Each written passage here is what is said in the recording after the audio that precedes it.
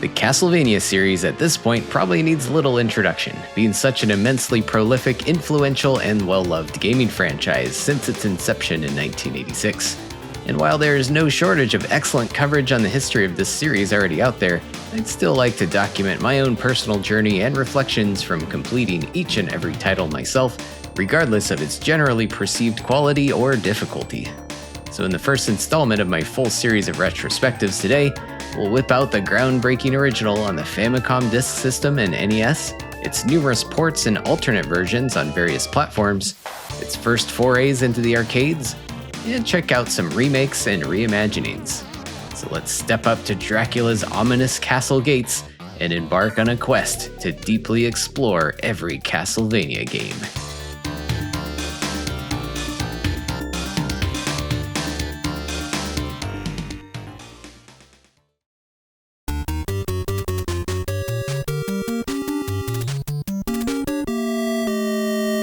So this legendary series would officially be unleashed to the world on September 26, 1986, with the release of Akumajo Dracula in Japan, published and developed by Konami for the Famicom Disk System, and would later be released for the NES in North America in 1987 and in Europe in 1988 as Castlevania.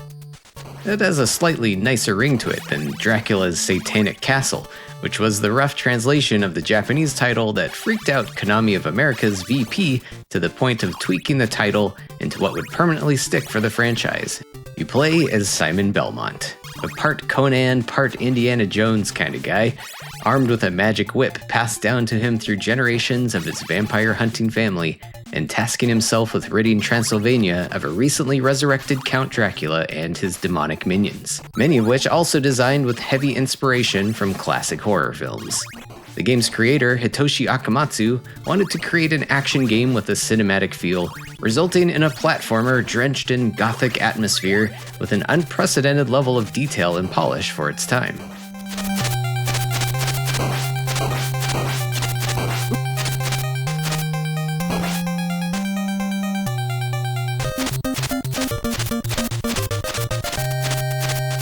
The game opens up in the courtyard of the Count's castle, an ominous but safe place to familiarize yourself with the game's somewhat clunky but very deliberate and methodical control scheme that would define the early games of the series. You can move left and right at a consistent speed, but notably your jump height and distance is locked down with no mid-air adjustment available.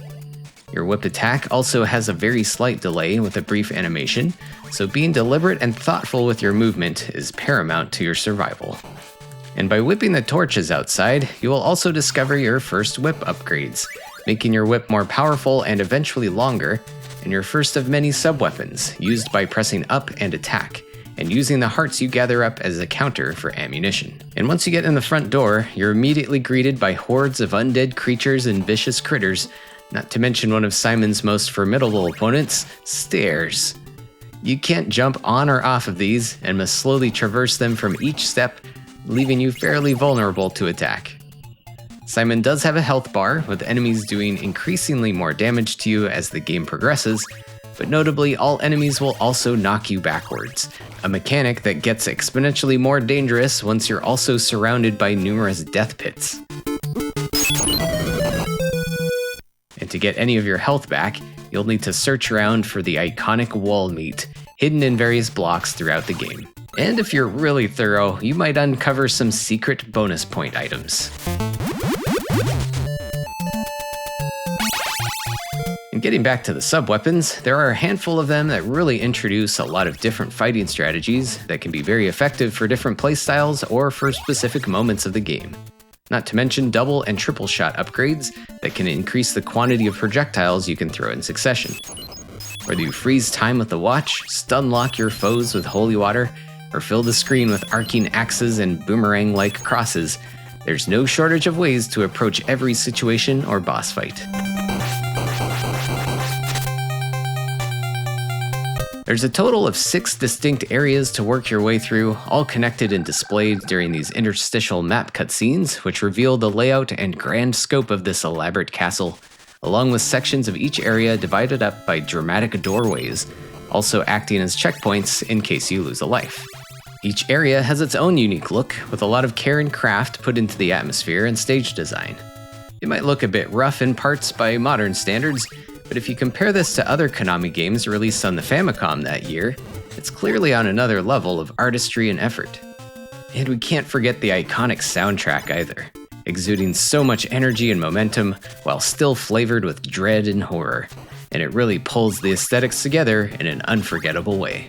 There are so many classic themes here that would define the series to come, and it's no surprise that this is often regarded as a landmark musical score on the system.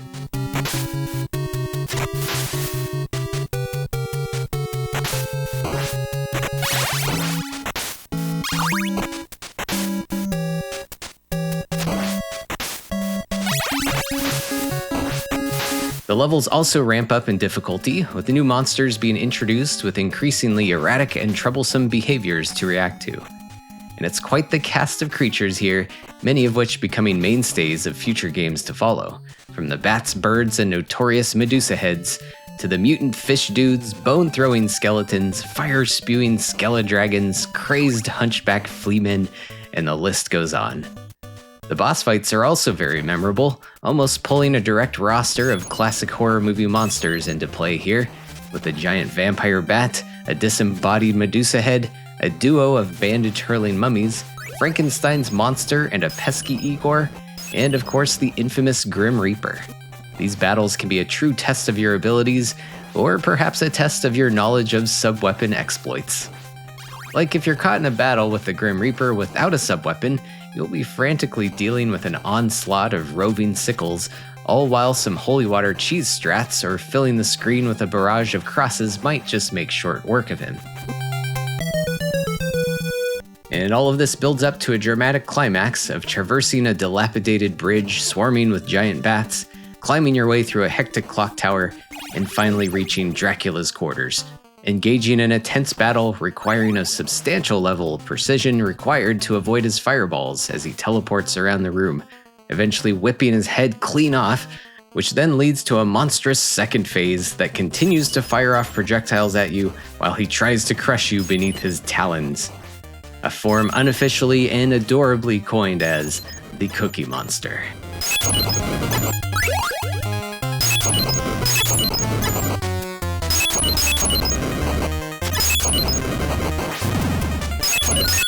Now, if you can survive, a wave of relief washes over you as you watch that castle crumble. It's such a great feeling, whether it's for the first time or for the 100th time.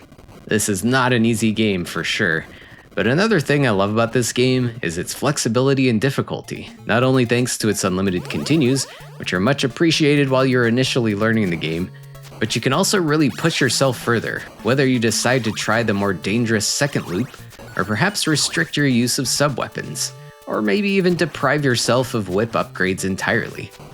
Personally, in my own Castlevania challenge underway here, I managed to beat the game without dying, and maybe someday I'll take a crack at a whip-only run, which would especially increase the difficulty of the boss fights. A few other things to note here are some of the slight differences across various releases. The original Famicom Disk System version includes the ability to save your progress, so it does have a unique menu here, along with a musical theme not heard in the NES cartridge port. And of course, you'll have some brief but unavoidable loading time between the stages.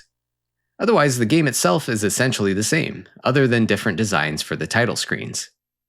There's also a Famicom cartridge version released several years later in 1993, which not only removes the loading time, but also adds an easy mode, which gives you more hearts and lives to start with, no more knockback when you get hit.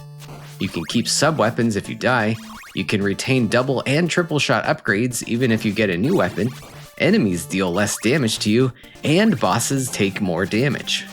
So it's drastically easier, but certainly a more approachable way to learn how the game operates for first-timers. And before we get into some of the other more different ports, or various other games bearing the Akumajo Dracula name, it's worth mentioning that several instances of this game have been re-released or repackaged numerous times over the years, the first of which hitting coin-op arcades at the time, either as a selection in a Nintendo Play Choice cabinet, or as part of Nintendo's dual-screen Versus series. Versus Castlevania sadly doesn't have any kind of simultaneous head-to-head competitive or cooperative play, but it does feature increased difficulty comparable to the second loop of the original, and it continues to scale up the challenge even more upon further full game clears. And it's got a pretty harsh time limit that really demands your speed or additional quarters. And it certainly has some bolder color choices, maybe in efforts to attract attention amongst competing arcade machines. But otherwise, the aesthetics and sound are intact.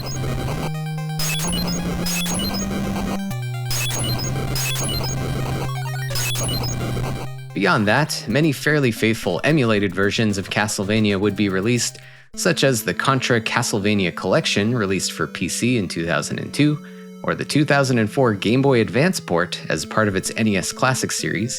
And later, Castlevania would also see a release on the Wii Virtual Console, was included on the NES Classic device, or more recently, it's part of the Castlevania Anniversary Collection currently available on modern platforms.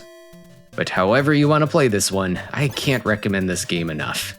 Not just as an important piece of history in the franchise, but as a great example of pure and classic action platforming on the NES, married perfectly with a tough but fair amount of challenge, and a very fun and vibrant horror aesthetic. Now, interestingly, at the same time Konami was developing this for the Famicom Disk System, they had another team working on another aesthetically similar but conceptually quite different version of Akumajo Dracula that would release just 1 month later. But before we go down that path, I'd first like to run through a handful of more direct attempts to port the original game to various computers and mobile devices, and to really dig into the details of the differences here that I found after actually playing through each in their entirety, despite their reputations. So let's flash forward a bit to the year 1990, when the original Castlevania would be ported to 3 different computer platforms: the Commodore 64, MS-DOS, and the Amiga.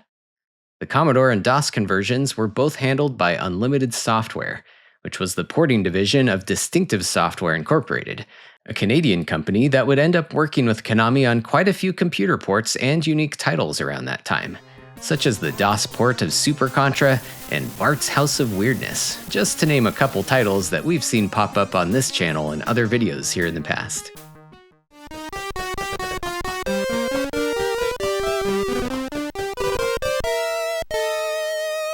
Getting into the Commodore version first, obviously the graphics have been altered for the hardware's capabilities, although everything is very recognizable and the faithfulness to the source material is commendable. The sprites and backgrounds just look a bit more rough and raw here, from Simon's block-shaped head to the dilapidated, glitchy-looking castle walls. But I'd say they did a fine job, assuming the developers were probably just given a copy of the NES game and told to play it and make a port from scratch.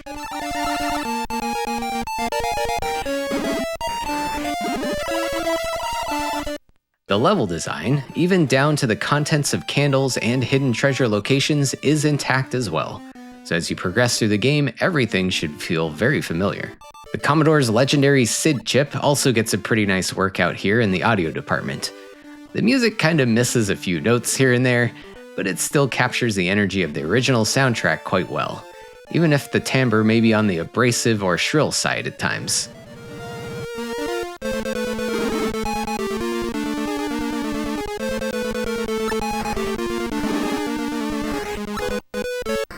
The game also has decent sound effects occurring at the same time as the music, which wasn't always a guarantee for Commodore 64 software.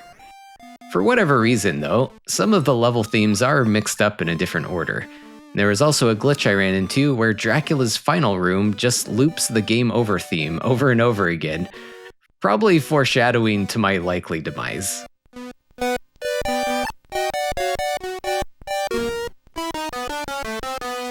But one major difference that quickly comes into play is the control scheme, which was accommodating to the one-button joystick for the Commodore. So instead of having a dedicated button to jump, you'll instead press up on the joystick to do so. It certainly takes some getting used to, especially when you're trying to climb stairs.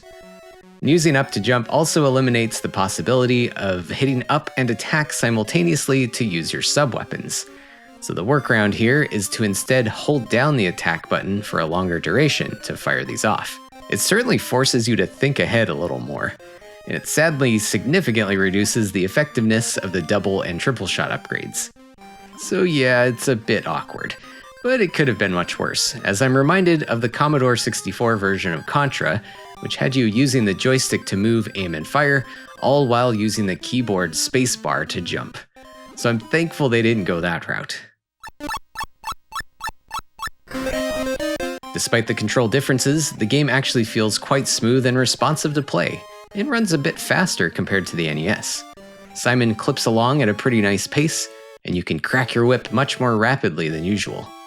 I did run into the occasional eaten input here and there, but generally I was pretty impressed.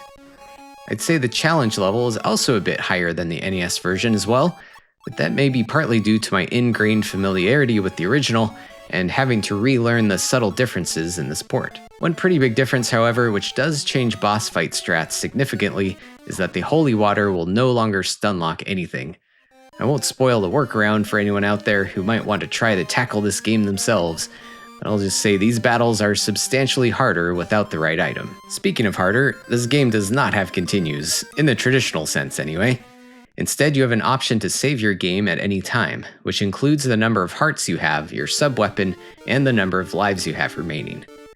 You may want to pay close attention to the latter, as saving without any lives left and lacking an optimal sub-weapon might leave you in a rough place, and sometimes you might be better off starting over entirely. So be smart with that save scumming, and hopefully you can get the best of Drac and his scrambly-faced glory, and claim your rightful place at the top of Dracula's Hall of Blame.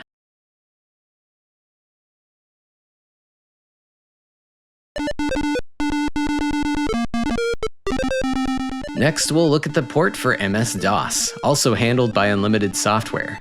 Castlevania's first appearance on PCs might at first appear a little bit closer to the NES version than the Commodore 64 did, as far as the sprites and tileset are concerned anyway, but it's still feeling a bit off.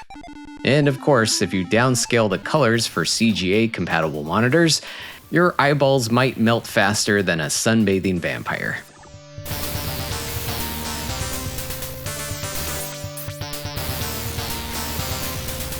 But the biggest graphical difference is easily noticeable once things start moving, with rather choppy animation and very jerky screen scrolling.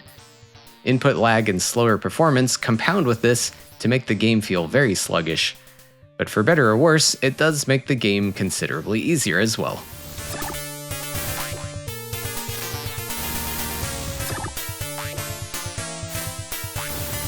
Much like the Commodore 64 version again, the levels and item locations are pretty accurate here, so really the main difficulty you'll be facing is adjusting to the lag and somewhat nauseating movement of the screen.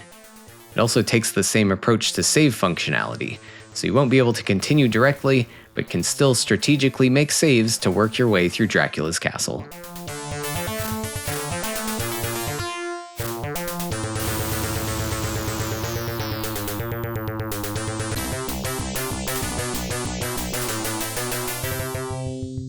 Control-wise, you can either use your keyboard, or it also supports multi-button joysticks, so the control scheme can line up with the NES version with a dedicated jump button and firing sub-weapons as you normally would. But once again, Holy Water does not stun-lock any of the bosses, so you'll need to adapt your strategy accordingly. Another glaring difference is in the game's sound. It does support ad-lib, Tandy, or PC speaker, with ad-lib sounding perhaps the least offensive, with some gritty FM synthesized tones and sound effects.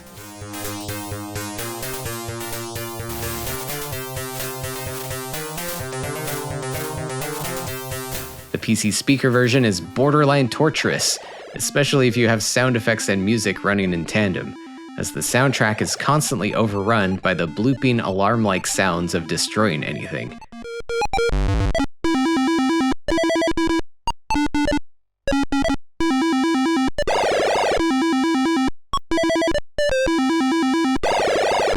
I will admit the PC speaker rendition of the score is pretty entertaining to listen to, at least just to hear a different take with such a limited resource for audio.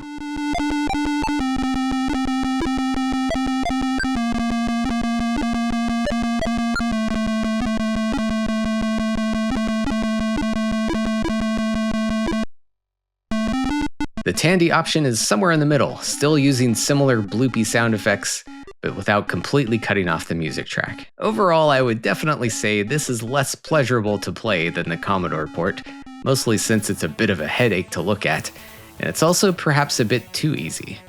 In my case, I was able to finish a whip-only run in just a couple of hours, as opposed to spending 10 hours to get my first clear of the Commodore port. And I may have to reuse an old joke here, and just say to leave this one as a morbid curiosity.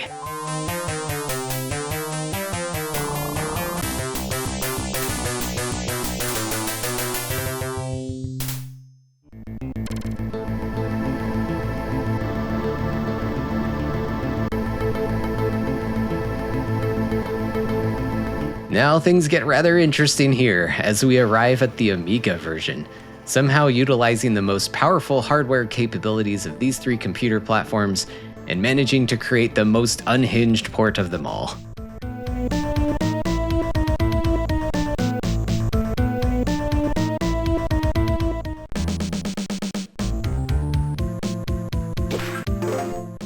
Development duties here are courtesy of Novotrade, who not only worked on numerous computer games and conversions of popular console games at the time, but eventually would be well known for cult hits like Echo the Dolphin and Colibri, or perhaps reviled for their 3D takes on the Contra games for PlayStation 1, when they were called Appaloosa Interactive.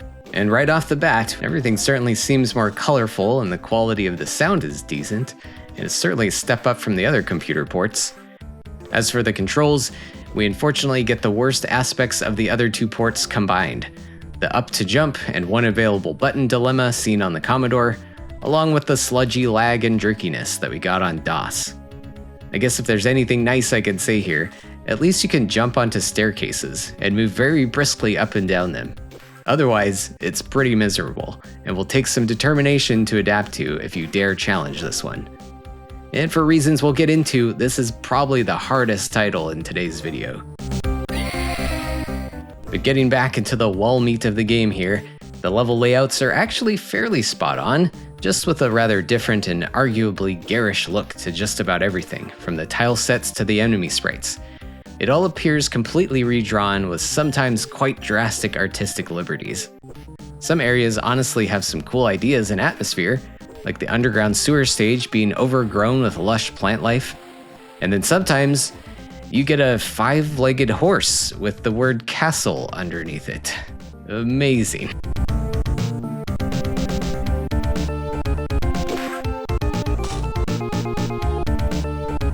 Some of the enemy and boss sprites look pretty wild now too, and I admittedly had a lot of fun seeing some of the rather cursed interpretations of them for the first time.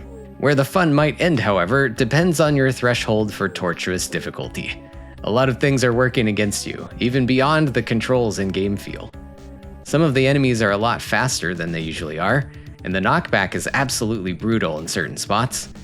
I found some workarounds thanks to a longer amount of invincibility frames after you get hit, but you really have to plan a precise route accordingly if you're damage boosting through everything. This does at least also have that same save scumming setup as the other two ports, with quite the catch though. The further you get into the game, you might start to notice that some of your favorite sub-weapons are not in the candles that you expect them to be in. So if you make a save at the final bat bridge without already having the stopwatch, like I did, I got stuck here for hours until eventually getting over my stubbornness and started the game over again from the beginning. Overall, I think the perseverance was worth it, maybe, if at least just to face off with Gonzo Dracula. This fight was brutal, by the way. If he teleports directly on you, you have no chance to get away. So it's a bit of a slot machine situation to reach the Cookie Monster form, who has another absolutely jaw-dropping and glorious sprite update.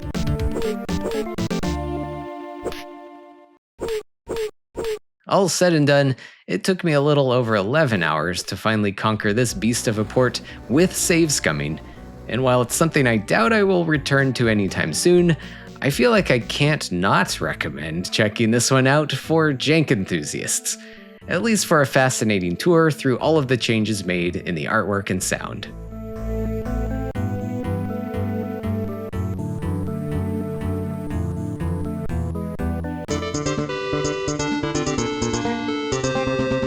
Speaking of jank, there were also a handful of Castlevania conversions for Java, designed for mobile phones. I'll be honest, there's a lot of varying information online regarding release dates on these, and I couldn't track down playable versions of every single one, but there were a few variants seemingly released between 2002 and 2006, at least for the official ones that Konami signed off on. The graphics range between a chunky pixelated look to a higher resolution 16-bit style, but all of them constrained to tiny screen sizes and cramped aspect ratios, and awkward phone keypad controls. And for audio, they all have a lack of sound effects and low-rent MIDI-driven soundtracks.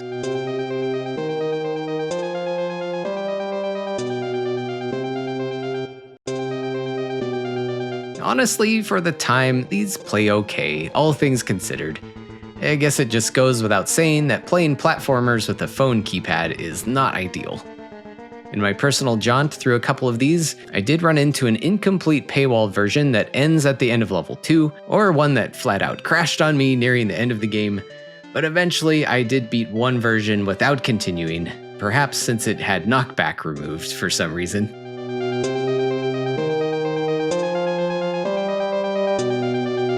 And beyond the first official Castlevania Java titles, there are also a wide array of unofficial NES emulations and unrelated games that just use Castlevania in the title. There's a rather vibrant scene of bootlegs more inspired by later games in the series, not to mention another unique and official Castlevania Java game, Order of Shadows from 2007, which we'll get into another time. So with the direct conversions covered, let's go back to 1986 and start to examine the other various forms of Akumajo Dracula, the original game title that would be reused in Japan for several releases that spin the original Castlevania on its head. If you remember earlier in the video, I had mentioned Konami had a separate development team working in parallel at the same time as the Famicom Disk System release, and with that crew creating something for the MSX2, a home computer system that was fairly popular at the time in Japan and a few other countries as well, and would be the home of several unique versions of Konami projects like Contra and Metal Gear. Akumajo Dracula would come out for the MSX just 1 month after the original version did, along with a 1987 release in Europe under the title Vampire Killer, predating when the Castlevania name had been created for the NES release. Now the story hasn't changed. You're still in control of Simon Belmont storming Dracula's castle, and aesthetically it looks quite similar, using many of the same sprites and tile sets, but with slightly altered color schemes, and the great soundtrack comes over as well, and sounds quite nice on the MSX sound chip.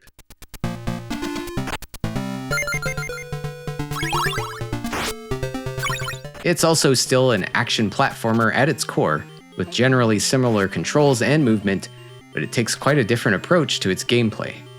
An immediate noticeable difference is the lack of screen scrolling, something the MSX was not particularly capable of doing smoothly. So the action is split up amongst single screens that you can move back and forth between. This also leads us to actually having to explore each level instead of simply moving to the right, as your progress is gated by finding a hidden silver key that will unlock the door leading to the next stage. You can't go back to previous levels, so it's not a totally open world experience, but does introduce a rudimentary search action style of gameplay that would be expanded upon greatly and later define the general direction of the series. So you could kind of call this a proto-Simon's Quest or Symphony of the Night in some ways. And these silver keys are usually hidden within breakable walls, and the stages are also littered with candles that can be broken to pick up hearts and other items, not to mention other bronze keys that can be used to open up treasure chests. You can also encounter old crones who are sometimes out in the open or sometimes also hiding inside of walls, and if you whip them enough times, they will offer to sell you something in exchange for a quantity of hearts. Whip them too much and they either leave or die, I guess. I'm not sure. But be careful if they have something you want and you can't afford it yet. Either way, the concept of these item sellers would also make a return eventually in Simon's Quest, so it's pretty cool to see ideas like this in their formative inception. The items and sub-weapons are a mix of familiar ones, along with some that are completely new. You can upgrade to a more powerful chain whip, although notably it does not get any longer. And the dagger sub-weapon here is considerably more useful, as it doesn't cost any hearts to use, nor do you need any double or triple shot items to fire off tons of them at once. There are also boomerang-style axe and cross sub-weapons, which can be effective sometimes, but you must actually catch them upon their return, otherwise you lose them and revert back to the whip. Holy water is available as well, and it's carried separately from the other weapons and costs 5 hearts to use. Firing these off is a little awkward, as you must jump and then hit the left or right button again to throw one.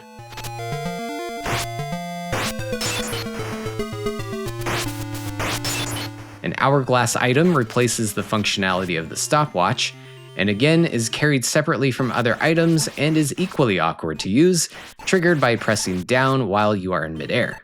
Some other new items here include a couple of different shields you can carry that either reduce damage you take or deflect projectiles, or magic rings that make you temporarily invincible, boots that make you walk faster and jump further, candles that reveal the location of breakable walls, and books that increase or reduce the price of items, or even maps of the levels that annoyingly can only be looked at 3 times before they apparently disintegrate in Simon's grubby little hands. The items are in consistent locations, and as the levels gradually increase in complexity and difficulty, you'll need to consider which ones are essential to you as you design your route. Speaking of difficulty, this is certainly a toughie. The enemies and their behaviors haven't drastically changed, but are laid out in rather devious ways, compounded by screen-wrapping level designs that often try to disorient and confuse you. There's some especially downright dirty tricks near the end of the game that I won't spoil, but I can't really guarantee whether they will make you laugh or rage quit when you run into them. I will at least say that you should really read a translation of the manual to learn about an unusual button combination needed to traverse an especially maze-like sewer level. All of the same bosses are also present here and pop up between every 3 stages. And honestly, they aren't too bad, but you definitely will need to form certain strategies and have the right items, or simply enough health to have the best shot at victory.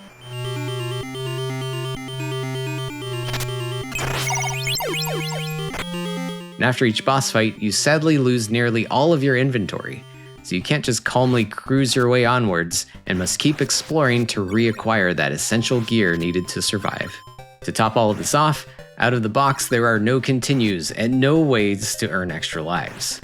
Even health refilling orbs are not that easy to find, so brace yourself for a lot of trial and error here, unless you happen to have the Game Master cartridge, Konami's Game Genie-esque device for their library of MSX titles, that in this case allows you to continue, set the starting number of lives, or just select the stage that you want to play. If you get easily frustrated, you may want to go this route if you can, but personally, I thoroughly enjoyed completing this one without it. I felt it was a really fascinating bridge between the original game and the eventual open-world direction of later Castlevanias. And I really had a blast figuring things out in my first playthrough. It undeniably has its flaws here and there, paywalling the ability to continue probably being the most egregious, but I'd say fans of the search action Metroidvania style of gameplay would be remiss to not experience how these concepts were first introduced into the series. And after hearing for years that this was one of the worst Castlevania titles in the franchise, I was so glad to give this one a proper shot and see for myself.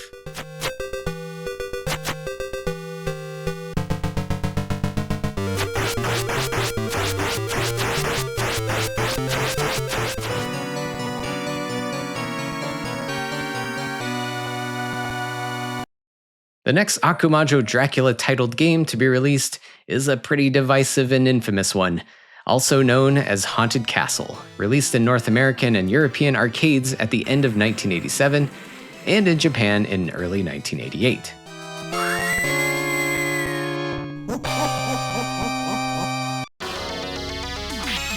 While Castlevania's first adventurous sequel, Simon's Quest, had just released on the Famicom Disk System a few months prior to this, Haunted Castle still takes a similar approach to the first Castlevania, with straightforward action platforming, but injected with classic arcade game sensibilities. You control Simon Belmont yet again, but a little plot twist in the opening sequence shows Dracula stealing away his bride, adding a little damsel in distress element to the story, but it's still just another excuse to go after the Count.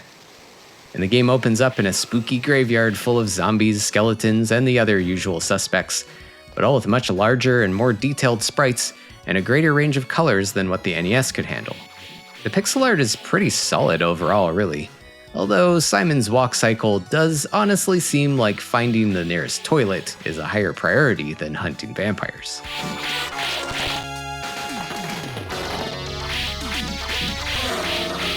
The game feel isn't too far off from what you would expect, with its typical clunky and deliberate movement. You do have a slight amount of mid-air control during the neutral jumps, however, an aspect which definitely comes into play in a few of the precarious platforming sections. You start off armed with your trusty leather whip, and while weapon upgrades are sparse, you can eventually find a more powerful Morning Star or even a big broadsword, fully leaning into Simon's Conan the Barbarian cosplay. There are a few sub-weapons as well, cartoon-like bombs replacing the holy water, actual boomerangs that don't actually come back, the super useful stopwatch, a flaming torch, and a new crucifix item that shoots out a steady stream of crosses. Hearts are in shorter supply though, since there aren't any candles to smash, and you'll just need to grab the occasional ones dropped by dispatched foes. I personally didn't have many issues with the controls, but a common and understandable complaint is in Simon's much larger hurt box, and this combined with the slow movement can lead to taking lots of damage from enemies if you don't know what's coming next. And if you happen to miss a key weapon drop or upgrade, it can be expected to get overwhelmed by monsters. At this point, I should probably bring up the variety of revisions of this game that came out over time for various regions, the most notorious being version M, the original North American release, where even the introductory stage can devour your first quarter after getting hit just 2 or 3 times. Later revisions would be a little more forgiving. I played the Japanese release, where you do not take nearly as much damage, and even falling into pits simply drops you back to a checkpoint with a small health reduction. In all cases though, 1 credit equals 1 life. And in classic arcade Konami brutality, there is a limit on how many times you can continue. Or one other interesting way to play is to put in 4 credits at once, and instead of continuing, you will just have 1 massive health bar to try and complete the game with. Luckily in this day and age, you can also easily flip virtual dip switch settings to however you like. Difficulty aside, I thought there were actually some pretty awesome things going on in the stages themselves. There's a cool variety of landscapes and locations to whip your way through, and plenty of fun monsters and bosses to do battle with, many of which we hadn't seen in other titles yet. I think this game gets derided somewhat unfairly in the grand scheme of the franchise. While it certainly has its glaring flaws here and there, and it doesn't hit the level of quality of its NES counterparts, this seems pretty on par with other similar arcade hits of the time like Rastan or Rygar, even despite a troubled production cycle that rushed the release of Haunted Castle without enough time to fully realize the original vision of the game. And, properly test it and balance the difficulty. These days, I'd still recommend playing this one with an open mind, especially if you start with one of the easier revisions and work your way up to version M if you really want to push yourself. If anything, the soundtrack alone is worth a listen, with some really great original themes and new versions of other great tunes from previous games. Aside from the arcade originals, Haunted Castle also received a bare-bones PS2 release in Japan, re-releases on modern platforms as part of Hamster's Arcade Archives series, or is also part of Konami's Arcade Classics Anniversary Collection, or the Castlevania Dominus Collection that came out in 2024.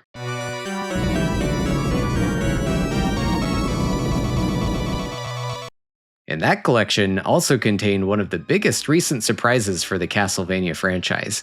And packaged alongside this collection of the 3 Nintendo DS Castlevania games was a full-blown remake of Haunted Castle, developed by M2, well known for their work on various retro game compilations and remakes. I'm not sure who asked for this, but man, what a wonderful shock this was.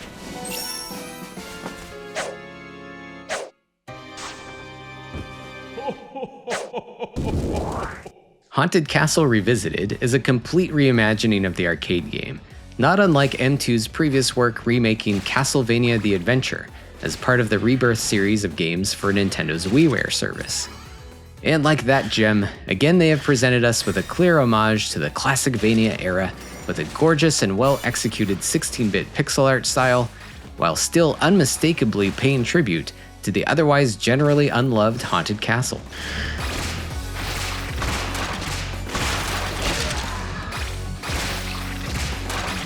Aside from the obvious graphical overhaul and wonderful remix soundtrack, many changes were made, such as the return of breakable candles, whip upgrades, and sub-weapons more in line with the original NES games. A few twists here though. There's a reusable cross item that can destroy everything on the screen, and there's also a temporary second whip upgrade with dramatic length that fades away after a brief amount of time. Your movement is also a bit more fluid, with freedom to move around while in the air. And overall, it feels really nice to play, while still retaining some of that classic Vania ethos in its deliberate movement and combat.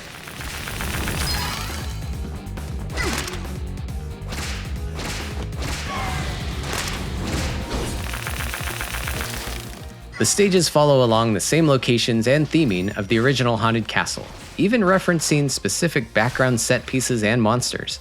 All of the same bosses return as well, but each with their own all-new behaviors and very creative gimmicks. I absolutely love the new Frankenstein fight, where you have to hit the skeleton dude at a desk to interrupt his remote control electrocution.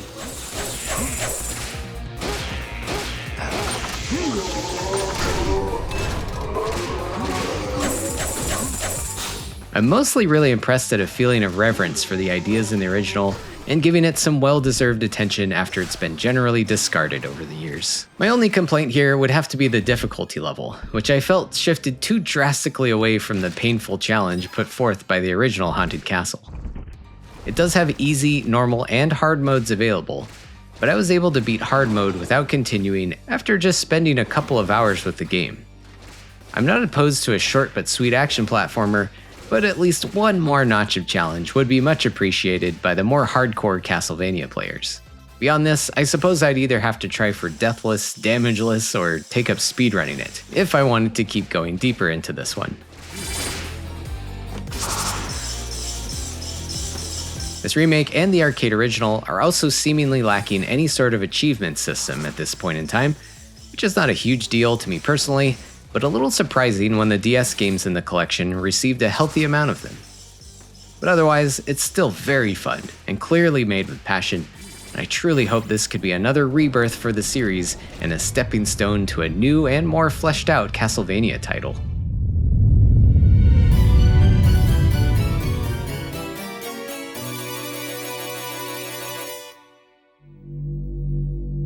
Now let's go to October 1991. In Japan, Akumajo Dracula would be resurrected once more on the Super Famicom, retelling and reimagining the original journey of Simon Belmont in a truly epic adventure that would be also known as Super Castlevania 4.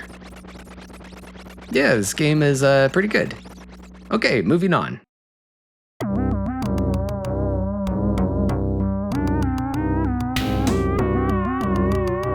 Okay, so don't worry, Castlevania 4 will get proper coverage later, when we fully delve into the 16-bit era of the series in another video, and I'm skipping over it for now since it's really more considered a loose reimagining and retelling of Simon Belmont's first story as opposed to a remake.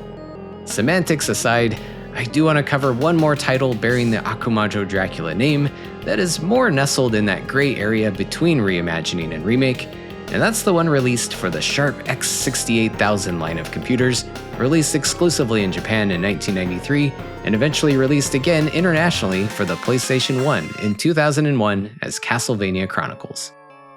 If you're not familiar with the Sharp X68000, it was a home computer system first released in Japan in the late 80s, bearing arcade-quality graphics hardware, leading to a lot of excellent ports of arcade titles and other original games that could easily compete with the other high-powered consoles at the time. Akumajo Dracula was developed in efforts to recreate the original, retaining its story setup and general gameplay mechanics and structure, all while pushing the capabilities of the platform to the limit, and eventually iterating the work into a very special project in its own right. Once again, Simon Belmont takes it upon himself to rid the world of a recently revived Count Dracula, and as you enter the first courtyard, things certainly will feel a bit familiar here, but with a flashy new coat of paint and more flexible controls.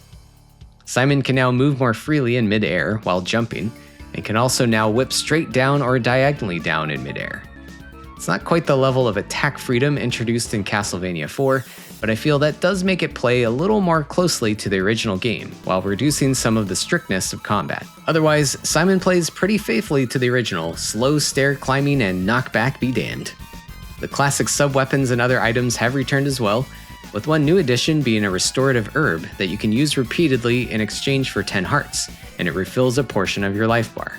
Wallmate is still around too, of course, but you might get trolled a bit in the process of finding it, like how this familiar spot instead unleashes a steady supply of fleamen. From that point in the game, it becomes clear that creative liberties are definitely being taken here, and what may initially be seen as a simple throwback game evolves into having completely redesigned levels with all sorts of fresh ideas and all new hazardous action set pieces. There are 8 stages in total, some of them remixing concepts from the original 6, but also with some references to classic levels and appearances of enemies from other games in the series, even from Haunted Castle. There are also completely new areas to traverse as well, like the slippery ice cave or a sanity testing Tower of Dolls. All in all, the level design is extremely fun and satisfying, as long as you're on board for that signature Classicvania amount of challenge. There are all new boss fights as well, of course, some of which will really test your abilities. One of the more difficult and memorable sections of the game for me was the Clock Tower stage, full of devious enemy placement and dastardly traps, culminating in an epic fight with a lightning-fast werewolf tearing apart the structure itself and hurling the debris towards you. And one fun little gimmick here is also the referencing of the computer's real-time clock, which will affect the actual time shown in the background. And this comes into play again later in the game, where the mural in the hallway before the Grim Reaper fight will reflect the current season. And aside from the clear effort put into breathing new life into this remake, luckily it remains to be an absolute blast to play, as long as you're up for what may be one of the most difficult games in the franchise. It does allow for unlimited continues, and also gives you increased difficulty in further playthroughs after you beat the game, which can gradually ramp up over the course of 6 loops if you feel so inclined. So this take on Akumajo Dracula would be stuck in Japan for 8 years, until eventually it was re-released in 2001 as Castlevania Chronicles for the PS1, which included a port of the X68000 original, along with an all-new arrange mode with some art and gameplay tweaks, and a modest amount of other bonus materials and options. And of course, they had to throw in some new CG cutscenes.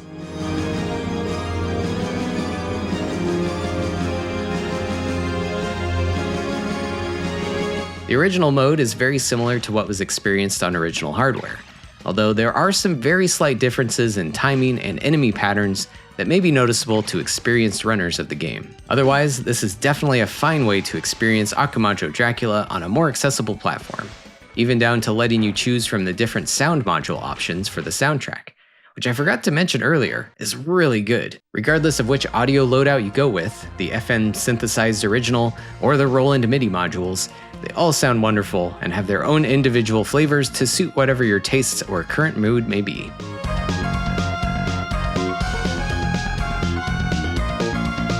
Arrange mode is an interesting addition to Chronicles as well, with the most notable changes being a red-haired redesign for Simon's sprite, with Ayama Kojima handling the character art, along with a slight alteration of Dracula's sprite, and an entirely new soundtrack by Sota Fujimori, leaning more heavily into dancey electronic sounds.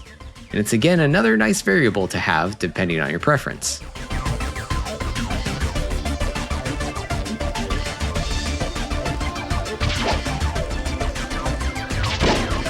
Gameplay-wise, Arrange mode does remove getting knocked back by enemies, so it's really not a bad way to play if you want something a little on the easier side.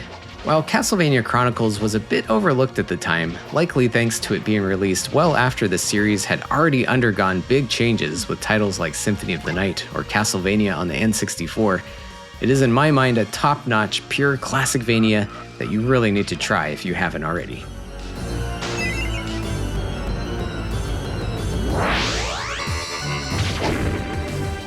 And that concludes the first episode of our Castlevania journey here. Make sure to stay tuned for when we shall embark on the adventurous 8-bit sequels Simon's Quest and Dracula's Curse, and we'll spin off into the Dark Knight with Kid Dracula, and also shrink down to size into the world of the first handheld Vanias. Yes, even that one.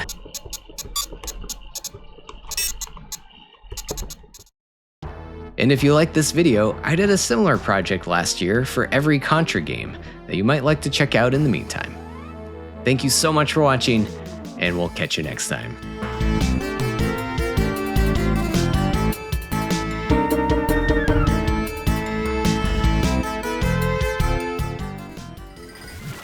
No!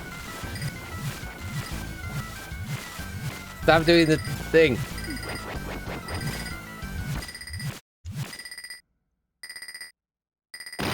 Stop dying. Give me the thing.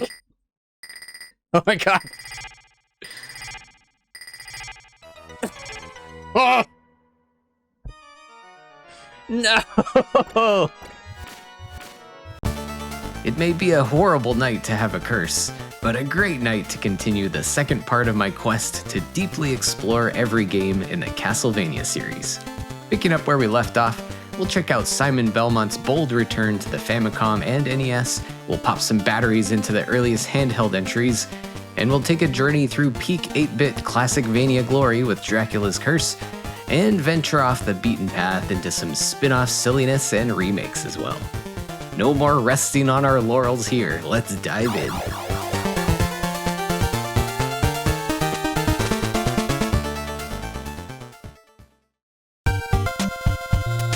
After the success of the first entry of the series in 1986, production of a sequel to Akumajo Dracula would quickly commence, with director Hitoshi Akamatsu returning at the helm and taking the gameplay in some fresh and ambitious new directions. Just 11 months later, in August of 1987, the game would see a release for the Famicom disk system under the title Dracula 2 Noroi no Fuin. North America would soon have it localized and put out in NES cartridge form in 1988, and Europe got it in 1990, both titled as Castlevania 2 Simon's Quest. The story places you in the boots of Simon Belmont once again, this time 7 years after the events of the previous game. Apparently after his last encounter with Dracula, Simon became inflicted with a slowly feebling curse, and at this point doesn't have much longer to live. And the curse can only be lifted by gathering different body parts of Dracula that were hidden across the area in various mansions. And you must then recombine them at Dracula's castle to resurrect him just long enough to take him down once more, and hopefully seal him away for good this time.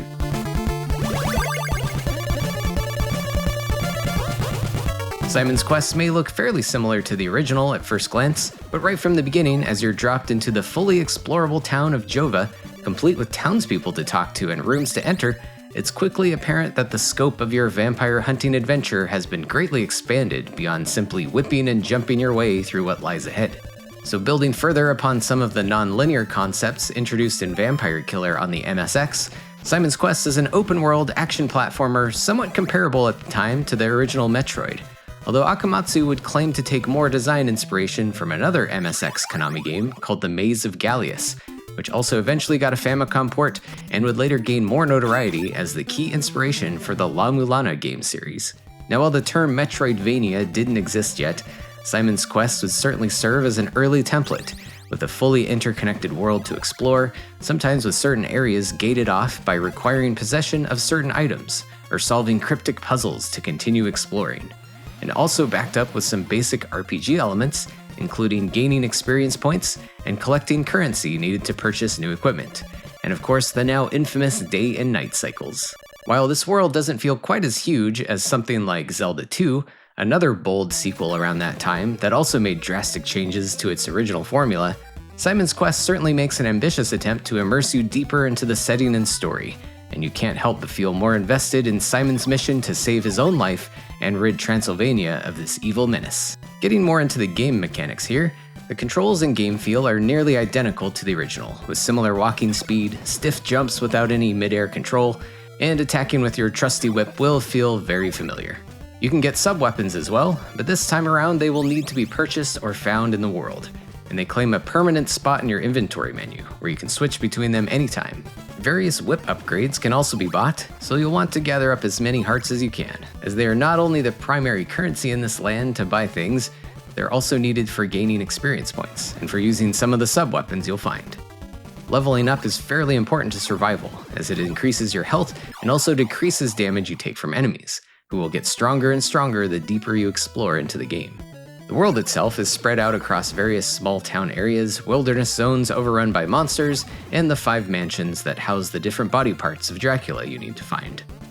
The towns are often crucial spots that not only offer refuge in their churches where you can refill your life, but also purchase items like the previously mentioned sub-weapons and whip upgrades, and acquire very important crystal orbs that will open up new paths for you in various ways. But keep in mind, once night falls, not even the towns are safe anymore. You may have to fend off a few ghouls before the sun rises once again.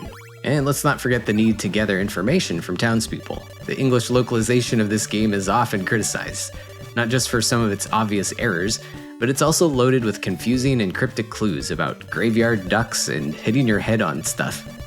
It's worth mentioning, the original Japanese version was probably similarly bewildering to players, as you couldn't always trust the townspeople to be telling the truth. I personally think it's a cool way to keep the game from holding your hand too much, but it's admittedly going to cause some frustrations for a lot of people that don't want to rely on a walkthrough. And this may be a good time to bring up a very well-made ROM hack of Simon's Quest, which was created by Biscuit, which not only retranslates the game in efforts to be more faithful to the original Japanese version, but also features an in-game map modeled after what was included in the manual of the Famicom Disk System version, and a map that was also eventually published in that one now notorious issue of Nintendo Power.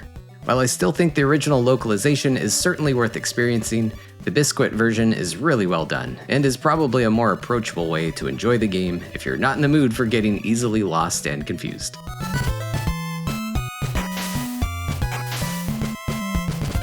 Luckily, even if you are a little lost sometimes, the world is a pleasure to explore, improving on the graphics of the original with a wide variety of locations and plenty of fiendish foes to battle with.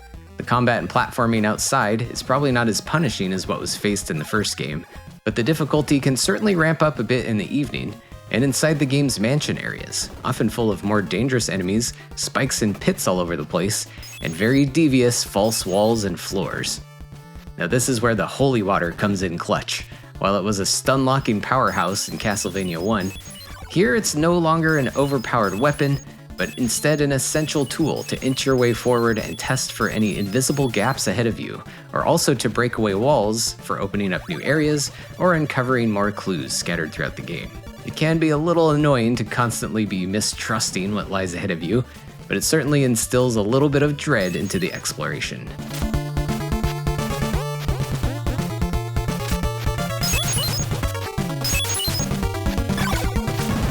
The mansions are not usually super huge, but you do need to find a guy selling an oak stake, which is necessary to break open an orb containing a body part of Dracula, which in another cool twist isn't just a quest item to process, but it's something you can actually use to your advantage, like sporting Dracula's rib like a shield, or using his eyeball to reveal various secrets.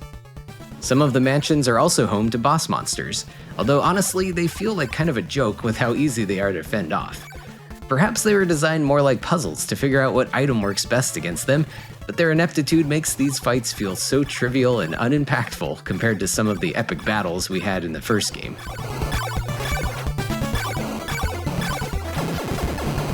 But finally, you'll eventually collect all the needed body parts and make your way to Dracula's deserted castle, devoid of any enemies at all, which does provide some interesting dramatic tension and atmosphere, but ultimately devoid of challenge. Dracula is kind of a pushover as well, but to be fair, I guess he just woke up. I get it.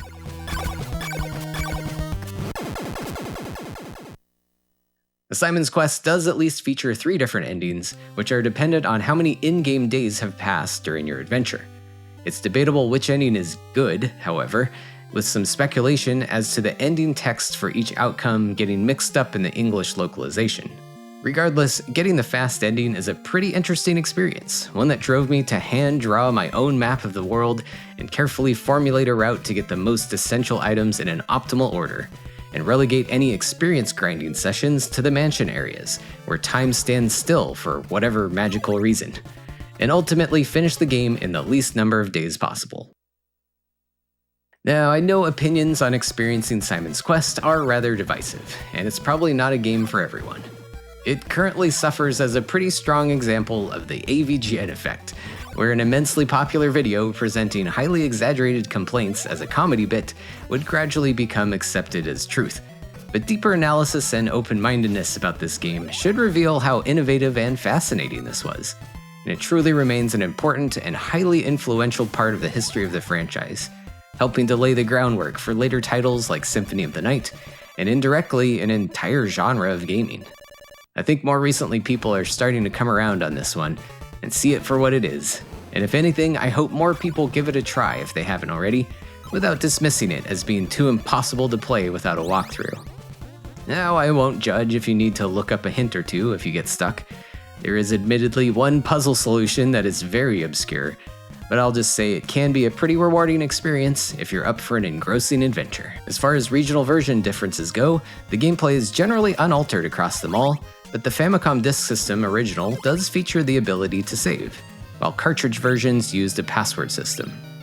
Also, due to the format, the disc version has loading time and slightly different sounding music and sound due to audio channel differences in the console hardware.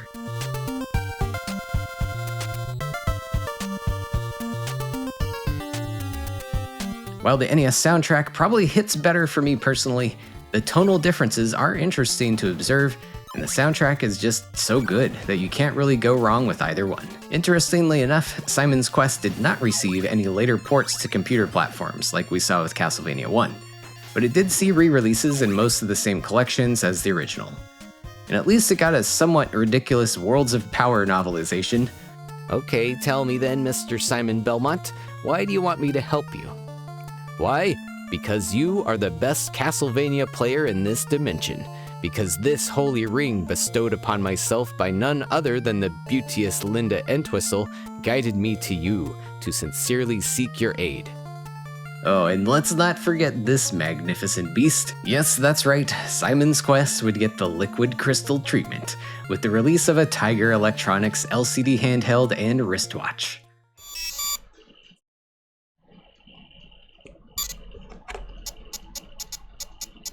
Now, there are some conflicting finds in my research regarding release dates on these, but I'm 99% confident they both predate the release of the first Castlevania Game Boy game.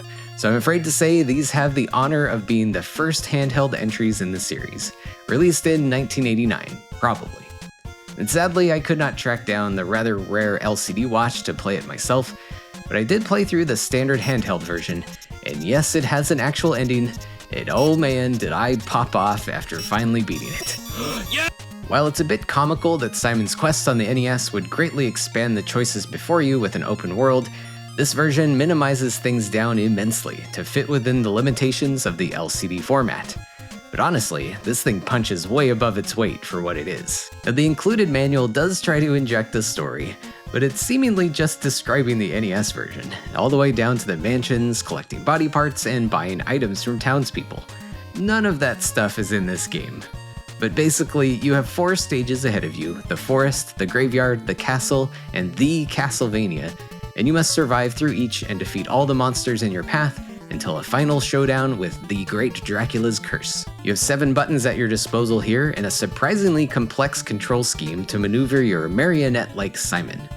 With the D-pad on the left side, you can move forwards by moving only your shins, and you can whip low or whip high, and turn your head around backwards to the left if you need to attack something behind you. The buttons on the right include jumping straight up and jumping forward, which is necessary for attacking bats in midair, jumping over fireballs, or the occasional invincible zombie hands popping out of the ground. Or in later stages, there's actual platforming you'll have to deal with. And one more big and important button is for throwing a sword, a powerful but limited use subweapon that kills enemies in one hit, and you start out with 4 of them. The enemies include the previously mentioned bats, along with ghosts, bone-throwing skeletons, and fireball-spewing fish dudes. And as the game progresses, there are more powerful versions of these enemies as well, like vampire bats, skeletons with shields, or damage sponge monster fish dragons. One cool little detail is a day and night cycle in the first 2 stages, which does have an effect on how much health the enemies have. Speaking of health, you have a health bar of your own, and thanks to the curse, it's slowly but constantly draining. And with an onslaught of enemies to face in each stage, you'll need to not only master the precise timing needed to avoid getting hit by bones, bats, and projectiles, but you'll really need to hit the occasional magical orb power-up, which seemingly appears somewhat randomly, but it will refill your life and stock of swords if you can whip it in time. It doesn't stay on the screen for long, and it's also pretty easy to accidentally walk past it, and unfortunately missing one of these in the later stages will basically seal your doom, as you only have 1 life and no continues. And make sure to save at least 1 sword if you get to Dracula, as you'll need it to deliver the final killing blow. While the game is obviously pretty short, I found it to be surprisingly challenging, and it actually took me about 10 hours to finally finish 1 successful run. The control layout is rather awkward at first, but like anything, you'll get the hang of it with enough time put in.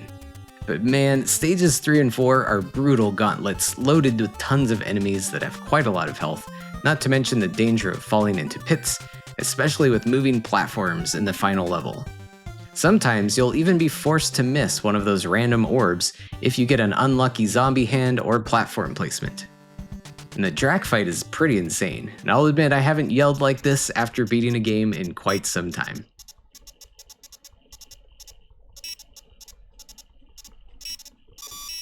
Yes! Yeah! Yeah! Yes!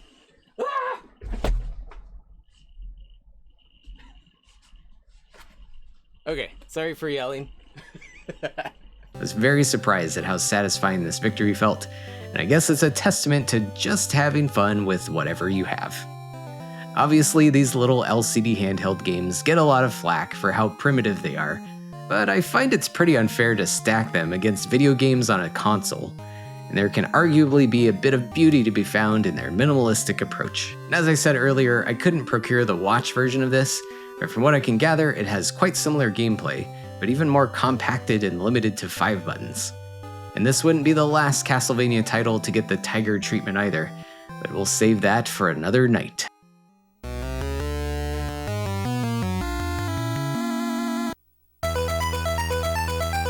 And in what might be considered the first proper handheld entry, we have another title that has also garnered divisive opinions over the years, not unlike Simon's Quest, although in this case perhaps caused from scaling the Castlevania experience down instead of expanding out.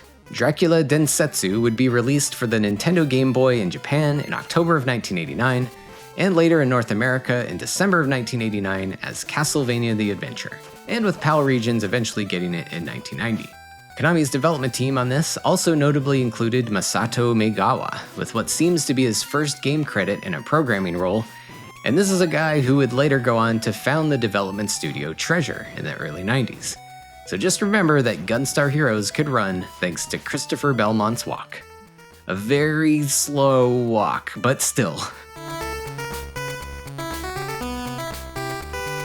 And yeah, we have a different Belmont this time around, with the story taking place over 100 years before the events of the first Castlevania game. Translation of the Japanese manual reveals Dracula to be a demon-worshipping sorcerer who had built a giant castle in Transylvania, summoning monsters and dark rituals, and trying to become an immortal demon king. Simon's forefather, Christopher Belmont, takes it upon himself to put a stop to it. Now the timeline gets a bit muddied here, as the North American box and some other marketing material implies the return of Simon, and the North American manual makes no mention of any Christopher. And there's further confusion when Castlevania 3 comes out, and more of the dates get mixed up, but we'll get into that later. Regardless, the story doesn't really get too deep in this one anyway, but it clearly established its own place in the series and was not just intended as a handheld port or demake of one of the NES games. The gameplay uses the same foundation as Castlevania 1 with straightforward action platforming, jumping and whipping your way through 4 different linear stages, each with a boss battle and finally leading to a fight with Dracula. And while Castlevania's control was always designed with some deliberate stiffness, it's amplified further here for the handheld environment. It's possible that the Game Boy screen's horrible motion blur issues were taken into account here, but the walking speed is super sluggish, and matters are made worse with quite a narrow and heavy-feeling jumping arc, which can be a bit of an issue when the levels are looking like this.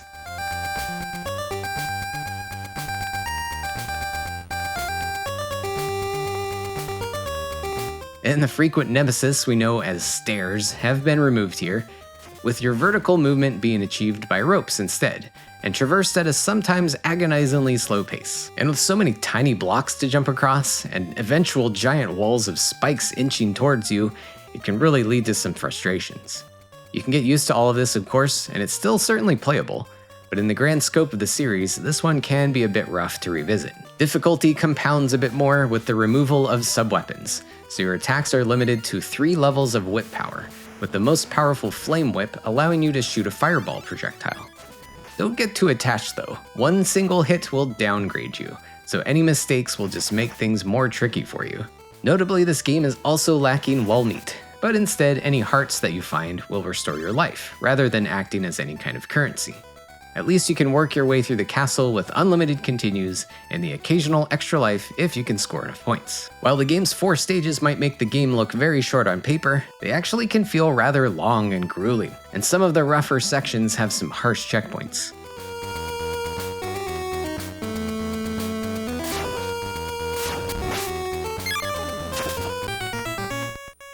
But at least the boss fights are generally pretty reasonable and somewhat unique, although the Drac fight may give you some grief at the end until you can decode his patterns and find the best safe spots on the screen to deal with him.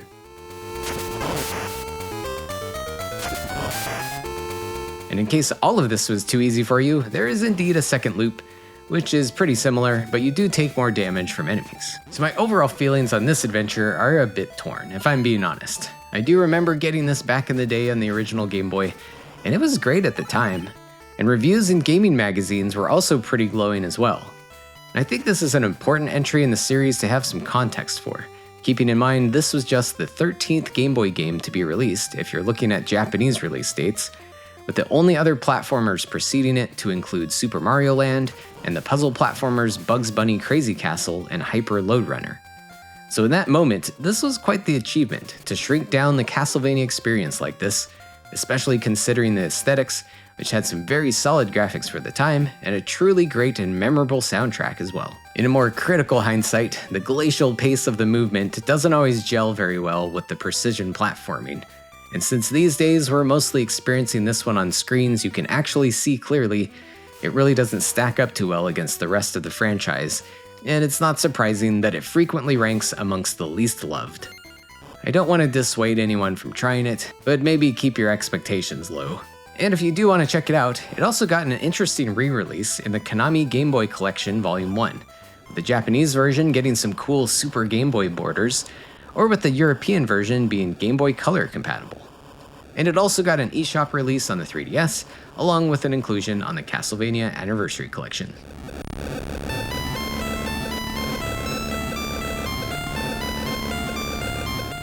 Oddly enough, 20 years later in 2009, Castlevania The Adventure would get a completely overhauled remake.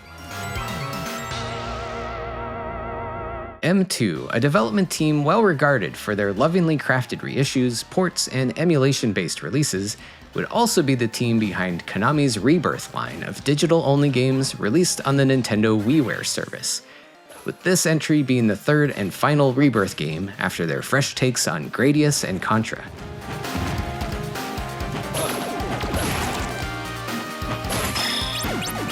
Rather than simple splashes of shiny new paint on old classics, the Rebirth games instead create all new experiences presented with reverence for the original, while presenting updated aesthetics and new and original level designs. Castlevania The Adventure Rebirth follows the same storyline as before, with you in control of Christopher Belmont. This time around you have 5 stages to get through before a final showdown with Dracula. Right away you'll probably notice some of the more questionable design choices of the Game Boy game have been removed, most notably a return of the classic sub-weapons and collecting of hearts to use them. And we're back to good old stairs as well, no rope climbing, although they do make a cameo.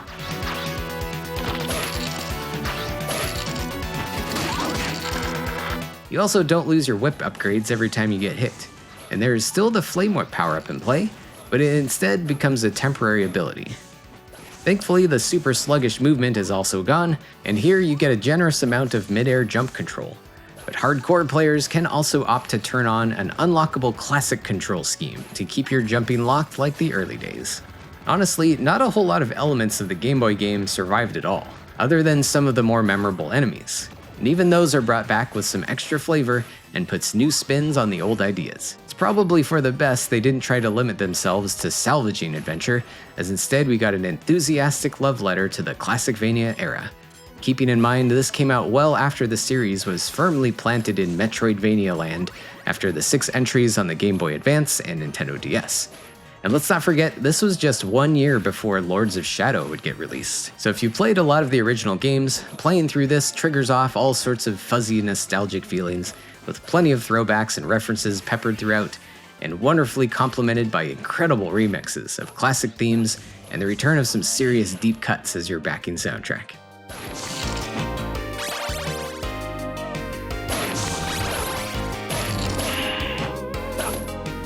Another great inclusion here is the range of difficulty options to pick from, with easy, normal, and a very spicy hard mode available, along with the previously mentioned classic control scheme option, which will change your gameplay approach quite drastically in many of the more difficult sections and boss battles.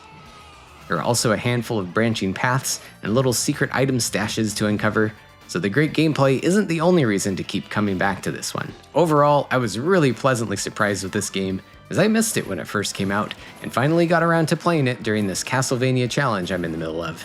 And I'd highly recommend checking it out if you have the means to do so. Unfortunately, at this point in time, you couldn't buy this if you wanted to, as it was only released via the now defunct Wii Shop, and all of Konami's Rebirth games have yet to see any kind of re-release on other platforms. Many years later, M2 would return with Haunted Castle Revisited in 2024, another complete reimagining of a maligned older entry in the franchise, and with similar pleasing results. This was something I already covered in part 1 of this retrospective series, so give that a watch later in case you missed it.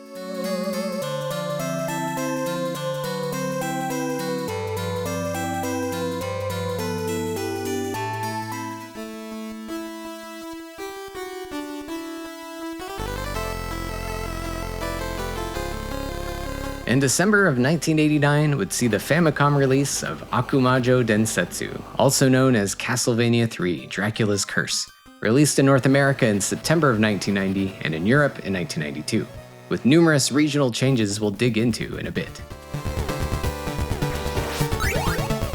And story-wise, it's another prequel to the original, this time taking place in 1476, and Dracula is determined to destroy all of mankind. While the Belmont clan had been previously exiled out of fear thanks to their vampire hunting prowess and superhuman abilities, the townspeople eventually call on Trevor Belmont out of desperation, and your mission begins.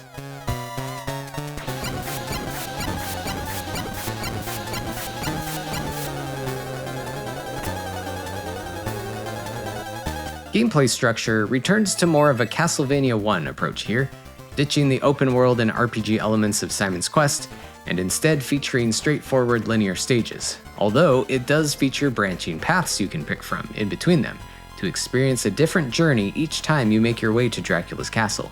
With 16 possible stages in total, and with a few different routes amounting to 9 or 10 stages in a single playthrough. And the original controls, game feel, sub-weapons, and double or triple shot upgrades also make a return virtually unchanged from Castlevania 1, and at least that's the case for Trevor anyway. And that brings us to another new element here, with additional playable characters. Depending on your route, you can encounter 3 different companions that can join you, each with some slightly different capabilities and attacks. Keep in mind, you can switch whenever you like, but you can only have one with you at a time, and you do share the same health bar. A trip to the Clock Tower stage will connect you with Grant Dynasty, a rebellious pirate-like dude armed with a dagger, who finally has what was unthinkable in a Castlevania game, a jump with mid-air controls. On top of that, he can even climb walls and ceilings, or sneak through some tight spaces. His attack varies depending on the version you're playing, with Japan seeing him be able to throw unlimited daggers at no heart cost, but North America equipped him with a tiny short-range stabby stab, with his throwing daggers being a typical sub-weapon pickup. But at least he can use an axe in either version. A trip to the graveyard will have you meet up with Sypha Belnades, who is turned to stone by a cyclops. Her specialty is magic, with a unique set of elemental sub-weapon spells available only to her, including homing, freezing, and flaming attacks. Otherwise, she just has a big stick to hit stuff with, but at least it's a little bigger than Grant's tiny shiv. And if you head through arguably the harder route in the game, you'll be able to join up with the son of Dracula himself, Alucard, who opposes his father's rampage against humanity. His default attack is a weak but long-range magical projectile, which can also be upgraded into a double or triple spread shot. And he can't use any sub-weapons, but instead has the ability to transform into a bat, giving you freedom of flight as long as you don't take damage and have enough hearts to sustain your trip. The different routes and character playstyles really add a lot of variety and interesting twists on the classic foundation they took from Castlevania 1. This is reinforced further with some great level design, putting forward a ton of cool new action set pieces and interesting situations that can be tackled in a variety of ways depending on your party configuration. And of course, you can also opt to stick to Trevor only, as you'll never be soft-locked by who you're playing as. And while only using Trevor may prove to be a daunting challenge, the extra characters never feel overpowered either, and the game still feels well balanced when using them to adapt to the situation at hand. Some of the old classic monsters and bosses from the original make a return, but often with some kind of new twist. There are also frequently multiple bosses in a stage, although sometimes they are reused across the different routes. And the experience culminates in the most epic Dracula fight we've seen yet, a complex battle with 3 difficult phases and a rather unforgiving checkpoint if you fail. And the aesthetics of Dracula's Curse are also in top form here. This really is peak 8-bit Castlevania polish, with wonderful detailed and colorful backdrops with a wide range of atmospheres, and the game also features one of the best soundtracks on the system, with a good variety of dark, moody ambiance and absolute bangers.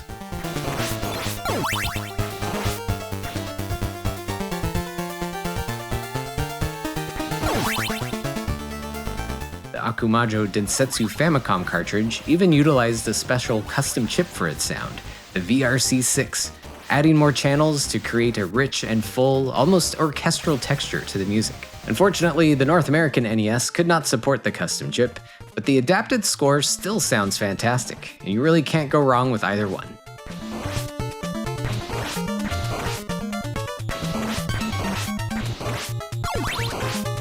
I guess that can bring us to a long list of regional differences to go over.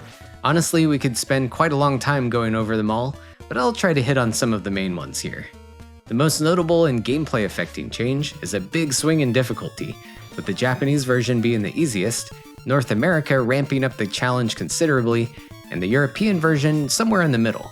Some difference in difficulty is caused by altered damage values, with Akumajo Densetsu having specific damage values per monster, while North American Castlevania 3 escalates the damage you take further as you get farther in the game, regardless of the enemy type, with a few exceptions. And in general, a lot of stages have been tweaked to have more enemies, almost feeling more like a second loop caliber of NES Hard. So yeah, the difficulty is pretty high, but I'm one of those sickos who prefers that, and there are still unlimited continues regardless, to let you keep trying over and over again, or there's even a secret code to get more lives to start with. And luckily, these days, the Famicom version is fairly accessible if you're looking for a much more gentle introduction to the game. Mind you, it still definitely has some bite to it. There are also numerous graphical changes between regions, with some unsurprising censorship of naked statues in the Medusa mini-boss, but also in a handful of sprite changes to several of the enemies, and some subtle tweaks to the background art. Oddly enough, the game still has many crosses present, despite religious references often being removed from American Nintendo games at the time. Now again, I could go on for a while here with a surprising number of other small details that were modified, but instead I'll just suggest a visit to the wonderful Cutting Room Floor website, which features an exhaustive list if you're curious, and I'll drop a link in the description. To wrap things up here, this game is so freaking good. It's been one of my favorite Castlevania games for years, ever since I got it for Christmas when I was a kid. And it felt great as an adult to tackle it again and pull off a Trevor-only run without using any continues for this challenge, on the US version even. Next up, damageless pacifist blindfolded speedruns. But seriously, I can't recommend this one highly enough. Again, maybe you might want to ease into the Famicom version and build yourself up to the brutal North American one. But it's really one of those games that encapsulates the classic feel while having so much variety and a great depth of content available during repeat playthroughs. As expected, it's also seen a few re-releases over the years with its NES counterparts, like on that 2002 PC compilation we've mentioned before, virtual console releases, and the Castlevania Anniversary Collection. And Java jank enthusiasts can even enjoy a 2006 mobile phone version as part of Konami's Masterpiece series on the Japanese iMode service, which actually presented something quite faithful to the original. And at least it does have an exclusive easy mode, not far removed from the Famicom easy mode of Castlevania 1, with no knockback and limited damage taken from enemies.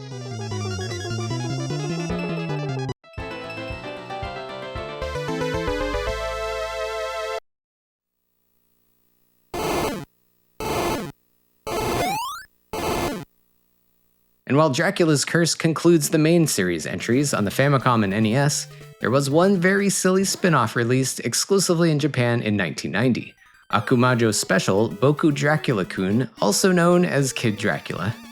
In a similar vein to Konami's Gradius spoof Parodius, Kid Dracula is a light-hearted, goofy take on Castlevania, putting you in control of a cute little Dracula-kun, son of the Count, who has awoken from his nap only to be challenged by Galamoth, a demon who would actually make several more appearances and mentions throughout the rest of the series. The game opens up with an obvious homage to Castlevania stages and hazards, but with a more cartoony feel to the tile sets and sprites, and a whimsical remix of the song Beginnings from Castlevania 3.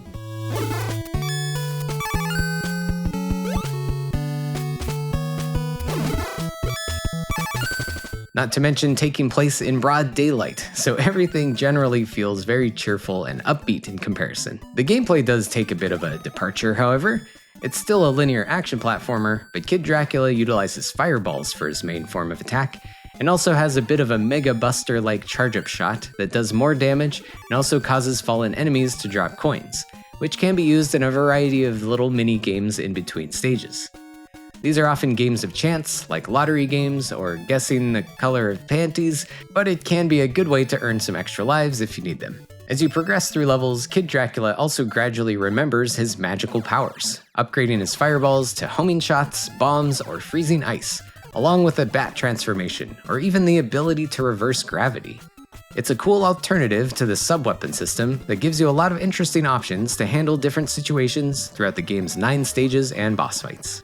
And while some of the environments are clearly riffing on Castlevania, they're mostly pretty random locales, like jumping through clouds to a roller coaster like Bullet Train, an ancient Egyptian pyramid, an underwater stage, or even a deadly ride through a subway tunnel.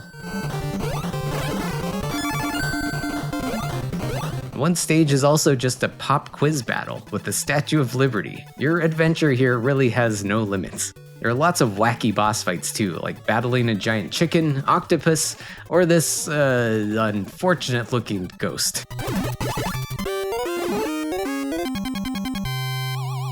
And despite the game's silly appearance, it still certainly shows its fangs in the challenge department sometimes, with some big spikes in difficulty in sections like this brutal auto-scrolling space elevator, or a lengthy robot factory stage at the end of the game, loaded with mini-bosses and deadly hazards. Luckily, Kid Dracula has more control over his jumps than the Belmonts, but the game still has a somewhat methodical and deliberate pace to its platforming. Overall, it's probably an easier game than Castlevania 1 or 3, especially if you consider the abundance of opportunities to build up a supply of extra lives from the minigames. But it's a nice and fun, light-hearted time and worth a try for sure.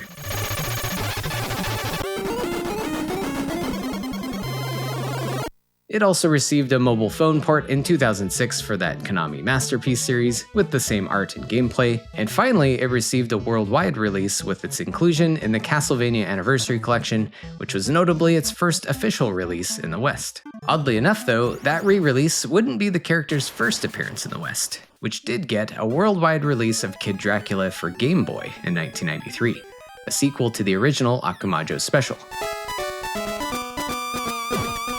The gameplay is quite similar to the Famicom game in its controls and linear structure, even down to some interstitial minigames and his relearning of magic abilities, so this is often confused as a direct port. But it does have some all-new stages and even a few new spells and tricks up Kid Dracula's sleeve this time around. I'm still reeling from Umbrella Lugosi. Now the plot here has Galamoth returning yet again, but this time we even get some cute little cutscenes as we go along, and Death is now helping out as a trusty advisor as we embark on another spoof-filled adventure. Some things will feel very familiar, with some reimagining and reworking of levels and bosses from the Famicom game, but it's still novel enough to make this one feel like its own experience. And in some ways, this is even better than the original, despite being scaled down to a handheld format. And it's clear Konami put a lot of polish and care into this follow-up. Some of my favorite moments include a battle with a Jason Voorhees lookalike, or maybe it's perhaps a riff on Rick from Splatterhouse, since he's got that shotgun too.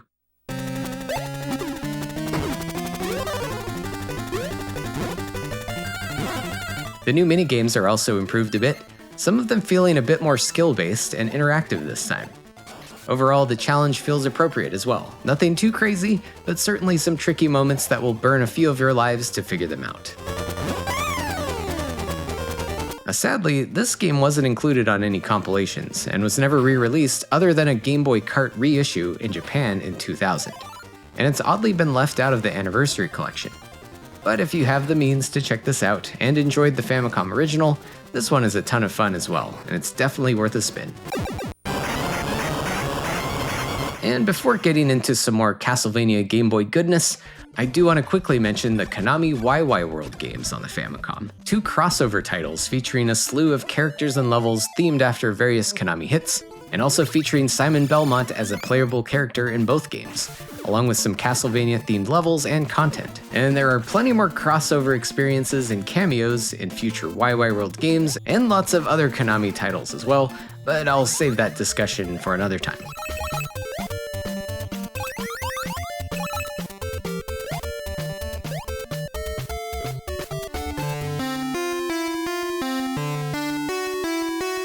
But heading back to the main series here, next up is Castlevania II: Belmont's Revenge, a direct sequel to Castlevania the Adventure, and was released on the Game Boy in Japan and North America in 1991, and Europe in 1992.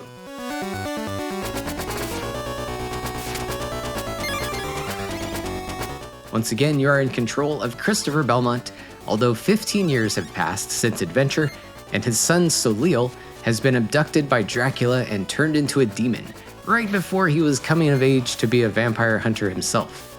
Now with control of Soleil, Dracula regains his strength and creates 4 new castles and a new lair of his own, and it's up to Christopher to put a stop to this and rescue his son.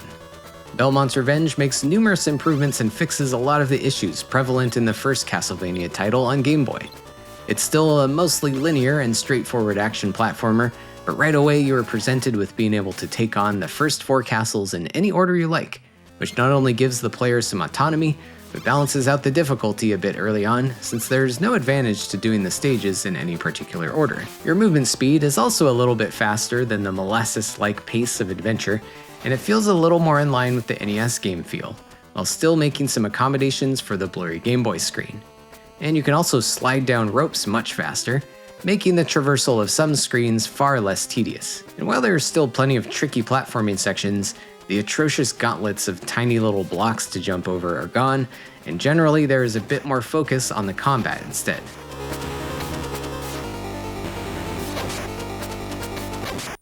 Luckily, some sub-weapons have returned to compensate in a limited capacity, with Holy Water and axes available in the North American version, and Holy Water and a boomerang cross in the others.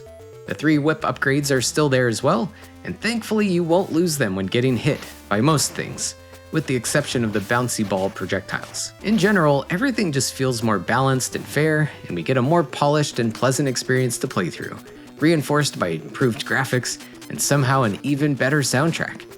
Honestly, this is one of the best Game Boy game soundtracks, period, and it really pushes the hardware to new heights.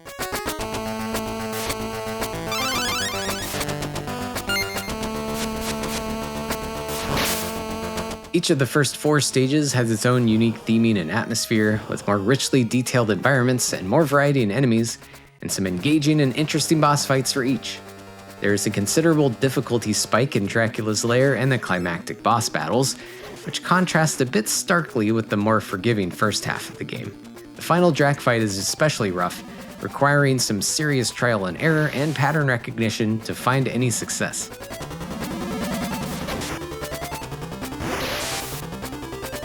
Despite that, this is still a game that a Classicvania enthusiast could probably beat in an afternoon or 2, and there's even passwords available if you want to break up a playthrough into a few chunks. I'd say it's certainly worth checking out, as it's not only the strongest Castlevania game on the Game Boy, but probably one of the best action games for the handheld overall. Beyond its original release, Belmont's Revenge also got Konami Game Boy Collection inclusions similar to the first game, and it's also included in the Castlevania Anniversary Collection.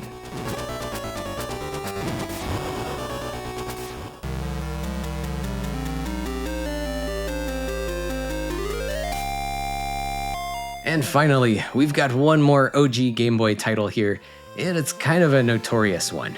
Released much later in the handheld's history, with releases in 1997 in Japan, and 1998 in North America and Europe. It's Castlevania Legends, developed by Konami's subsidiary KCE Nagoya.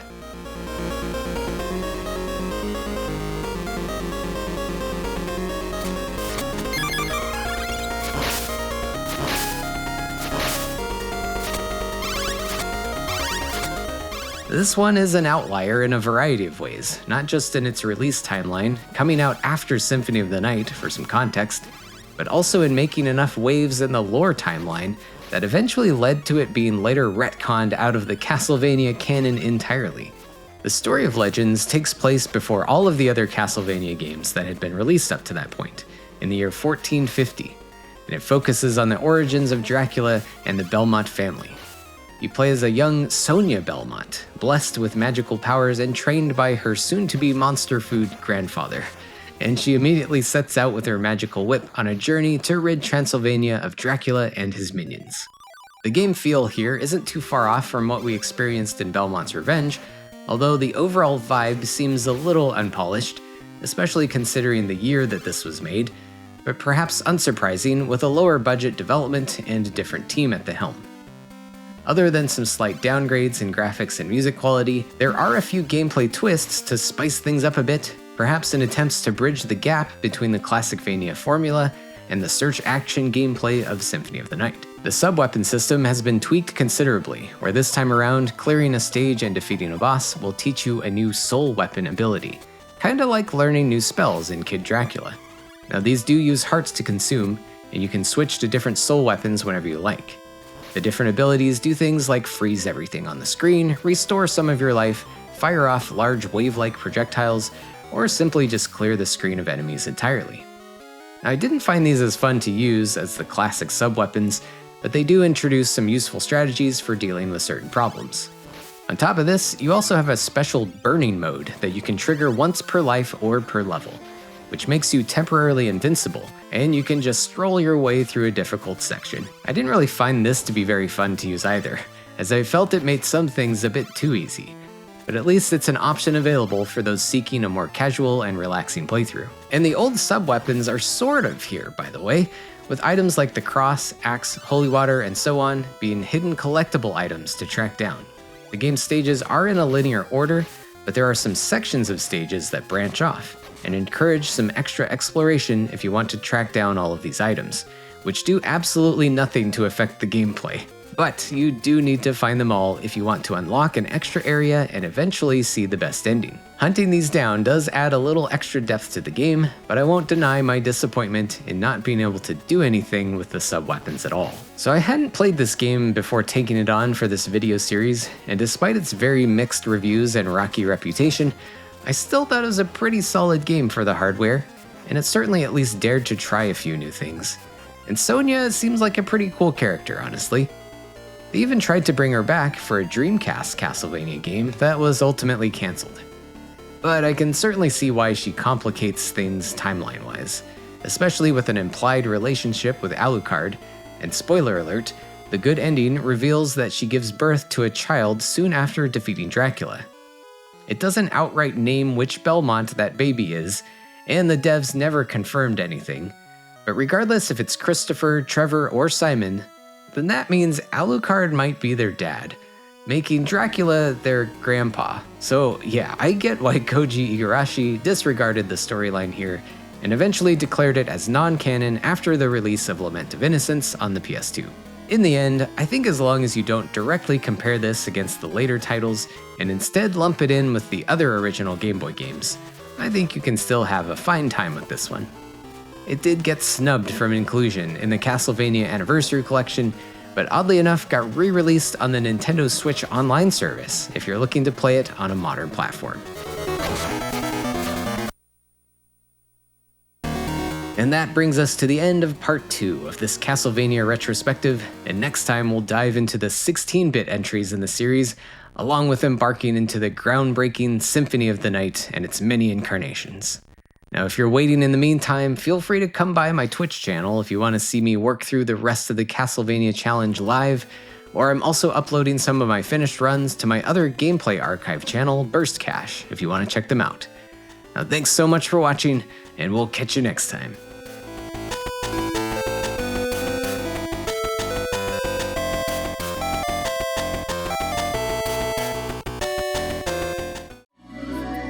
Our deep exploration of the Castlevania franchise continues, as we now embark into what could be considered peak Classicvania, with games from the 16-bit era on systems like the Super Nintendo, PC Engine, and Sega Genesis, and traversing up to the consoles of the late 90s like the PlayStation 1 and N64, where the series transformed into new directions and dimensions. Brace yourself for some bangers here, with what I consider some of the best games in the series being showcased in this retrospective installment, and of course we won't ignore the details on some weird ports and prototypes, and I even got my hands on a miserable little pile of Liquid Crystal's secrets. But enough talk, let's check out every Castlevania game.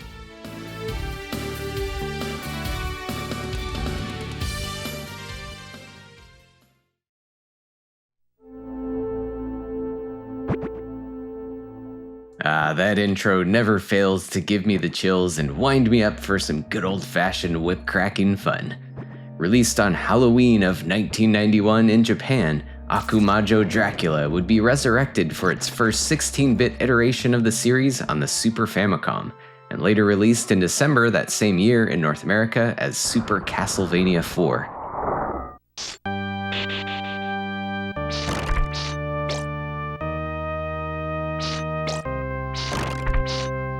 Rather than being a direct sequel to Castlevania 3, however, as the Japanese title would indicate, this is more of a reimagining of the original Akumajo Dracula on the Famicom, and reusing the same story with Simon Belmont taking on Dracula in a 1691 Transylvania.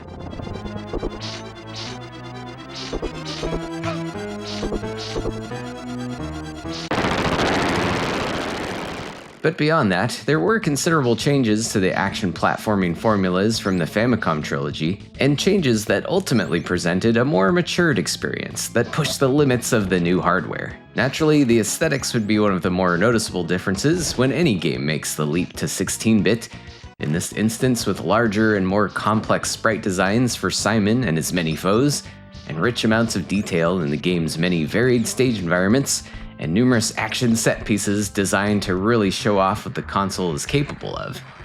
And the moody score and sound design does a stellar job to tie everything together. I love some good chiptune sound, but the more realistic instrumentation, drenched with dark and somehow jazzy overtones, just incredible, and easily one of my favorite Castlevania soundtracks. But let's dig deeper into how the actual game plays compared to its predecessors. Again, this was developed as a loose remake of the first game in the series, and some of the ideas from Simon's Quest and Dracula's Curse would not see a return.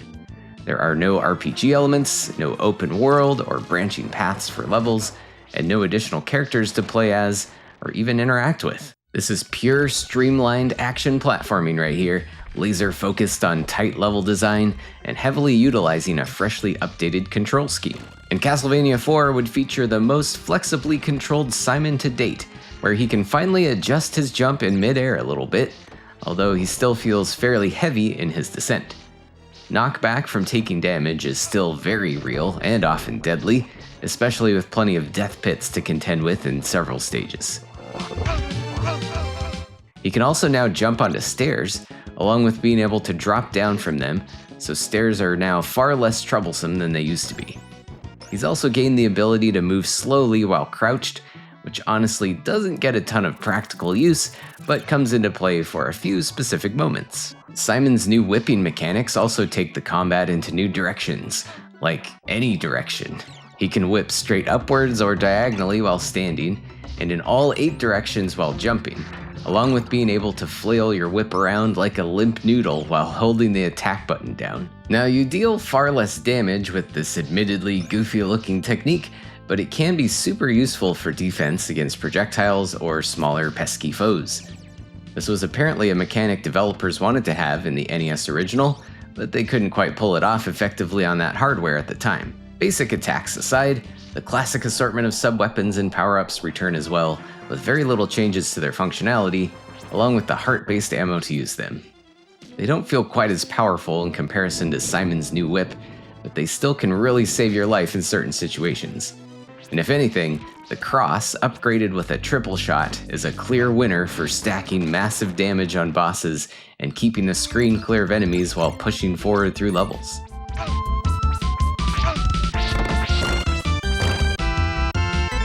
And one last new whip gimmick are these occasional grapple points, which aren't used extensively in the game, but can provide for a little extra platforming spice, as if you needed another way to fall to your death. And with this fresh approach to Simon's controls, the levels themselves have also expanded well beyond the original 6 areas of Castlevania 1, with Simon's adventure this time around nearly doubling in length, and even the first half of the game barely gets us inside Dracula's actual castle.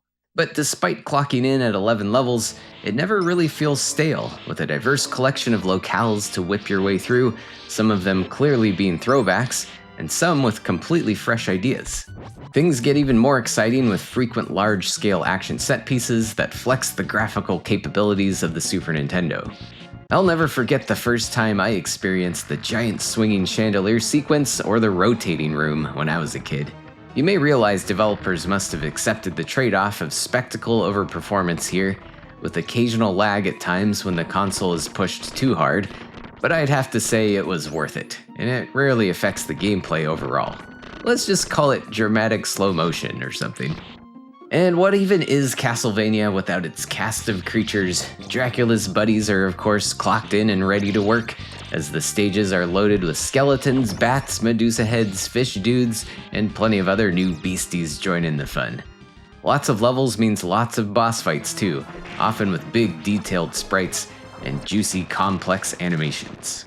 A lot of these guys are more bark than bite, however, especially if you have that triple shot cross that I mentioned earlier. I guess that brings me to discussing a somewhat divisive aspect about this entry in the series. It's kinda easy, especially if you're already a series veteran. Simon's improvements in mobility and 8-way whipping make him feel a little overpowered, which is a stark contrast to the much harsher challenges of Castlevania 3. I can see why they toned it down a bit from that to make the game more approachable, but it does feel a little less satisfying to beat.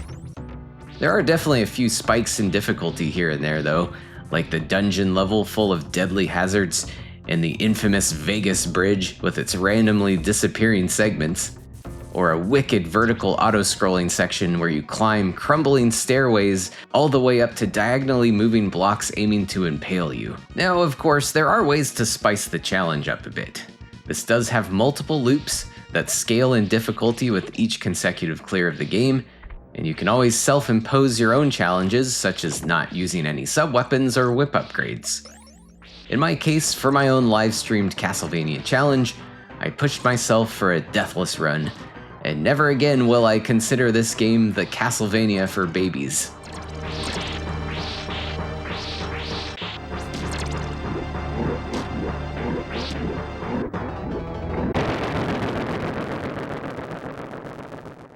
I've been a big fan of this game ever since it came out, and the easy difficulty was always my only minor complaint, but finally beating it without dying really elevated the satisfaction of putting Dracula to rest yet another time.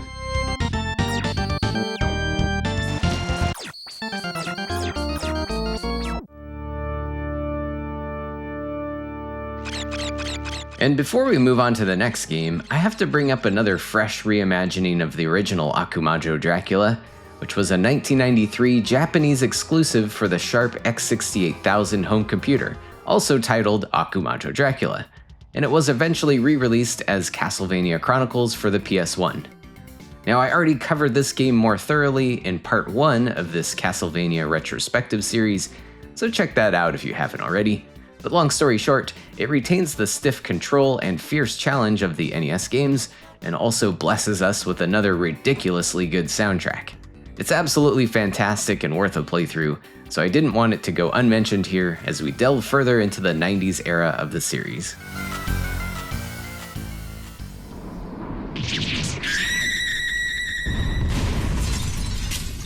And up next, we have another first for the franchise, with Castlevania's 10th game utilizing the CD-ROM format for the first time in Akumajo Dracula X Chi no Rondo, released exclusively in Japan at the time in October of 1993 for the PC Engine Super CD-ROM system.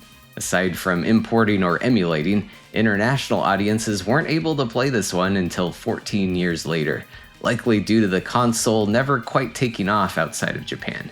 And man, we were missing out on a great one here. otherwise known as Rondo of Blood.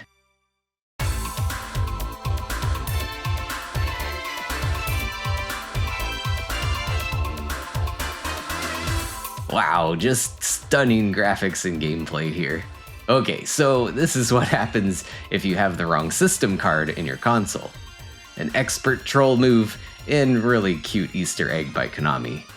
Anyways, the real story this time around drops into 1792 and puts us in control of Richter Belmont, direct descendant of Simon and heir to the vampire killer Whip. His girlfriend Annette has been kidnapped and taken to Dracula's castle by his servant Shaft, and our rescue mission begins.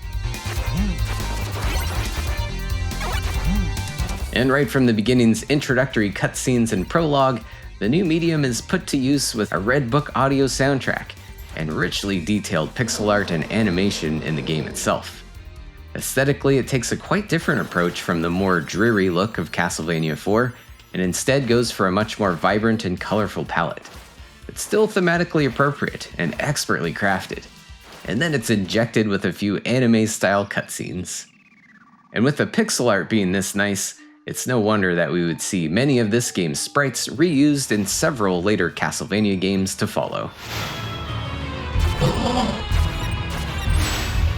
The gameplay is an amalgam of the successful parts of the other games so far, finding that sweet spot in the controls between the rigidity of the original games and the flexibility of Super Castlevania 4, and also integrating a few basic non-linear exploration elements without the open-world overwhelm of Simon's Quest. Richter's control tweaks include some slight mid-air control to reduce his jump momentum, but also a pretty sick backflip ability, and you can jump on and off of stairways and even walk backwards if you hold the attack button down. Now his whip can't go in 8 directions, but at least it's always fully powered up and you won't need to track down any upgrade items. The typical lineup of sub-weapons also returns, along with one new grimoire sub-weapon that surrounds you with spinning books.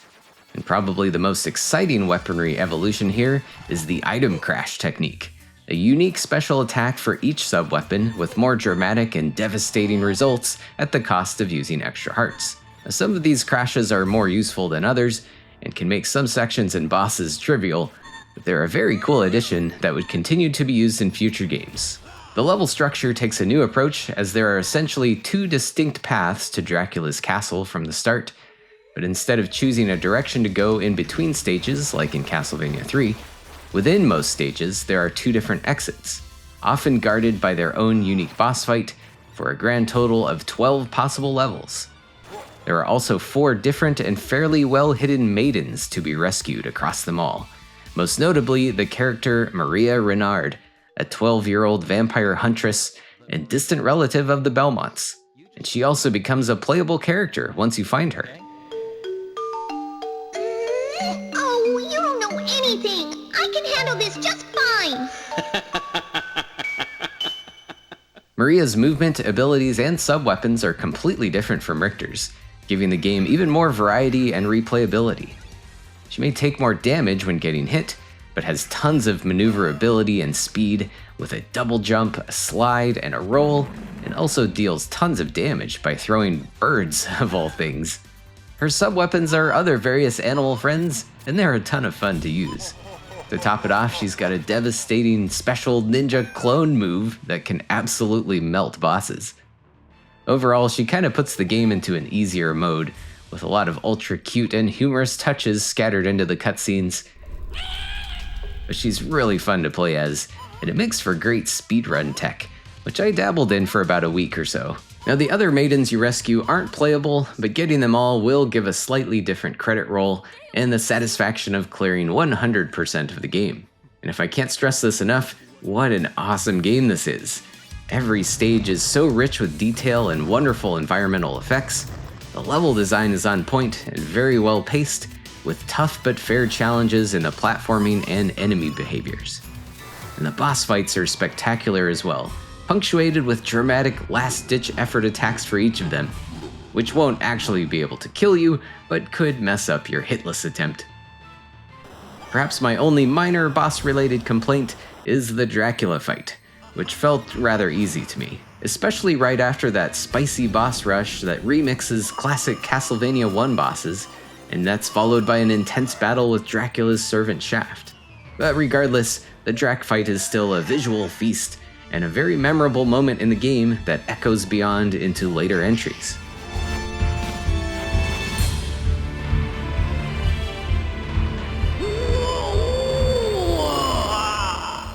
Overall, this is an absolute must-play if you haven't yet, and in retrospect, it's pretty wild that a game this good never left Japan until several years later when a completely overhauled remake would be released for the PSP in 2007. And it also included the original game as a hidden item, even with a new English localization. Rondo would also see its first official standalone release in North America on the Wii Virtual Console, and more recently included in the Castlevania Requiem collection for the PS4.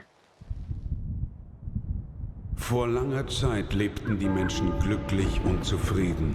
So 14 years after its original release in Japan, Rondo would be resurrected for worldwide audiences to enjoy with Dracula X Chronicles on Sony's first handheld console, the PlayStation Portable.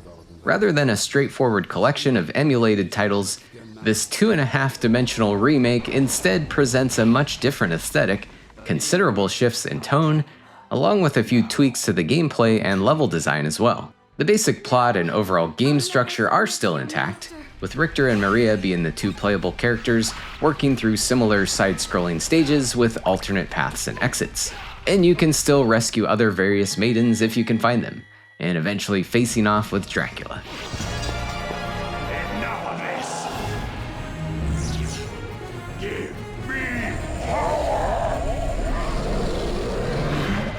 There are quite a few new and slightly altered cutscenes throughout the game, all fully voiced in English or Japanese, and while they are pretty well done, they do indicate a more serious demeanor in comparison to some of the silliness present in the original.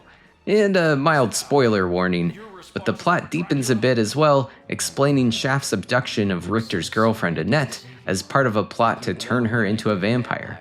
And even failing to rescue her in the game will trigger an all-new boss fight against her. Rescuing the other maidens is a little different this time as well, with slightly modified approaches needed to find them.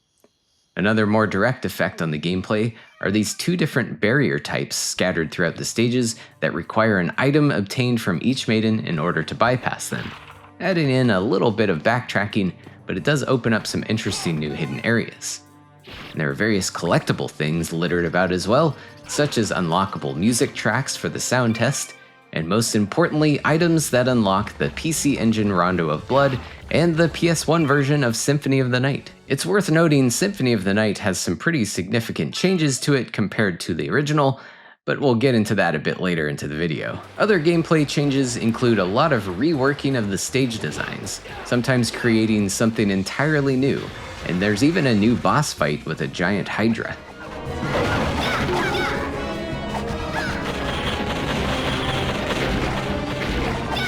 And one change I welcomed greatly was a much harder Dracula fight at the end of the game. The game feel itself is generally the same overall, with the controls and abilities unaltered, and some very subtle physics changes, but likely only noticeable to those extremely experienced with Rondo, or if you're comparing the two in a short period of time. Now the biggest difference here is certainly the aesthetics. The 2.5D look is a pretty stark contrast to the original, which replaces the colorful pixel art with 3D rendered models that lean towards more realistic environments. They do look pretty good on the PSP, but to me feel a lot more drab and washed out, something seemingly a product of its time when so many games were in their brown and gray phases. There are at least some nice character portrait pieces put forth during the many cutscenes, with designs by Ayami Kojima returning once again with her unmistakable intricate artistry. There are some great reworks and remixes of the music as well that fit the tone pretty nicely. I love this absolutely dank remix of Demon Seed. It's funking amazing.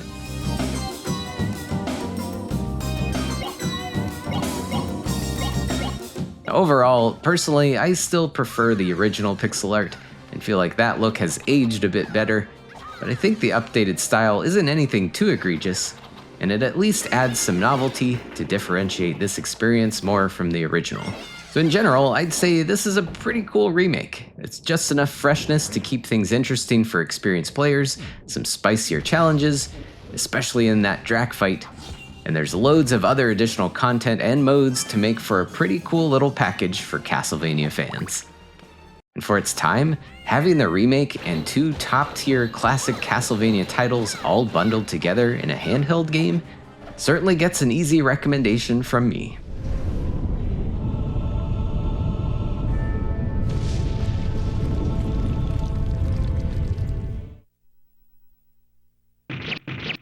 Alright, now this game can have some conflicting feelings around it, as it's not just an SNES port of Rondo, although it's more than fair to get it confused as one. It was first known as Akumajo Dracula XX in Japan, and Castlevania Dracula X in North America in 1995. It also was released as Castlevania Vampire's Kiss in Europe and Australia in 1996. While it may really look and feel like its PC Engine predecessor, and essentially reuses the same storyline, in actuality, it's probably more accurately labeled a remake, making sacrifices to transfer the CD-ROM powered experience onto a cartridge, while also completely redesigning many of the levels and resulting in a rather different experience. You'll play as Richter again here with the same moveset as Rondo, including the backflips, some slight mid-air jumping control, and the cool item crashes. And generally, that same control feel is still intact. Sadly, playing as Maria is no longer an option, although you can still rescue her along with Annette, who are now the only 2 maidens to track down. While previously, Rondo encouraged exploration to find these damsels in distress, in Dracula X it's handled a little differently, as it feels like more of a skill check where you must bypass difficult sections in order to stay on the route to rescue them. So the branching level paths are still there, but something like getting knocked into a pit will alter your course instead of finding something hidden. There are at least slightly different multiple endings depending on who you can rescue, and even an extra boss fight if you happen to miss Annette.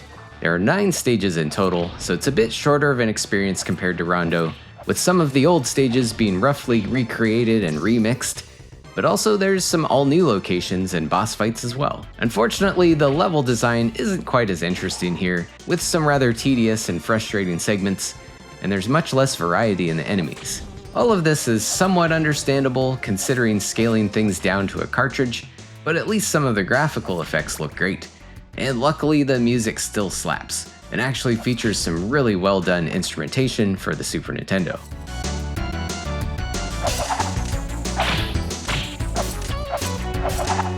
A few other subtractions worth mentioning: there is no longer a save feature and instead uses a password system, and there are also no longer purchasable tutorials for the boss fights. But I guess if there's one thing really setting this one apart from Rondo, and a sometimes game-ruining moment for some players, it's this notorious Dracula fight, with the throne room full of pits and his Speedo-sporting second form doing its best to knock you into them.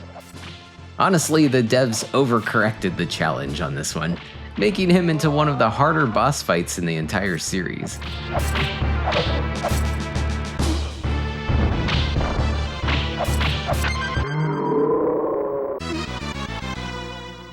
In the end though, I still think this game does get picked on a bit harshly despite its clear shortcomings. Even though it's easy to compare it directly to Rondo side by side and end up disappointed, and also honestly feels subpar compared to Super Castlevania 4, it's still a very solid game at its core, and not totally deserving of the ire, and I'd say it's still worth a playthrough if you're a fan of the series. Now, re-releases of this one include virtual console ports on the Wii U and 3DS, along with a bonus inclusion on the Castlevania Advance Collection, weirdly packed in with the Game Boy Advance titles.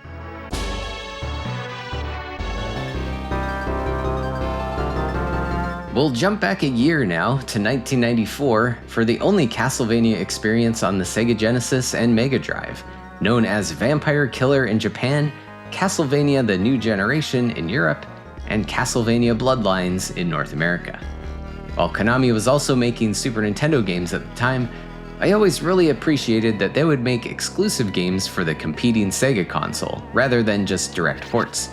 And with Bloodlines being a great example of leaning into the system's strengths and putting some fresh spins on the formulas preceding it. The story here is in a different era than usual here, with Dracula being defeated by Belmont descendant Quincy Morris in 1897, and of course years later attempts would be made to resurrect him, with Elizabeth Bartley utilizing the death and destruction of World War I in her dark ritual. Now you might know Quincy as a character from Bram Stoker's novel, making this one of the first times to really try and sync up with the classic Dracula tale, but the connection is still pretty loose, so don't expect a serious attempt to match up the storylines with that.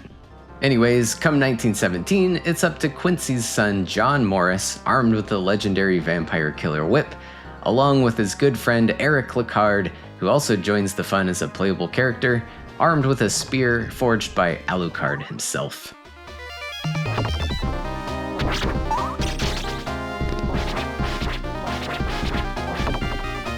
You can pick from either character at the beginning of the playthrough, providing for two fairly different gameplay experiences overall.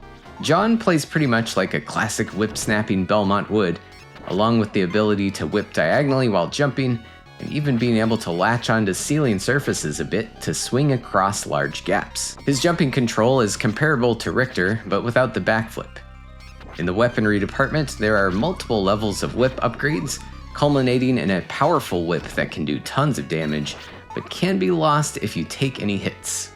He has some classic sub-weapons available as well, with the axe, holy water, and a new boomerang with a slightly different pathing than the usual cross.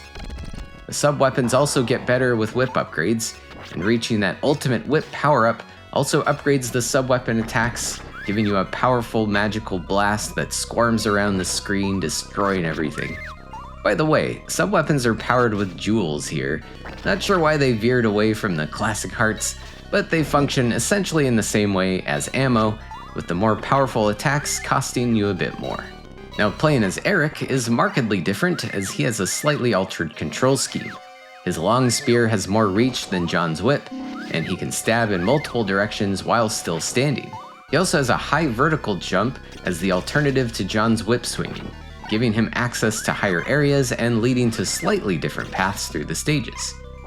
He's also got the same sub-weapons and upgrade potential as John.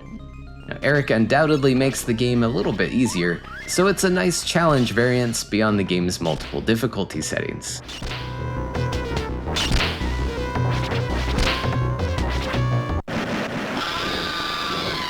There are 6 stages total, spread out across various locations in Europe, giving us a healthy diversity of environments beyond the typical areas surrounding Dracula's castle.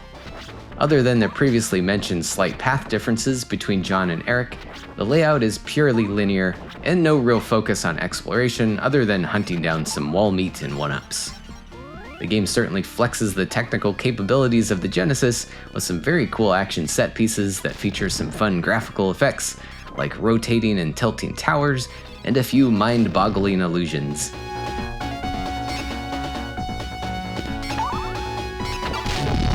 And you've got plenty of the classic Castlevania enemies here, of course, some modified a bit to match the new time period, and with an array of what I lovingly call treasure-ass bosses as well, with tons of moving pieces to them and sometimes goofy-looking marionette-like movements, reminiscent of other Genesis games like Contra Hardcore and Gunstar Heroes.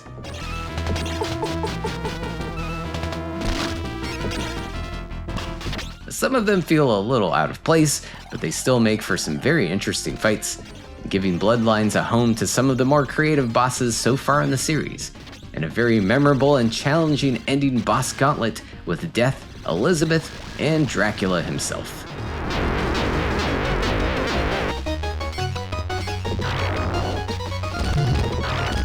Bloodlines can definitely be on the tougher side, but very flexible with the 2 characters and several difficulty modes, with the best endings awarded to completing the game on Expert mode.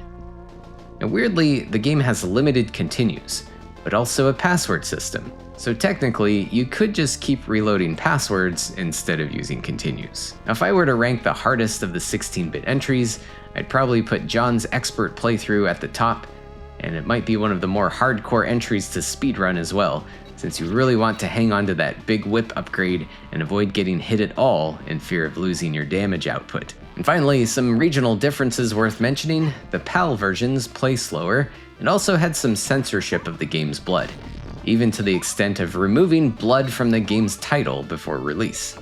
The Japanese version also has some difficulty tweaks with a slightly easier normal mode, and it gives you the full ending without having to beat the game on expert.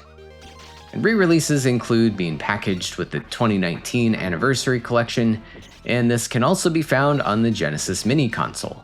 Overall opinions on Bloodlines I've heard are a little divided. Maybe it's a bit of the old Nintendo versus Sega console wars scars, but personally I really love the vibe of this one, and the gameplay feels great to me.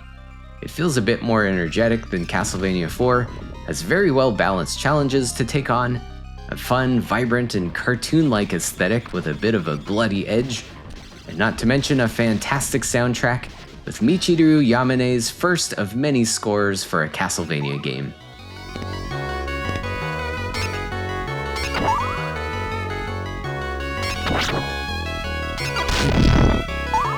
And while I'm not opposed to some extra exploration in my Vanias, sometimes it's nice to just go straight forward with a focus on the action platforming ahead of you, and Bloodlines does a stellar job of this, and it's an absolutely essential entry in the series for me.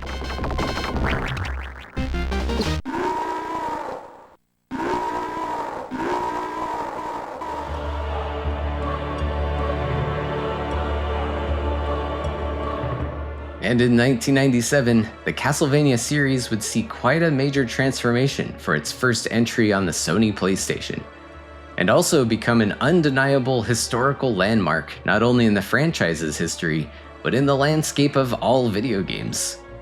There is so much to say about Symphony of the Night, and so much that has already been said, as proven by hundreds of hours of content that has been made surrounding the game.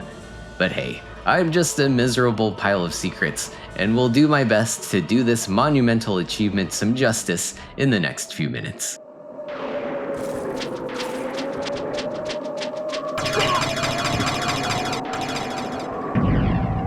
Released in that awkward era where most games were making the transitions to 3D, Symphony of the Night stood its ground in the second dimension while still making efforts to grow the adventure beyond one-sitting playthroughs. At the time of release, this led to a few now laughable game magazine reviews complaining about outdated graphics, and a lack of marketing efforts by Konami in North America and Europe led to some poor sales figures initially. But it wouldn't take too long for word of mouth to get around and a strong following to form, even to the point of giving birth to a new genre moniker, the Metroidvania. Now, without getting into a rambly rant about the shortcomings of using two franchise titles as a game genre descriptor, let's stay on track here and focus on the game itself. Symphony of the Night, or Akumajo Dracula X Gekka no Yasokyoku, which translates to Nocturne in the Moonlight, was directed and produced by Toru Hagihara, who also directed Rondo of Blood. It would also be the first time Koji Igarashi would work on a Castlevania game as a programmer and eventually assistant director, before going on to lead several Castlevania game projects for Konami in the future.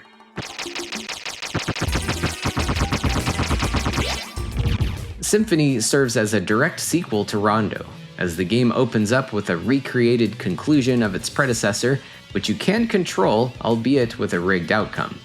But mainly, it's priming you for the pending story that starts 4 years following Richter's defeat of Dracula. And it's hard to name a more iconic intro to a Castlevania game. What is a man? A miserable little pile of secrets. But enough talk. Have at you! So it's 1796, Richter has gone missing, Dracula's castle has reappeared, and you play as Alucard, who shows up at the front gates to deal with it. And immediately, you are dropped into the non-linear playground of Dracula's castle, embracing some of the frameworks laid previously in Simon's Quest, but juiced up with improvements on that formula, perhaps inspired from other games like Zelda and Super Metroid, while still pushing the experience even deeper with an insane amount of loot and equipment to collect, character statistics to build on as you level up and customize gear loadouts, And all of this within an incredibly detailed and meticulously designed world chock full of fiendish monsters and mysterious secrets.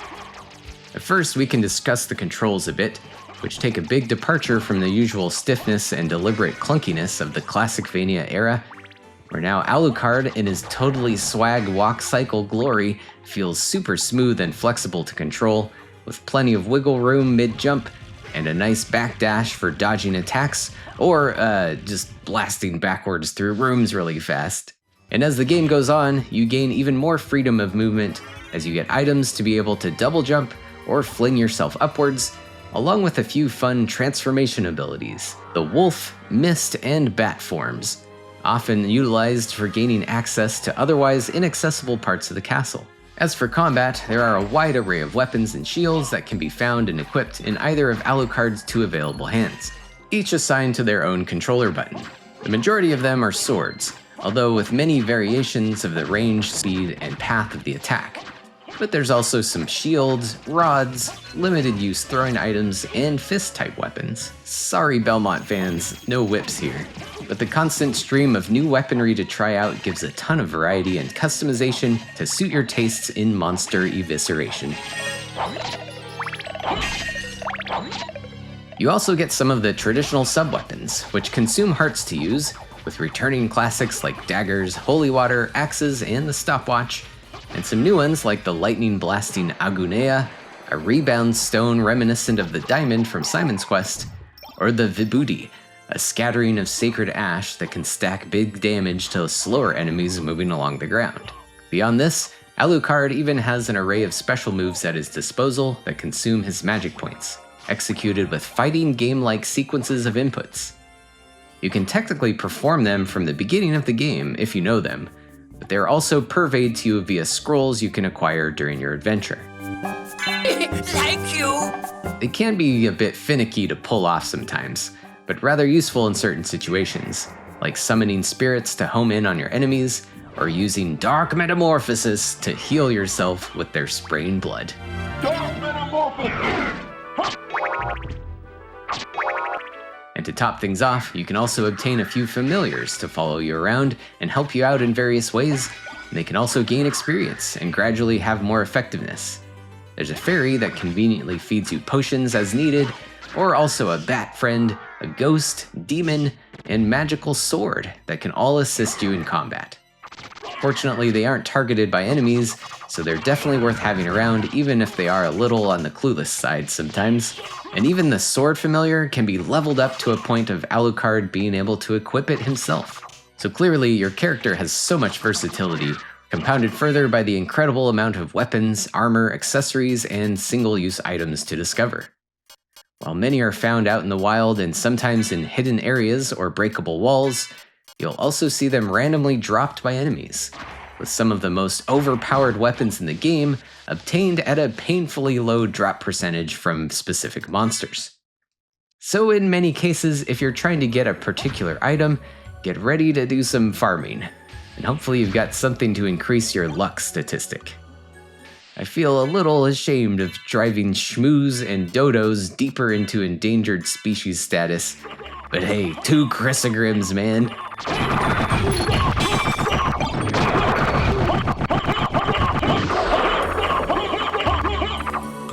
To top things off, some weapons even have their own special moves to give you even more destructive potential. And to be honest, some of the stuff you find is really unbalanced, with some items being silly and mostly useless, and the best equipment can make the game into a cakewalk. But in the end, it's still up to you whether you want to exploit that or not. Now, all of these fun abilities and items would go to waste, however, if we didn't have a good place to use them in. And luckily, Symphony of the Night features a massive, intricately designed world to explore. Harkening back to the 8-bit days, big wooden doors separate Dracula's castle into various zones, each with their own distinct aesthetic, music, and monstrous denizens. Naturally, the game is somewhat linear at first due to your limited abilities, but it doesn't take long to have more agency over where you'd like to explore next, eventually having a bit of backtracking to do in previous areas to reach places you couldn't previously. That classic Metroidvania formula in action. Backtracking rarely feels boring here though, as the zones have so much detail and character to them and are surprisingly diverse considering it's all within one primary location. Not to mention plenty of well-hidden secrets to uncover, warp points to speed up the backtracking process, and even a few encounters with Maria Renard, who's also searching for Richter and plays a key role in the unfolding story. You seem human, and yet, what do you here? And let's not forget that wacky librarian who sells a variety of items like castle maps and special attack scrolls, along with potions and other equipment. I'm interested in this. There are also plenty of boss rooms to discover as well, with some classic foes returning, but plenty of new grotesque creations.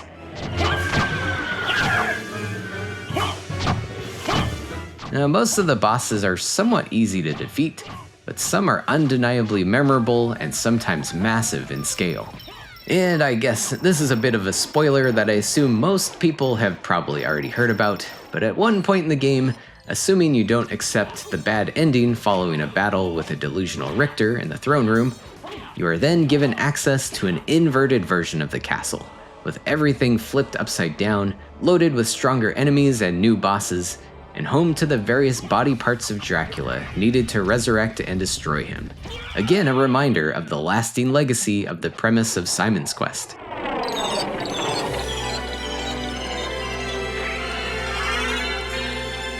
Arguably, this second half of the game might feel a little bit tedious to re-explore, but the process has a faster pace this time around since your movement has much more flexibility at this point, and your equipment may be at a state where you can smash through any enemies and bosses in your path rather easily. This may be a good time to bring up a little complaint of the game. You really have to take your own steps in order to make this game challenging, especially upon repeat playthroughs. Certain weapons just melt the bosses. Even Dracula himself can be vaporized in a few seconds with overpowered gear. Or during one of my live runs, I even just let my sword familiar do all the work.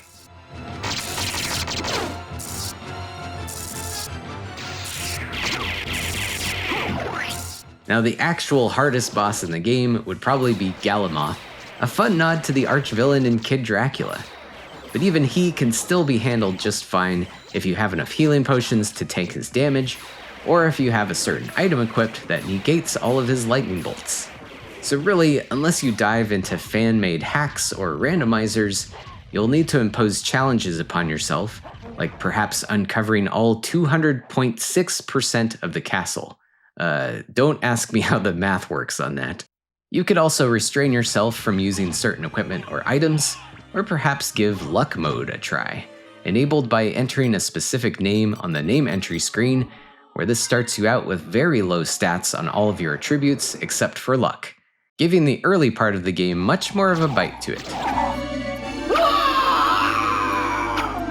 But by the time your luck stat grants you all of that sweet loot, it's basically back to melting bosses' faces again, but it's still a fun little extra mode to try out.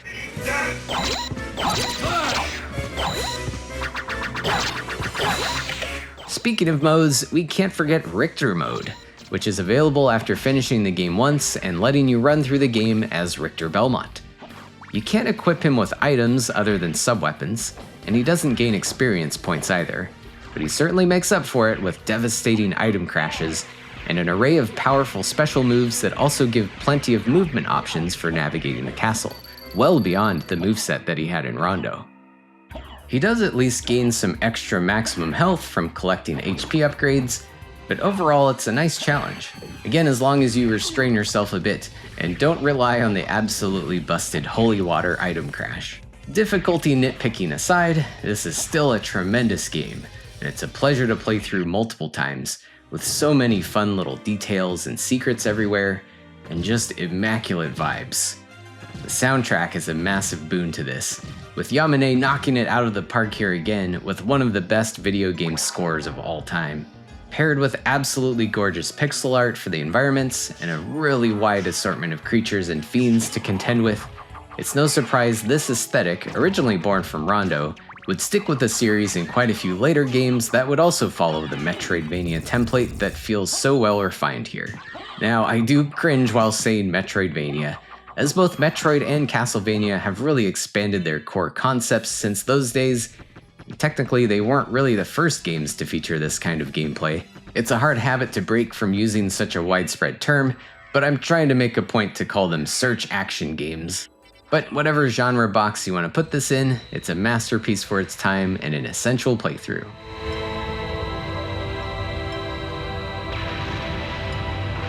Now, there aren't a ton of major notable differences between regional versions here, except maybe a couple of extra familiars in the Japanese version that function more like cosmetic Easter eggs, like the nose demon, and some interviews with Japanese voice actors you can check out in the library, as opposed to the sound test they give you in the North American version. But rather than list off those minor details, I'd like to spend some time digging into the many ports and re-releases of the game with some really interesting differences and additional content. But you must always remember that the only thing necessary for evil to triumph is for good men to do nothing. First up, we'll look at the Sega Saturn version, released exclusively in Japan in 1998 and developed by KCE Nagoya. So it's still in-house with Konami, but with a different team than the PS1 version, and who you might recognize as the team behind Castlevania Legends on the Game Boy, which we discussed in the previous video in this series. Beyond simply porting the game as is, there are definitely some notable additions and rather disappointing shortcomings to cover on this one. Despite the Saturn being home to tons of excellent 2D action games and the hardware capability for a higher resolution than the PS1, Symphony wasn't transferred over very smoothly. Due to the differences in resolution, the graphics ended up being stretched out and distorted to the discerning eye, likely a cost-saving measure. And while it's subtle, the PS1 version clearly looks much cleaner. More noticeable while playing, however, are some performance problems, with longer loading times, more slowdown in certain areas, the removal of many transparency effects, and some kinda janky looking scrolling at times. And weirdly, the map must be accessed from within the status menu, adding an extra step to navigation. Now, this is all certainly still playable, but they are unfortunate compromises for anyone wanting to experience the extra content that was added to this port. One of which being a brief new boss fight with Maria partway through the game, along with adding her as another playable character besides Richter. And luckily both of them can be used from a fresh save file without having to clear the game first. Maria's playthrough experience is similar to Richter's, with a lack of inventory and a status menu, but she does have an entirely different and rather vast set of moves. She has some very agile kicking maneuvers, a triple jump, and an array of magical spells utilizing her wonderful animal friends. She's even got a powerful invincibility spell, not unlike what Sonya Belmont had in Castlevania Legends. Again, a lot of these moves are a bit tricky to pull off, in a similar vein to some of Alucard's special attacks, but she's really fun to zip through Dracula's castle with. The Saturn port also adds 2 new areas, with some new enemies within, an underground garden and the cursed prison. The entrance to the garden is actually visible in the PS1 version as well, but walled off with a save point, so it was presumably an unfinished zone at the time. Now, I can't say the garden doesn't feel unfinished here either, unfortunately, as it isn't very large and is generally inconsequential. Even the enemies here feel a little out of place aesthetically, with a goofy-looking tree monster and some odd-looking sea creatures flying around. Probably the only thing of note in the garden would be Eric's Alucard spear, which you can find in the inverted form of the garden. The cursed prison is somewhat equally useless, other than being a zigzag tunnel room connecting the marble gallery and underground tunnels. And again, it has new enemies that just look a bit off. In my first play of the Saturn version, I was initially really excited to see these new zones, but sad to report they just don't add much to the game, and feel very tacked on without much purpose. Beyond this, there are 11 new weapons and items added to the massive list of equipment, like the Godspeed shoes that can give you a forward dash, or some smelly rice to add to the list of goofy consumables. But again, no big game changers here. Overall, the extras are a bit of a letdown for anyone hoping this could have been a more definitive version of the game. Thankfully, it's no surprise that some diligent enthusiasts would step up and fix things themselves, as there is a well-made hack version that not only translates the game into English, but also fixes many of the technical issues like loading time, graphical distortions, direct map access, and even adds a hard mode.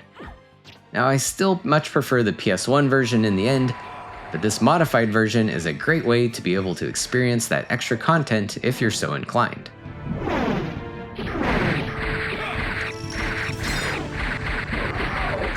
Now, the next port of Symphony of the Night to be released would be for the Xbox 360, first made available as a digital-only title on Xbox Live Arcade in 2007, and eventually got a physical release as part of a Konami compilation disc packaged with Super Contra and Frogger.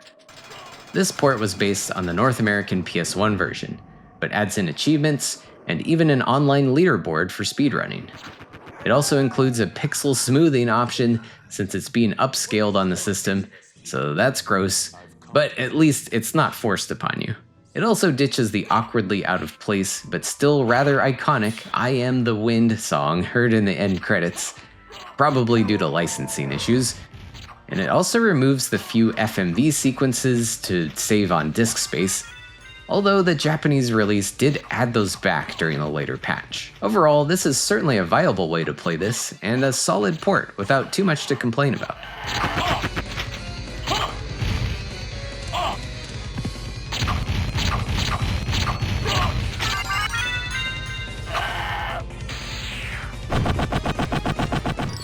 The next port would be the unlockable version of the game hidden within Dracula X Chronicles on the PSP, which we mentioned previously. Rather than simply emulating the original PS1 version, they did change quite a bit here, most notably at first being a completely redone English translation with new text and voice acting. All I'm here for is you. To hell with your heresy! You're nothing but a blight on mankind. Ha! Mankind. A cesspit of hatred and lies. Presumably it's a more accurate conversion, and while the new voice acting is totally fine, I believe it's even the same cast as before, but it does feel a bit more bland and subdued, with many of its awkward but memorable lines being cut. If you will not behave, be gone. I will do neither. Step aside, old man. Now, there is an option to hear the new Japanese language track, so that's pretty cool. And also, like the Xbox version, I Am the Wind was cut and replaced, along with some other overall sound design tweaks here and there. Some items previously exclusive to the Japanese PS1 version have been included, like the extra familiars, and they did add in some Maria content as well, with a boss fight similar to the Saturn version, and Maria also being a playable character. Here, however, she is modeled more after her appearance in Rondo of Blood, with a similar moveset and Animal Friend sub-weapons available, and each with some pretty awesome item crashes. Now, any of the other Saturn exclusive content was ignored, so don't bother looking for those garden or prison areas. So this port does have its pros and cons for sure. In some ways, it's inching towards a definitive version of the title with extra content, but still gated behind a hidden item within a PSP game. And that new translation doesn't quite hit the same for me. It wouldn't be the last we would see of that port either, as eventually it would be the basis for how Symphony of the Night was included with Rondo of Blood in Castlevania Requiem, released in 2018 for the PS4. It's nearly identical, but with added video options for upscaling and rendering, some mildly annoying controller speaker support so that your controller makes noise when you pick up items, and there's support for achievements. Otherwise, the content and localization changes are from that PSP port, for better or worse. At least this version is far more accessible for modern setups, and probably a great and easy gateway for anyone new to the game. And for anyone wondering, this collection is unfortunately still a Sony exclusive, since it utilizes the version they used for the PSP. And Symphony of the Night still doesn't have an official presence on PC or the Nintendo Switch. It does, however, have one for mobile devices, released on iOS and Android in 2020. This one is also based on the PSP port, just with some interface modifications for scaling things down for use on phone and tablet screens. Surprisingly, this transferred over more gracefully than you might expect, but your experience may vary depending on your control method. You can ideally pair a Bluetooth controller with your device for controlling this just like you would on a console, but of course a touch control scheme is implemented here. It works okay, although things like Alucard's special moves are obviously near impossible to pull off. And personally, I finished a full Richter playthrough on an iPad with the touch controls, which actually went fine thanks to some of his special moves being accessible with on-screen macro-style buttons. Now, I'm not sure I would recommend this version to a first-time player, but replaying this while you're waiting in line at the store or something is probably a nice alternative to doom scrolling.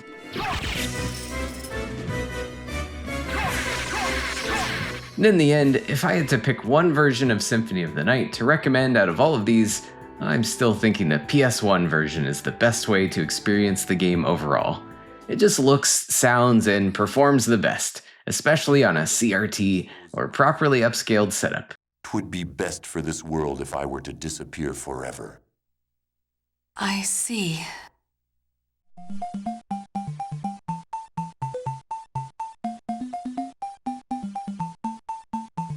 Oh, wait, maybe second best. How could I forget this one?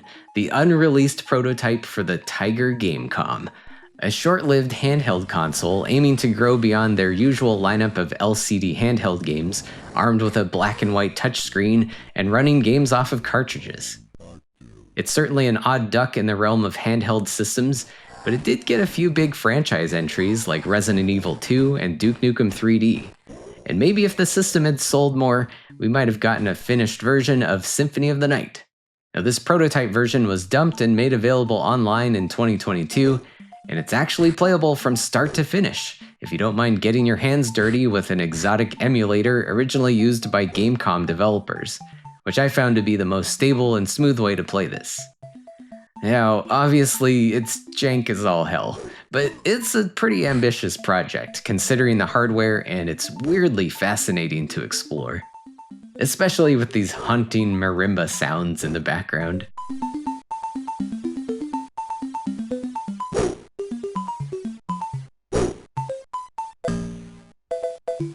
Now, if you can acclimate yourself to the crude monochrome graphical conversions and a woefully low frame rate, you can roam around a highly condensed version of Dracula's castle, with some rooms including a few different monsters, items, and even some of the game's essential relics which are needed to access new areas. Even the RPG elements are here, along with maps for each area, very basic boss battles, bat and mist transformations, and let's not forget the inverted version of the castle. Now, if you do actually play this, you may soon notice some sections feeling more and more unfinished, with lots of areas being devoid of enemies and items, and some of the boss fights just end very abruptly.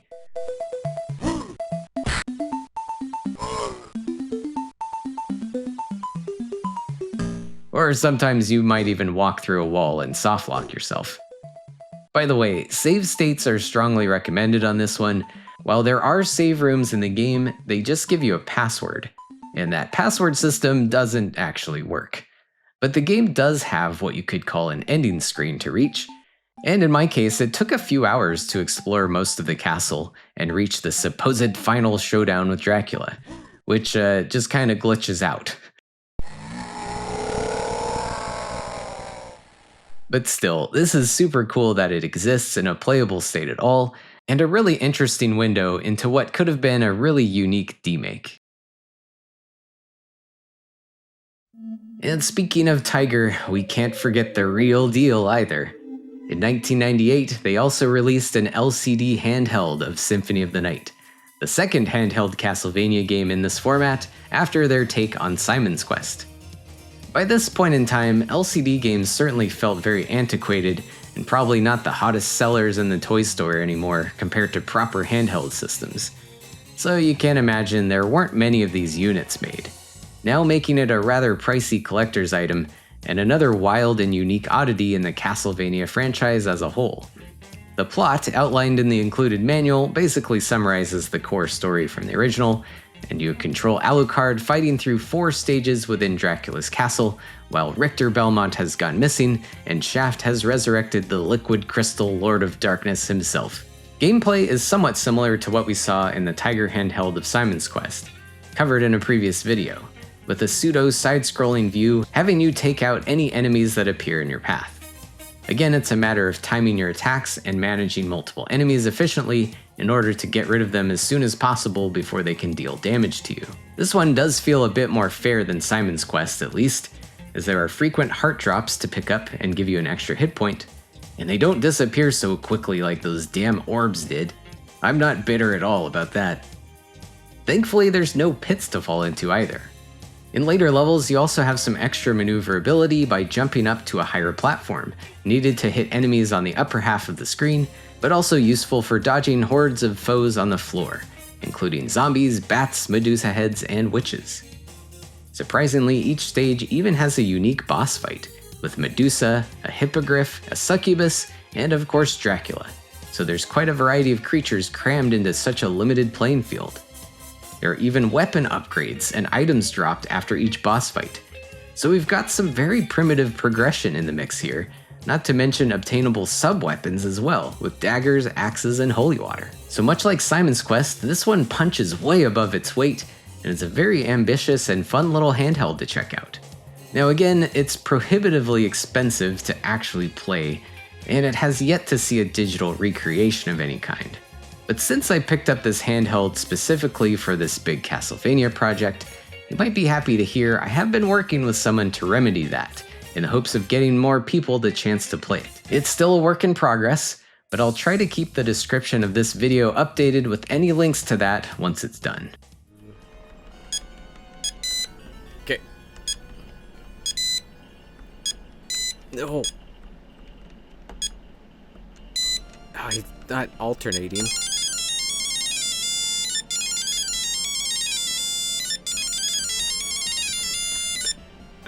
I think we won.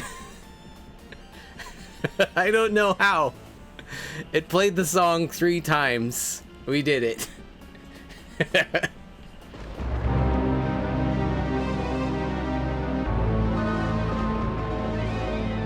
And now, moving beyond Symphony of the Night, the Castlevania series would see another drastic metamorphosis, pushing the series headlong into the third dimension for the first time in 1999, with the release of Castlevania for the Nintendo 64, also known in Japan as Akumajo Dracula Moku Shiroku, or Demon Castle Dracula Apocalypse. This is also usually referred to as Castlevania 64, just to easily differentiate it from the original NES title.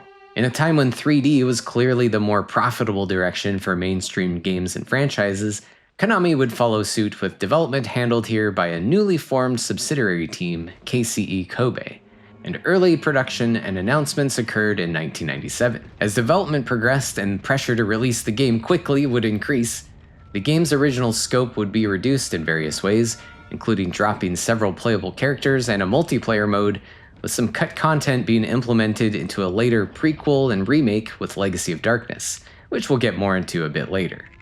Regardless, a new team making the first 3D Castlevania game and the first Castlevania game on the N64 led to some fascinating results and ultimately a very divisive experience in the grand scheme of the series. The story here takes place in Transylvania 1852, and you guessed it, Dracula has awakened. Stepping up to stop him are the 2 heroes Reinhard Schneider and Carrie Fernandez, heirs of the Belmont and Belnades clans respectively, with Reinhardt armed with the legendary vampire killer whip, and Carrie gifted with powerful magic. They cross paths with a few other characters as they venture deeper into the castle, like the aged and boastful vampire hunter Charlie Vincent, the mysterious merchant Renan, and a young boy Malice, and a few other folks that can vary depending on your character selection for your playthrough. While Reinhardt and Carrie's playthroughs are mostly similar, they do have some unique stages and rather different playstyles that can warrant a second playthrough of the game, assuming you enjoy this one in the first place. And translating Castlevania's usual gameplay to 3D got rather awkward to say the least, but to be fair, a lot of other 3D platformers of the time suffered similar issues as developers experimented in this burgeoning space. Movement uses the analog stick to move freely around the world, and you can jump around with some degree of mid-air adjustment, along with quick sidestep jumps and short backwards dodges for avoiding attacks. You can also grab onto ledges to pull yourself up to higher spots, or shimmy along horizontally. You can also crouch or do a mildly damaging slide move while running. So there's plenty of flexibility here to be expected in a 3D experience, but a far departure from Classicvania stiffness. While the movement control feels totally fine, the camera can be a frequent pain point, seemingly controlled by Dracula himself at times whenever you're attempting some tricky jumps.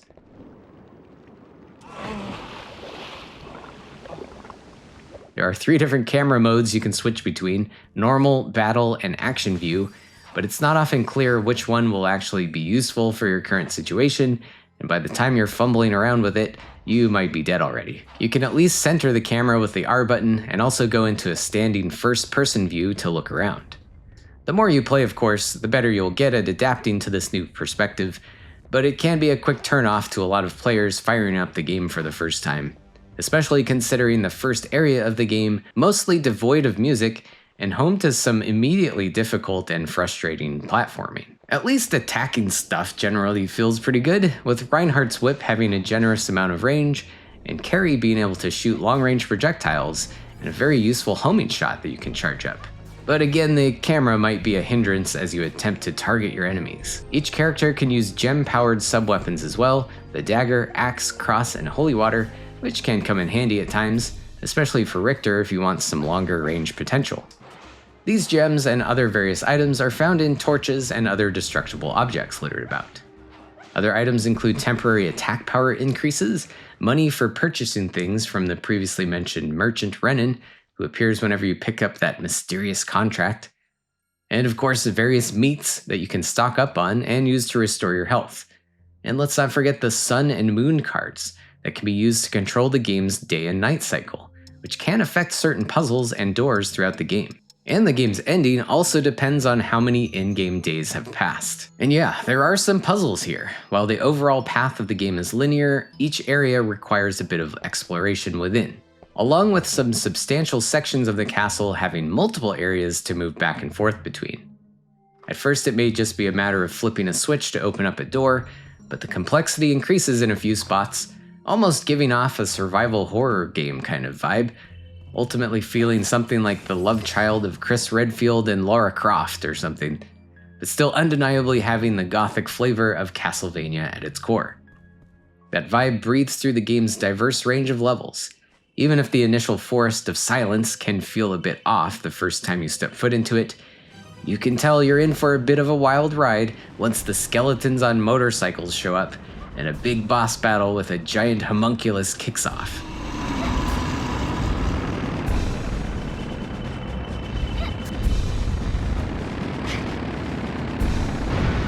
Now the game splits itself up somewhat gracefully, with action set-piece areas harkening back to classic Castlevania hazards and seeing the return of many familiar enemy faces, but also injecting some new ideas with mixed results.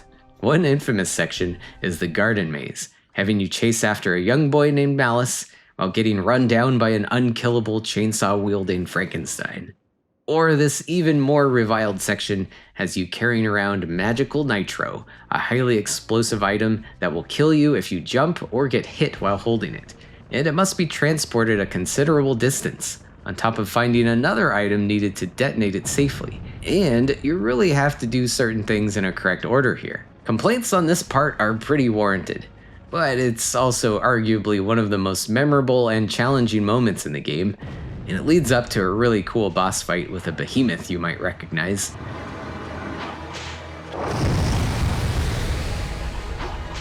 Pushing forward towards the end of the game, things start feeling more straightforward, focusing on combat and platforming, and there's plenty of pretty epic boss fights and plot twists that I won't spoil in case you've never played this one to the end. And even once you beat it, there's always another playthrough waiting for you with the other character, and an unlockable hard mode as well. Now, I can't deny the game's awkwardness, but I think this is one that can really grow on you once you adapt to the controls and get more familiar with the game. Playing this through for the first time and embracing the jank was honestly a journey of self-discovery for me in a variety of ways, which I detailed a bit further in a one-off review of this I made a while back. And with a bit of patience, it's one I can easily recommend if you're not easily swayed by the naysayers.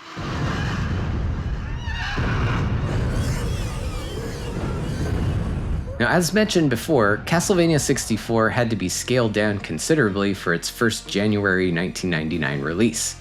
And while it's still feeling like a pretty complete game, there were a lot of concepts and ideas that couldn't quite be implemented in time for Konami's release deadline. And in a somewhat consumer-confusing move, December of that same year would see the release of Castlevania Legacy of Darkness, which I can best describe as a hybrid prequel remake director's cut turbo special edition. At full cartridge price, of course. It's quite an interesting overhaul, really. On the technical side of things, the graphical performance has been improved slightly, and they did add in support for the N64 expansion pack, which enables a mode with cleaner looking textures, but at a severe cost of frame rate. Things like particle effects from hitting objects make things super choppy, and you'll probably quickly find yourself switching the setting back to normal. Supposedly, some of the control and camera functionality was adjusted, but I found the changes to be too subtle to make any sort of marked improvement. But more importantly, there's an impressive amount of new and modified game content to take a bite into, stuff that didn't make the cut into the original release.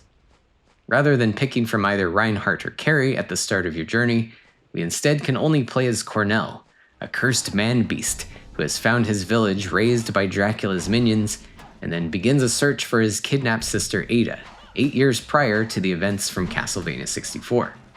He may look a bit frail in his human form, but can still scratch the hell out of his foes, and you can opt to use up your remaining jewels to switch to a very powerful beast mode that will last until your supply is drained. Right from the beginning, you'll also find yourself in an all-new stage on board a ship that's on its way to the castle. And upon your eventual arrival to the familiar-looking Forest of Silence, you'll also find the level design there to be completely remixed with a different layout and some altered puzzles, a trend that generally continues through the rest of Cornell's journey. Naturally, you'll interact with a few characters as well, like a fellow man-beast named Ortega popping up here and there, or notably Malice has been replaced by a boy named Henry in the Garden Maze.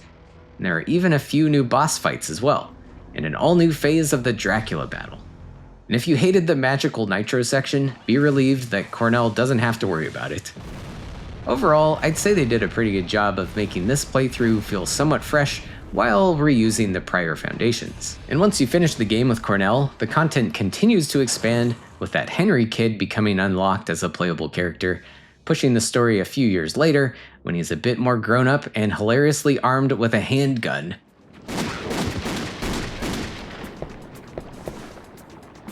His campaign is streamlined into a shorter rescue mission situation, where you must find various missing children in a limited amount of time. And this can be fun, assuming you know the new stage layouts well enough.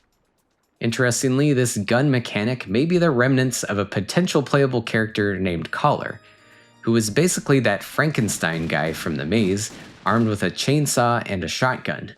Now that would have been a groovy addition here, but sadly didn't make the final cut. Anyways, after you rescue a few kids with Henry, you'll also unlock Reinhardt and Carrie, sporting new outfits, and with their quests lining up more closely with the original game, but still using the new stage redesigns. So if you also count hard modes for each character, you could play through this game in 8 different ways now if you really wanted to. So there's plenty to do, which is great if you're in the camp that has some appreciation for this outlier in the series. Understandably, critical reception for this at the time of release wasn't great, looking more like a cash grab rather than just making a proper sequel. Now, this was before things like DLC were a thing, where these days this probably would have gone over much better as a cheaper expansion patch or something. Retrospectively, however, it's pretty great to have all this extra stuff to do and see the game pushed closer to its original potential. Now, if you haven't played either version and are curious, I'd still recommend playing the original first, as I felt like I got more enjoyment out of seeing all the changes made in Legacy of Darkness, and going backwards might make the original look and feel more technically inferior. Either way, I hope more people give this one a chance, since it's often disregarded in the series as a whole.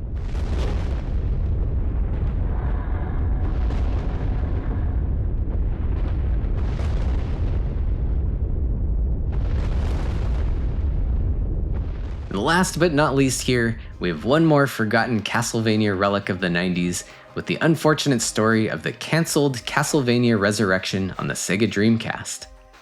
Up against numerous problems in its early development, with news of the game being potentially cancelled hitting the games media even before any development of the game was announced. And while the Dreamcast was already facing its own struggles in selling units, this American-developed project bit the dust on the same day that Sony would announce the PS2.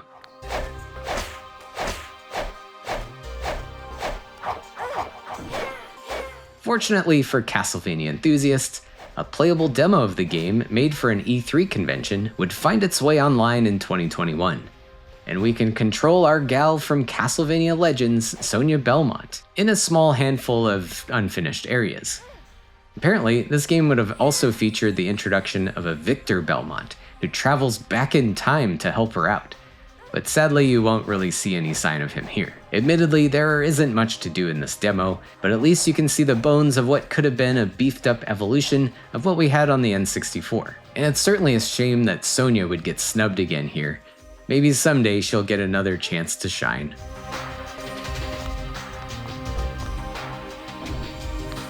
And that wraps up this installment of the retrospective today. So keep an eye out for the next one as we delve into the many search action bangers on the Game Boy Advance and Nintendo DS, along with a couple more 3D excursions on the PlayStation 2, and some deep-cut mobile oddities as well. A quick special thanks to anyone supporting me on Twitch, Patreon, and with YouTube memberships. You're truly helping this lengthy challenge sustain itself. And thanks so much for watching. We'll catch you next time.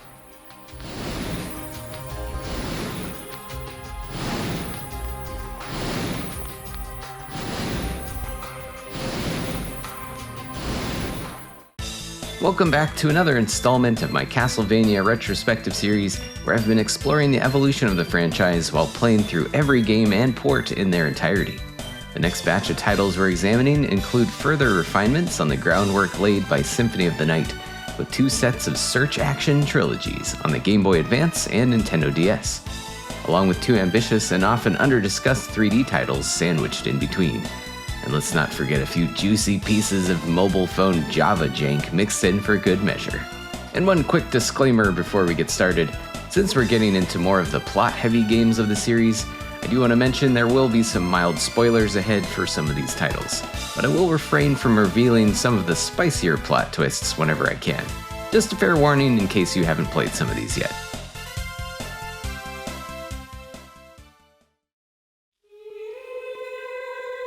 First on our list, we have Circle of the Moon, released in 2001 as a launch title on Nintendo's Game Boy Advance handheld, and developed by KCE Kobe, the same team behind both of the Castlevania games on the N64.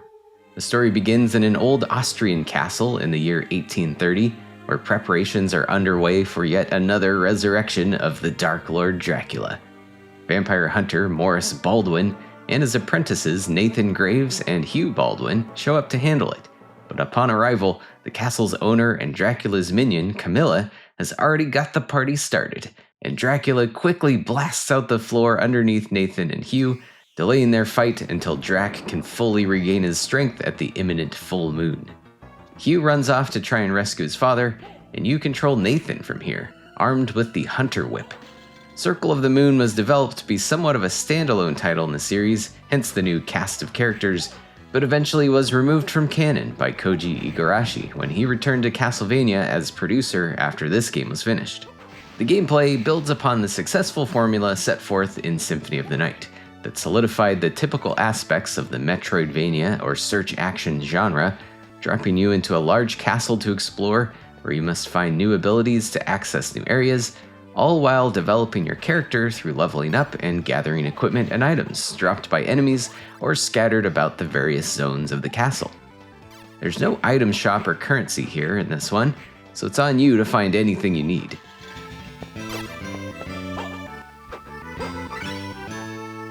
The game feel does retain some roots to the old Classicvanias, however, at least early in the game, with Nathan sporting a whip, along with the good old array of heart-powered sub-weapons.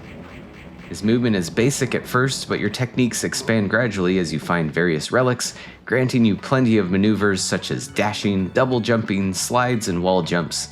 So the further you get, the faster you can zip around the castle a bit more quickly. But the big new gimmick here is the DSS dual setup system, where collecting and equipping various combinations of magic cards grant you a variety of magical abilities that use up your MP. There are 2 sets of cards to collect, all randomly dropped by enemies, with action cards represented by Roman gods and attribute cards represented by various creatures. By equipping one of each for the first time, you can't always immediately figure out what they do without a bit of experimenting. And some of them are pretty obvious, such as imbuing your whip with an elemental augmentation. Some of them increase your stats, or some create a new elemental sword or other weapon type, or some summon creatures themselves. In some cases, they may also give you a new special move, but you'll have to figure out how to do it yourself, or look it up, of course. My personal favorite ability has to be turning into the skeleton, with a small chance of being able to throw a giant bone. So the card system is pretty interesting, but it does have its problems beyond the cryptic nature behind what some of the combinations do. The main problem being an abysmally low drop rate of 3% or less on some of them, even as low as 0.5% at worst, so it can be quite the grind to collect them all. If you're playing the more recently released Castlevania Advance Collection, which includes this and the other 2 GBA titles, there is at least a pop-up window you can turn on which shares some monster data regarding the cards, which can be a small help. Getting more into the structure of the game's layout, again, it's a similar setup to Symphony of the Night, with a big castle separated into various distinct zones connected to each other, and stocked full of various ghouls and ghosts, and bosses that often guard an important item, and sometimes moments of plot progression.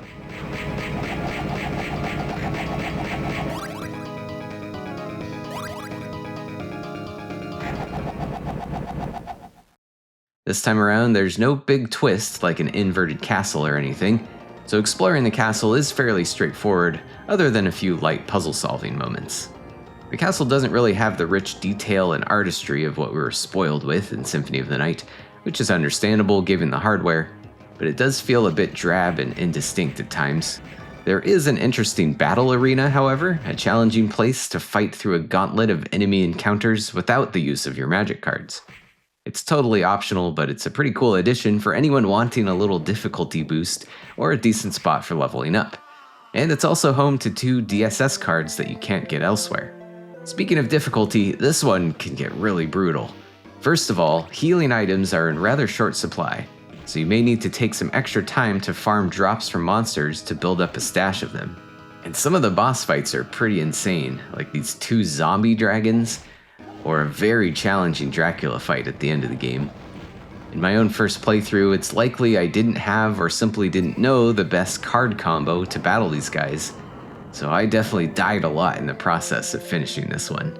But if you can power through that, it's a very satisfying game to finish, although it's unfortunately lacking multiple endings and no additional playable characters. It does at least have a handful of unlockable modes, the Magician, Fighter, Shooter, and Thief modes, which start you out with various tweaks to your character, such as Magician starting you out with every single DSS card, Fighter disabling DSS cards entirely, and Shooter mode emphasizing sub-weapon use, and Thief mode reducing all of your stats except for luck, which is reminiscent of the secret luck mode from Symphony of the Night. These add some cool challenges if you want to replay the game, the only downside being you must unlock them in sequence, instead of just picking the one you want after beating the game once. So for me, this game was a little bit of a mixed bag. On one hand, I appreciated the difficulty boost compared to Symphony and never felt too overpowered. And Nathan's mobility feels pretty good once you gather up the various abilities. And the DSS system is pretty cool aside from the low drop rate and the issue of having to figure out what combinations actually do. On the other hand, Konami's first efforts on the GBA hold things back a bit, with a somewhat bland world to navigate and obvious downgrades in graphics and sound. Playing this on a real Game Boy Advance is actually really hard to see, especially on the launch model of the handheld with a pretty dim screen, so I'd highly suggest playing this on a proper TV or monitor if you can. In the end, it's definitely a solid title and an intriguing beginning for this handheld trilogy, but the lack of polish and brutal difficulty may be off-putting in comparison to what was to follow.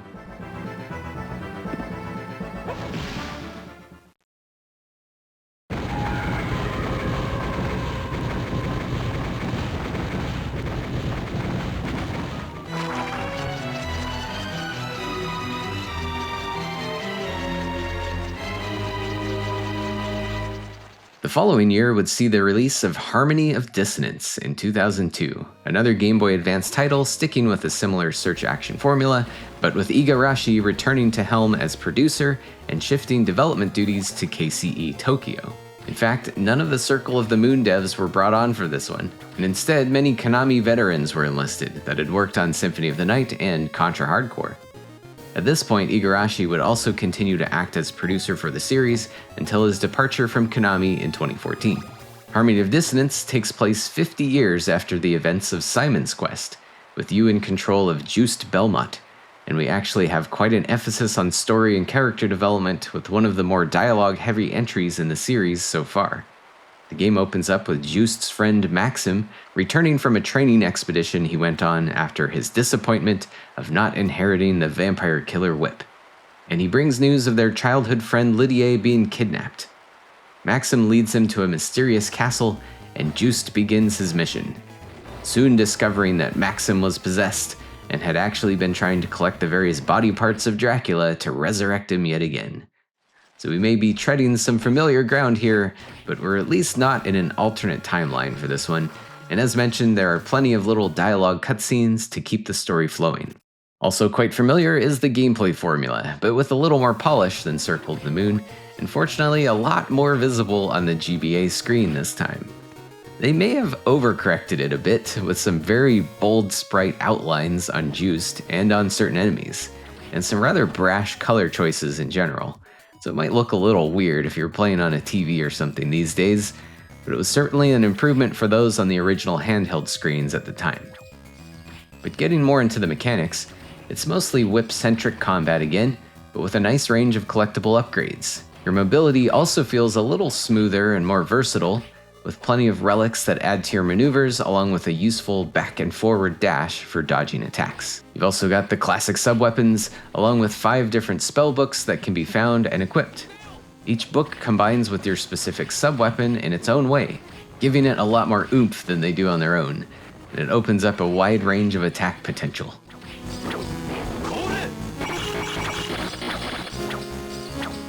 The books aren't random drops or anything either, so you won't have to worry so much about grinding for rare cards, and executing the new spells is very straightforward. Enemies do drop armor and other various items, and there's also currency and a merchant this time around, in case you need to stock up on anything, so that balances out the difficulty quite a bit.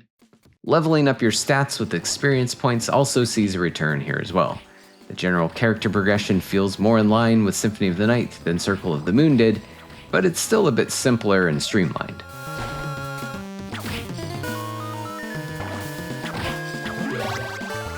And again, we've got a large castle to explore, split up into various zones, and with different enemies and bosses scattered about.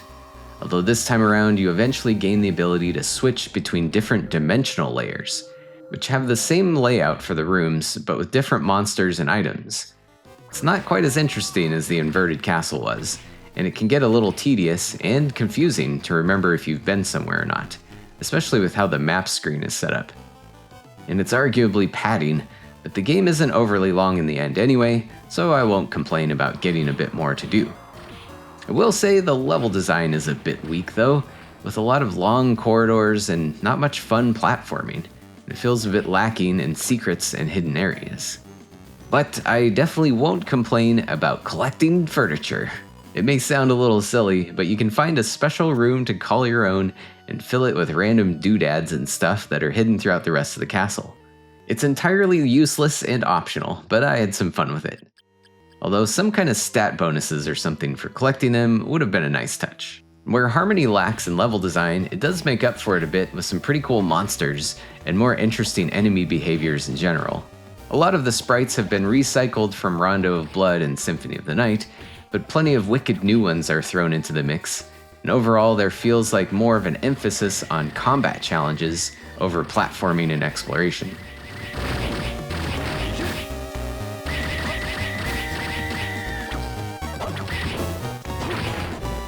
Harmony also includes a handful of different endings, 2 bad ones and 1 best ending that follows the battle with Dracula, or at least a partially formed version of him anyway.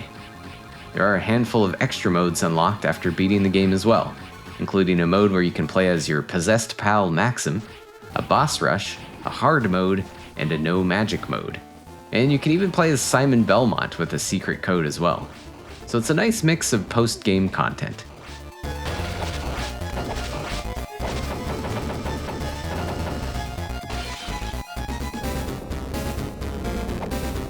Overall, I did enjoy this one, but it still felt like there were some growing pains in developing this.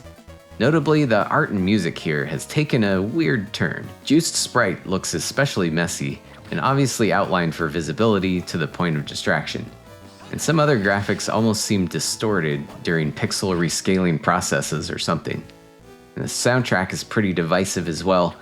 Lower quality of the GBA sound chip aside, the composer definitely went hard on the dissonance here.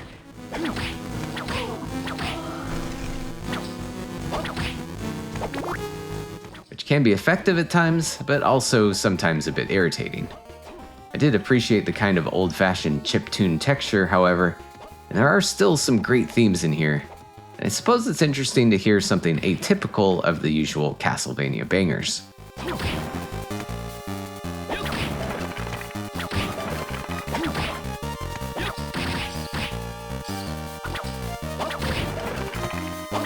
Difficulty-wise, I'd say this settles somewhere between the brutality of Circle of the Moon and the cakewalk nature of Symphony of the Night, so it feels pretty balanced.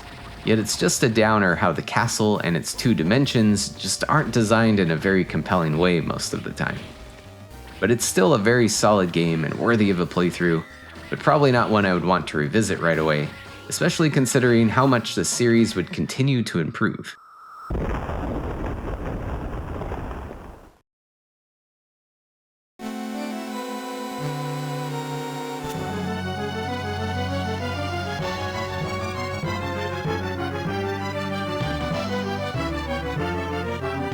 And rounding out the Game Boy Advance trilogy is Aria of Sorrow, released in 2003, again developed by the KCE Tokyo team. The story is set in 2035 this time, 36 years after Dracula had been sealed away into a solar eclipse by the Belmont clan.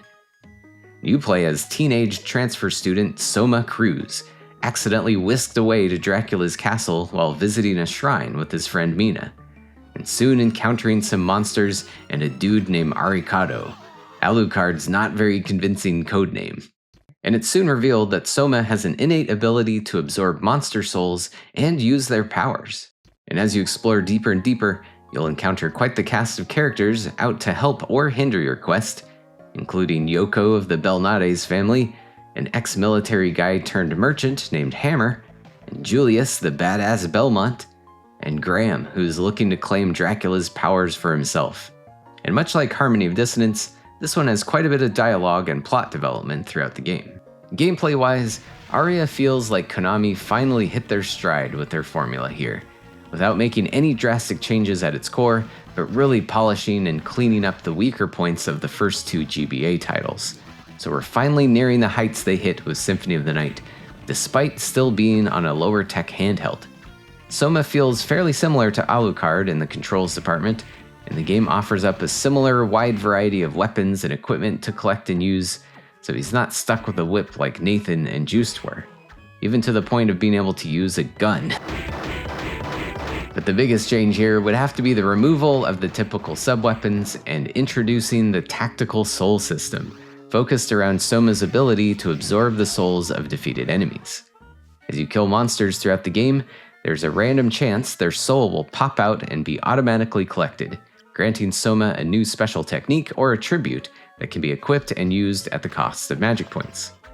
And with over 100 different enemies in the game, that opens up a massive array of abilities. There are 4 main soul types: ability souls that include the usual movement and navigation type things to progress to various areas in the castle, but the 3 you will be customizing to your liking are the bullet souls, which are usually some kind of attack, guardian souls, which are often defensive or summoning skills, or enchanted souls, which typically grant passive stat boosts or other abilities like water walking. This soul system, on top of the vast amount of gear to collect from monsters in the castle itself, gives you a constant stream of options in front of you, or at the very least, plenty of novelty.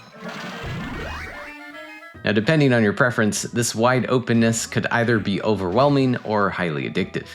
Just be ready for a real grind if you hope to collect every monster soul, with some of them having very low drop rates. Hammer at least sells a ring that can help you in this, if you've got the coin, of course. Or if you've got a friend that still plays this, you could even hook up a GBA link cable and trade souls with them. Gotta catch 'em all. The castle you're exploring is improved quite a bit from Harmony, ditching the two-dimensional planes thing, and you might notice an overall improvement in room design and more cohesive and detailed aesthetics. It also brings back more emphasis on hidden areas and breakable walls to give you more incentive to explore, and it just feels a bit more engaging because of this. There's no gimmick introducing any kind of recycled areas here either, but still plenty of fun wandering to do as you fill in all those blue squares on the map. Fleshing out the experience further are multiple endings with some pretty juicy plot twists and a variety of modes to be unlocked, such as a hard mode, a new game plus option for keeping your items and souls, a boss rush mode, and a Julius mode, letting you play as the mysterious whip-cracking Belmont with a similar feel to Richter from Symphony of the Night. In my experience of playing all three of the GBA titles back-to-back during my Castlevania challenge, Aria really stuck the landing for me. The polish and refinement here is clear, the soul system was a lot of fun if you don't mind some grinding, and I gladly welcomed the return of Yamane on the soundtrack, and the difficulty felt just right. And what other game can you throw a hot plate of curry at the incarnation of chaos? I'll wait. Now, I don't want to downplay the other two GBA games too much here. They're really still worth a play as well, and may even just increase the impact of Aria like it did for me, as I really enjoy seeing a series improve and evolve. And I would also definitely recommend the Advanced Collection version of these games, a recent compilation of all three of them with some improvements in sound quality and other small quality of life updates for tracking items and soul drops, and some straightforward achievements. And it's really just nice to enjoy these on more modern screens and your controller of choice. And any physical collectors out there may want to take note of the Castlevania Double Pack on Game Boy Advance, which included both Harmony of Dissonance and Aria of Sorrow. And let's not forget one other way to play Aria with the 2008 mobile phone port, released exclusively in Europe, and taking this rather substantial and deep game and heavily condensing it for the Java platform. And it's undeniably jank in comparison, but it's still rather ambitious for what it is, and a pretty fascinating playthrough if you're a big fan of the original. The graphics are certainly a bit crunchier, animations are choppier, and the music is way more MIDI-er. The castle layout is very condensed and simplified, but there's still the need to find the next boss and ability to progress. It still has soul collecting and character leveling and equipment to find. Now, it's certainly clunky to control this on a keypad, so the platforming and combat difficulty are compensated accordingly. But this can still be a solid 2 or 3 hours of a playthrough, and I honestly had more fun with this one than I expected.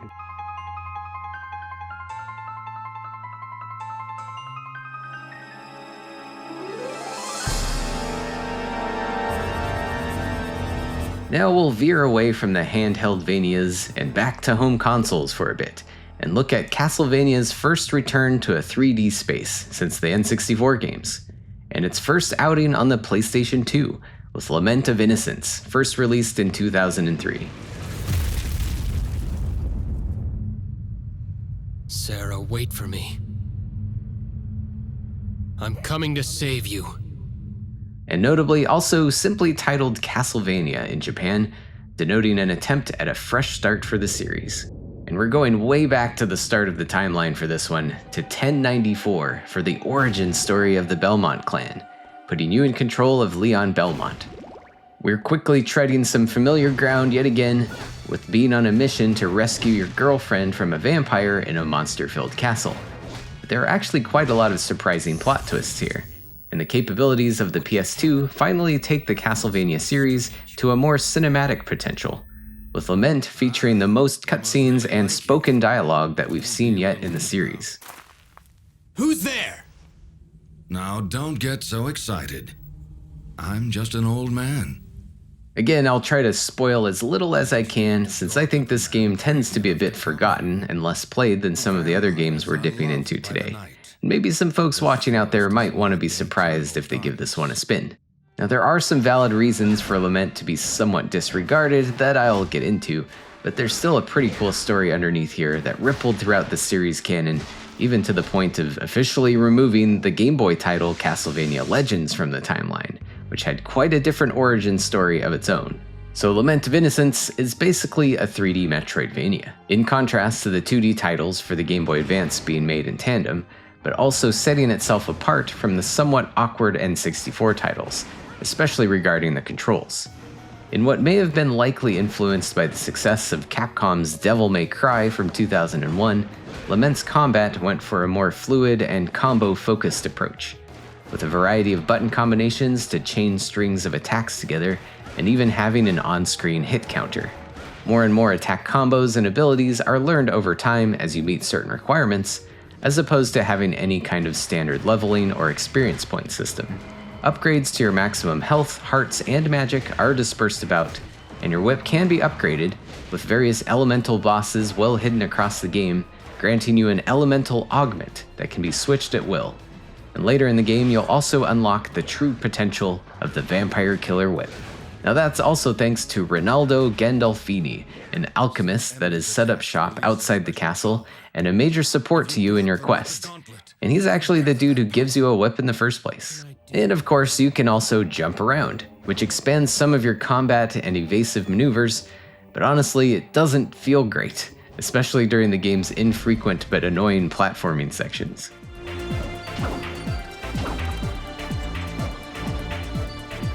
Somehow it might actually feel worse to jump here than in Castlevania 64, and the uncontrollable camera perspective can be a problem as well, especially in the game's many hallways, where you may end up running towards the camera view and unable to see what's ahead of you. There are 5 returning sub-weapons that can be used, picked up at various set locations, and they can be combined with 7 different magical orbs that are gathered throughout your quest, giving each sub-weapon additional boosted abilities, much like the magic book system used in Harmony of Dissonance. And these do really add another nice layer of combat depth. I will mention there is a bit of a weird problem for switching orbs and also using items, where you have to navigate an on-screen menu in real time to do anything, usually while in the middle of fighting monsters. Even by the end of the game, I was losing fights while fumbling around in a menu instead of being able to just pause and do something. The game is structured slightly differently than previous search actionvanias that we've covered, setting you up in a main hub that includes Ronaldo's shop, which is good for stocking up on healing items and potential armor upgrades, and then there are 5 portals inside of the castle leading to different self-contained zones.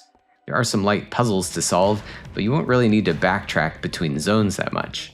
And once the boss in each zone has been defeated, you can proceed to one final zone. This hub setup places the game in some kind of gray area of open-ended but linear, and it definitely feels like combat was emphasized over exploration.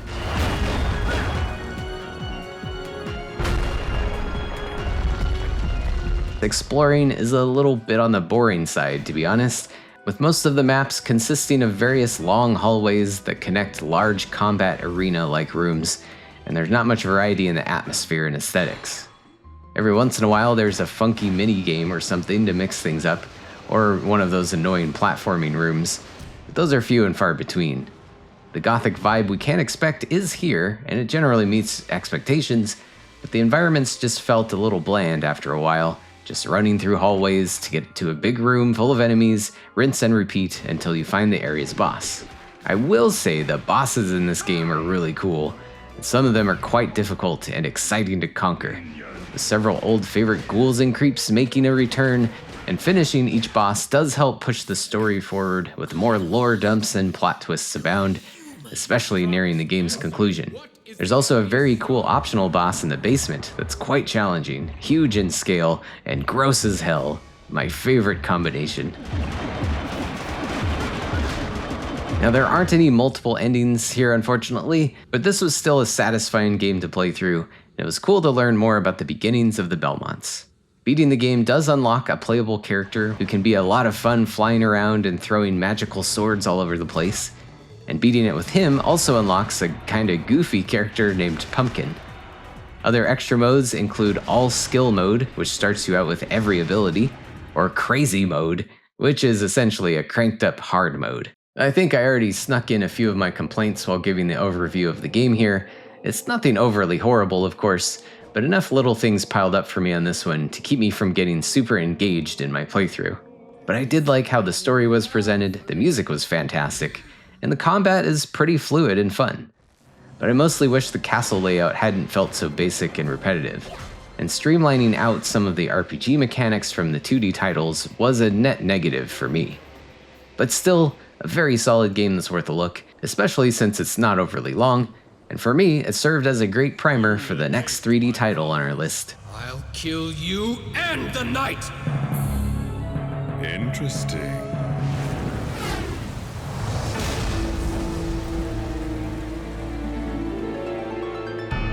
So 2 years later, we would get Curse of Darkness, first released in 2005. Again for the PS2, but also on the original Xbox, and notably the first Castlevania game to be released on that console. The ports are nearly identical in content, but side by side, you could argue the Xbox version looks a little bit nicer. Now this time we find ourselves in 1479, 3 years after the events of Castlevania III, Dracula's Curse, with you in control of Hector, the Forge Master, a former monster-making employee of Dracula who got tired of laying waste to humanity. But fellow Forge Master Isaac schemes to have Hector's wife burned at the stake, and Hector chases him to an abandoned castle to seek his revenge. I will hunt you down like the beast you are! The names Hector and Isaac may be familiar to anyone who has watched the Netflix animated series, which did pull some characters and ideas from Curse of Darkness, so it's neat to see their origins if you're a fan of that show. You'll also have some run-ins with Trevor Belmont, and some other folks like the kindly witch and shop owner Julia, the mysterious priest Zed, and time-traveling Saint Germain, all popping up in fully voiced cutscenes that move the game's plot along. Who are you? Saint Germain. I won't bandy words with you. I have an urgent request. While this was an attempt to further develop the events of Castlevania III, beyond Trevor's presence, there aren't a lot of heavy references to that game otherwise. Sadly, no Alucard, Grant, or Sypha to be found. So again, we've got a 3D hack-and-slash combo-heavy thing happening here, not far removed from Lament of Innocence, but featuring quite a few more mechanics and things that I found really improved the overall experience and gave this more depth and polish. A big variety of weaponry makes a return, along with leveling up your character, which brings back the vibes from Symphony of the Night and Aria of Sorrow, as far as having a wide range of ways to lay waste to all the monsters in your journey. Each weapon type has its own variety of combos, and they do feel a little more deliberate this time. You might feel rewarded for a bit of precision as opposed to simply button mashing.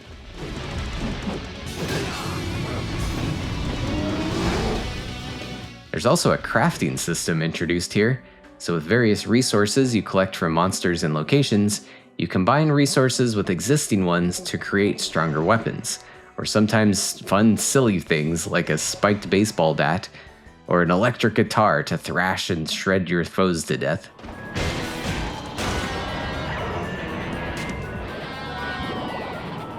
You can also craft armor as well to continually boost your defensive capabilities, although that's more just about making numbers go up instead of anything of novelty. Beyond the wide range of equipment and crafting mechanics, familiars also make a grand return here, with a lot more depth and progression than what we got in Symphony of the Night. Referred to as innocent devils, you can gradually collect a handful of different monster buddies that will assist you in various ways, and are sometimes needed to simply be able to access new areas or open chests, but they also help you out in combat and support roles. They each have their own branching leveling path as well, and can be evolved to new forms.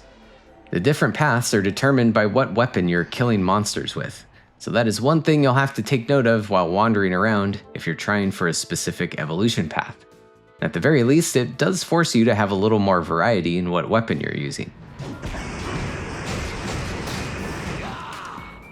And occasionally, they will lay an egg.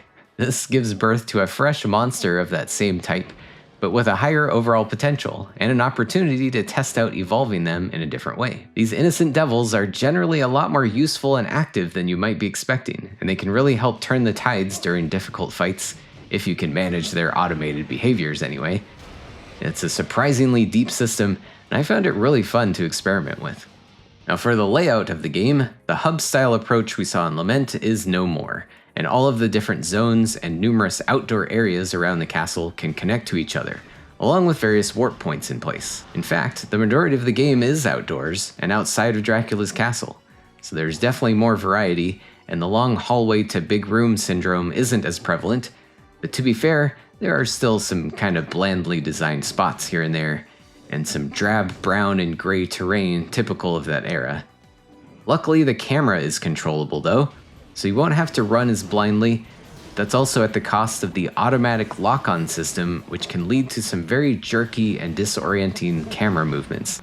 As to be expected, you'll be hunting down plenty of bosses, with some great large-scale battles and stout challenges here and there, often punctuated with new story beats and plot twists.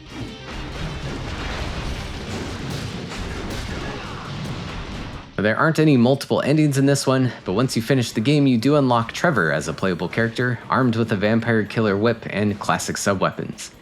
He does not level up, have any inventory or innocent devils on his side, and instead needs to find items to increase his maximum health, hearts, attack, and defense. In the end, after my first time experiencing this game, I really had a good time with this one, and liked it considerably more than Lament of Innocence. The extra leveling, crafting, and familiar systems were a very fun addition, albeit slightly overwhelming when first encountering them and learning how they function. But it added some extra fun to wandering around and grinding mobs for progress. And some of the extra silly items and various chairs scattered around added some fun novelty as well. The challenge felt balanced, some tough but fair moments, and there's way less jank platforming to deal with. And another really top-notch soundtrack. Yamane just continues to knock it out of the park and expand her style here.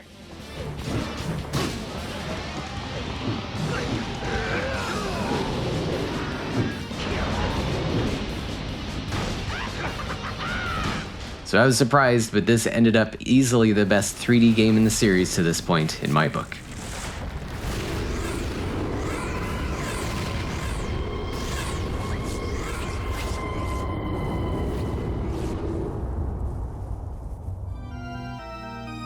So let's go back to the handheld realm again with Castlevania's first appearance on the Nintendo DS with Dawn of Sorrow, released in 2005.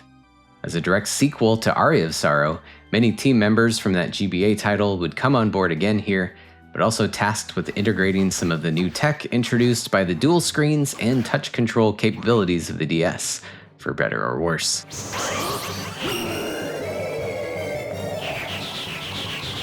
The story takes place 1 year following the events of Aria of Sorrow, still with Soma Cruz at the forefront.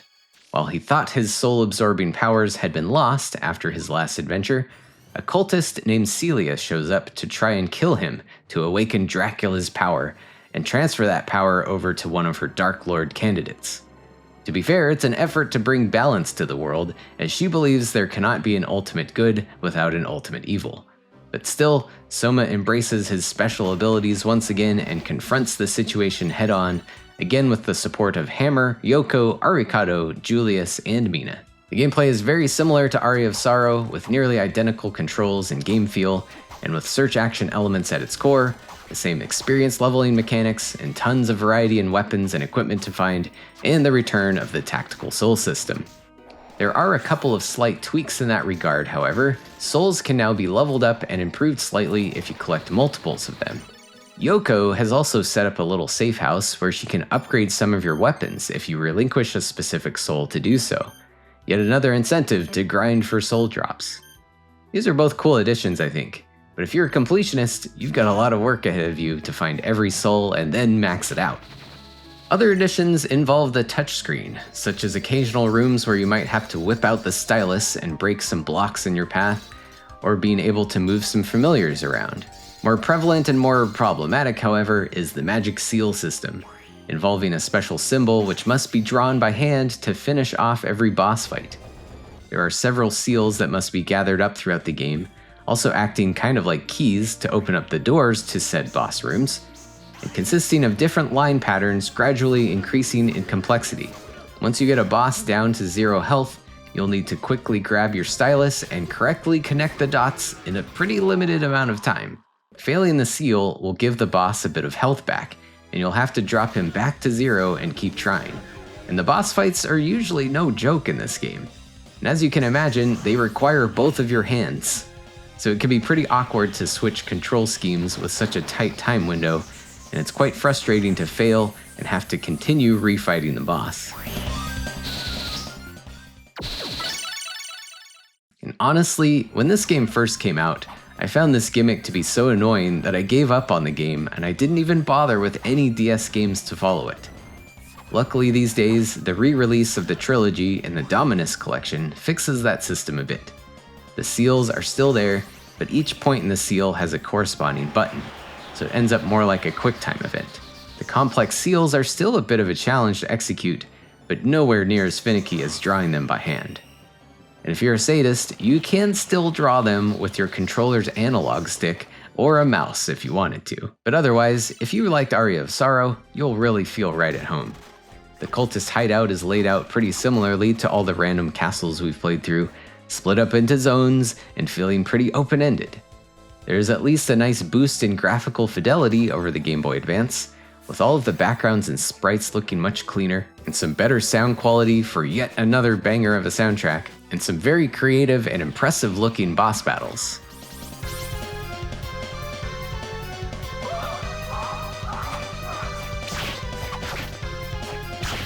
There's plenty of dialogue again as well, although the tone feels a little sillier in some ways, not only in the character interactions, but with character portrait designs utilizing a more simple anime-style look to them. The story is still quite engaging though, and it does feature multiple endings again. And Julius mode also makes a return once you beat the game, but it's even better this time around as you can also team up with Yoko and Arikado and switch between them at any time, giving a real Trevor Sypha Alucard Dracula's Curse vibe to a repeat playthrough. Now at the time there were also some online capabilities, like trading souls over Wi-Fi, or a multiplayer versus mode where you could race each other through a customizable course. But these modes are sadly defunct now. Now overall, I really enjoyed this one, other than the magic seal stuff. And again, that's gladly no longer a problem with the Dominus collection.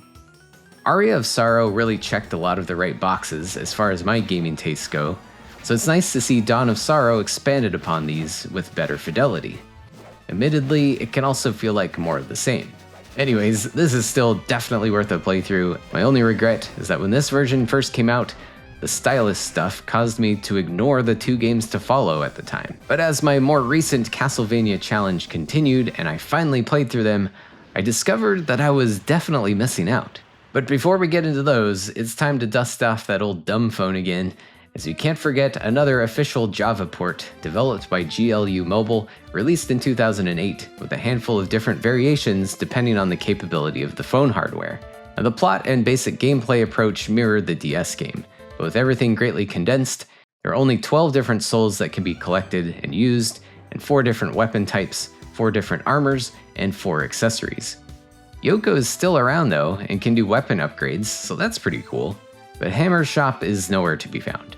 There aren't any one-time use items either, so healing happens right when you pick up some food or whenever you level up. Now the castle map is very slimmed down, but still a fairly impressive effort on recreating the different zones. There are much fewer bosses, with their behaviors greatly simplified, which is probably for the best since the controls with a phone keypad are pretty rough, much like Aria of Sorrow's Java port.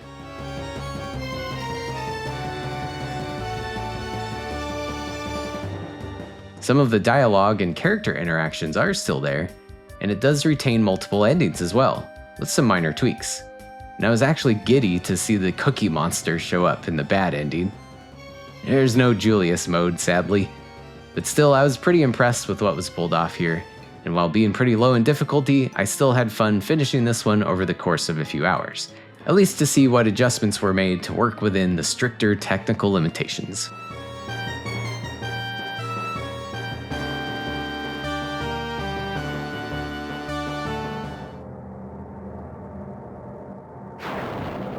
Next up, the DS-Vania train continues with Portrait of Ruin, first released in 2006. Further grinding out that Metroidvania concept with some more fresh things added and settling in more comfortably with the handheld hardware. Our story in this one picks up not long after the events of Castlevania Bloodlines, the Sega Genesis game, where you play as Jonathan Morris, son of vampire hunter John Morris.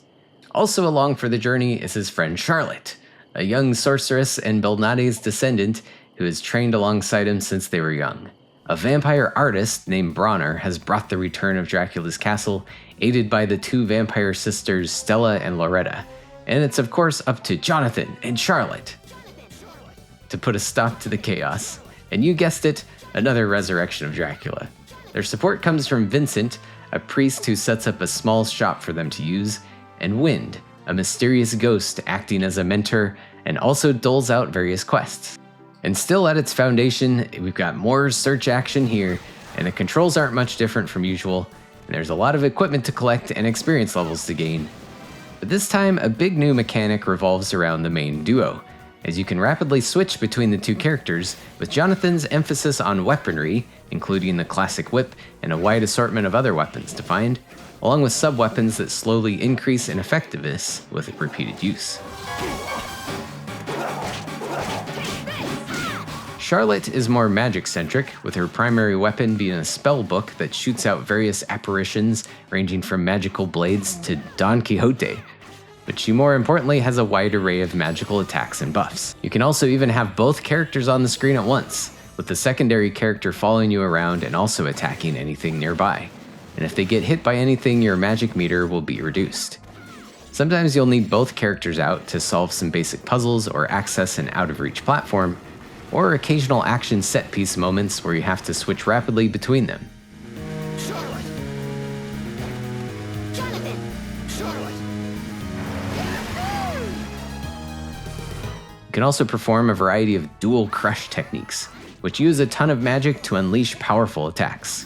Overall, the two characters provide really fun mechanics, and it really opens up a wide array of strategies to approach certain situations and boss fights, which are plentiful and usually awesome.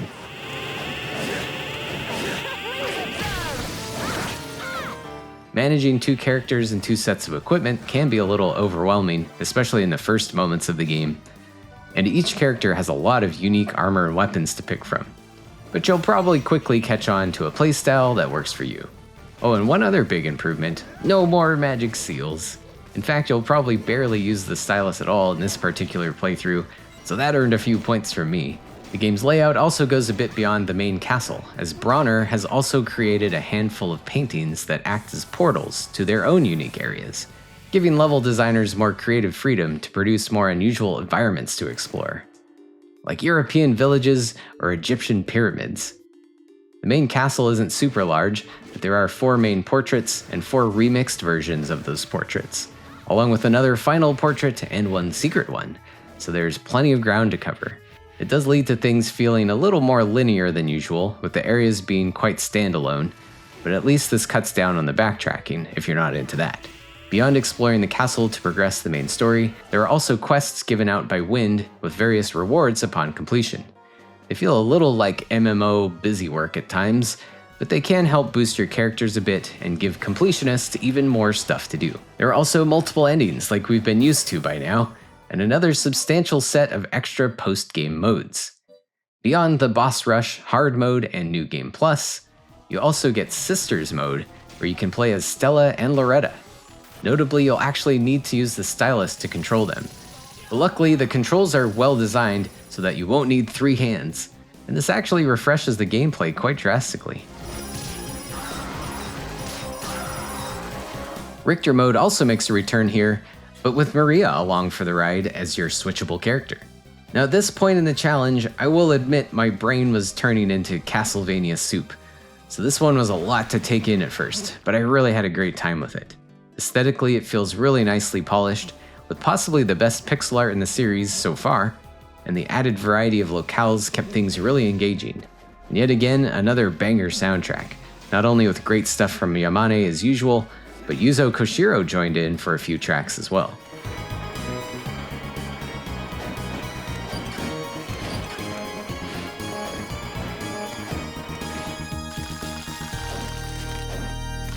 There are tons of cool enemies, over 150 of them, and big gnarly bosses to encounter.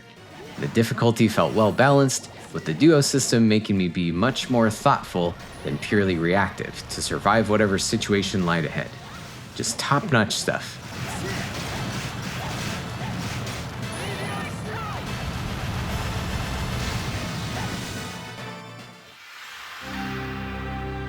And somehow pushing the bar of quality even higher, we'll look at the third and final Nintendo DS entry, Order of Ecclesia, first released in 2008.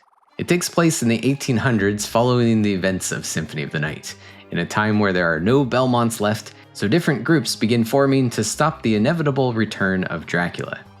Our main character, Shanoa, is part of one such group, which has harnessed the power of magical glyphs, including Dominus, consisting of 3 of them said to have the power to stop Dracula. The game begins with Shanoa being chosen as the vessel for Dominus, but her friend Albus interrupts the ritual and steals the glyphs, also managing to wipe Shanoa's memory and emotions in the process.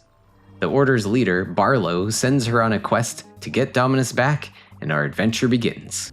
And again, we are in fairly familiar Metroidvania gameplay territory here, but with those glyphs being a central part of the tweaks made to that formula. Acting almost like a kind of hybrid of standard weapons and the soul system from the Sorrow games, Shanoa can absorb these glyphs found throughout the world to learn new abilities, gain new magical weapon attacks and spells, transform into other monsters, or get various stat boosts. Using any of these will deplete your magic meter, although it's worth mentioning this refills quite a bit faster than in previous games, almost feeling more like an endurance meter from other action RPG titles, where you must be more deliberate with your attacks. Glyphs are found in fixed spots or also recovered from enemies, sometimes when they die, or you may also need to interrupt their attacks if you happen to notice a glyph appear while you're in combat with them. Shanoa can equip 3 glyphs at one time, 1 for each hand and 1 for her back, so you can double fist weapons again, Symphony of the Night style, and can also chain attacks together into powerful combos. It takes a little getting used to get the weapon timing down, but it makes you feel pretty badass once you figure it out and makes the fighting pretty satisfying. You can also eventually perform glyph union techniques that combine the left and right-handed glyphs at the cost of hearts, sort of like a sub-weapon system that further expands your moveset.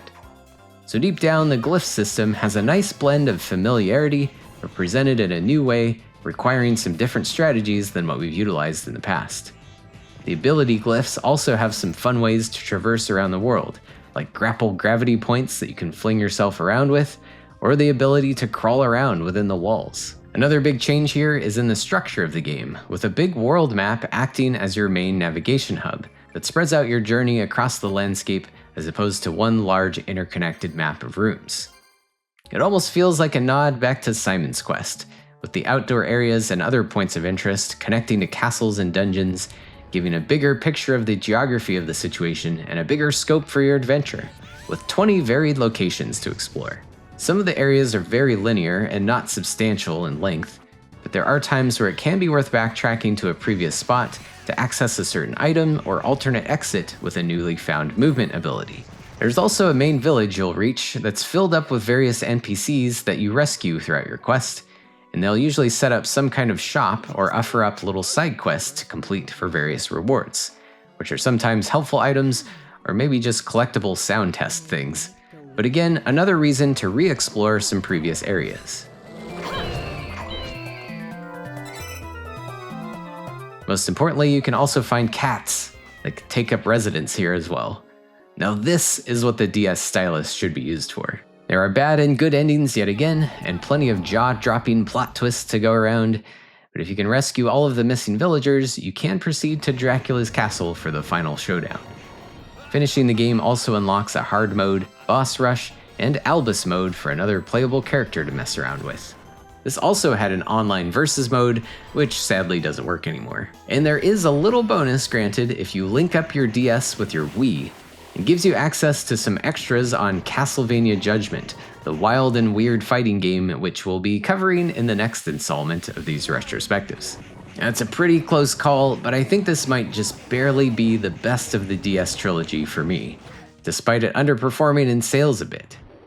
The aesthetics are at their peak here, It's got amazing pixel art, a great soundtrack, some very memorable and creative boss battles. I also really dug the Simon's Quest-like structure of the world, and the little side quests were fun and not too distracting. I also think it was probably the most challenging of the 3DS games, as I found I tend to appreciate something with teeth as I get deeper and deeper into this franchise.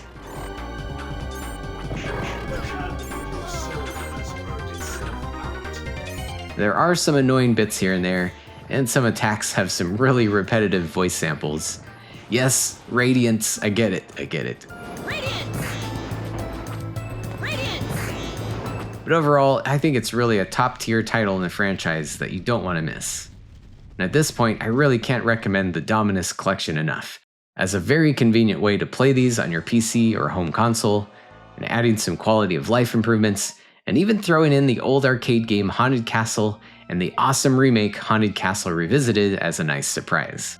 And at this point, you might think we're done with Handheldvanias of that point in time, but oh no, we've got one more left, and it's not Dracula X Chronicles for PSP, as I already talked about that one in the last video. Now there's one more piece of Java-licious mobile jank to talk about here, with Order of Shadows, first released in 2007 in North America, and eventually a few years later in the UK. And it also got a Windows Phone release. And notably, we've got Victor and Tyrone Rodriguez in the development credits here, who would go on to form Nicalis, publisher of big indie games like the re-release of Cave Story and The Binding of Isaac. Oh boy, they've come a long way from this one.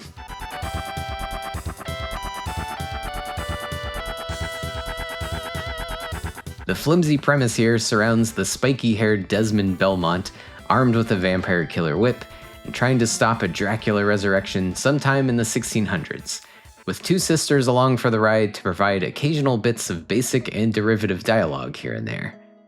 As you can imagine, this wasn't absorbed into the series canon at large, but at least attempts were made to integrate some kind of story at all. The gameplay is a very crude and scaled-down take on Symphony of the Night, with 2D platforming within a small game world. As is par for the course on a lot of old Java side-scrolling games like this, the controls are pretty rough as they had to cater to the mobile phone keypad. Most grievous here is the jumping. Up jumps, which, that's normal here, but to jump forward, you hold up, and letting go cuts your momentum. It's pretty unusual and unpleasant, and topped off with very laggy and choppy animation, not to mention highly questionable hitboxes for platforms and enemies. Now, to be fair, I'm kind of one of those sickos who likes the process of recalibrating my brain to adapt to this sort of jank.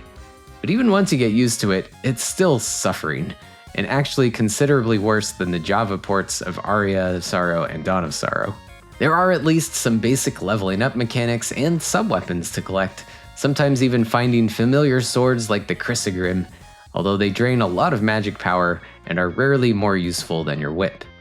Equally useless are the alchemy abilities, which are basically magic attacks like fireballs and whatnot. And again, you'll probably just want to stick to the whip most of the time, which does at least have a few permanent upgrades that can be found.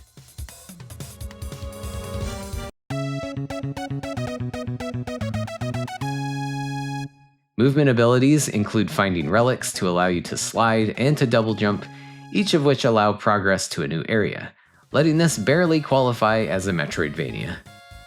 And of course, there are some enemies scattered around, lots of goofy-ass looking skeletons and bats, and a few bosses, and of course a Dracula showdown at the end. It's a pretty short and easy game that can be finished in an hour or so on your first attempt, but it does at least unlock a hard mode, which is considerably more annoying to finish since enemies just have more health, and they still give you the same ending. On a positive note, you can find tacos. Alright, I don't want to trash on this one too much more. It's pretty okay for what it is, and it'll definitely give you a few laughs if you're down with janky games. But I guess I had higher hopes for this one after how ambitious those other Java ports were.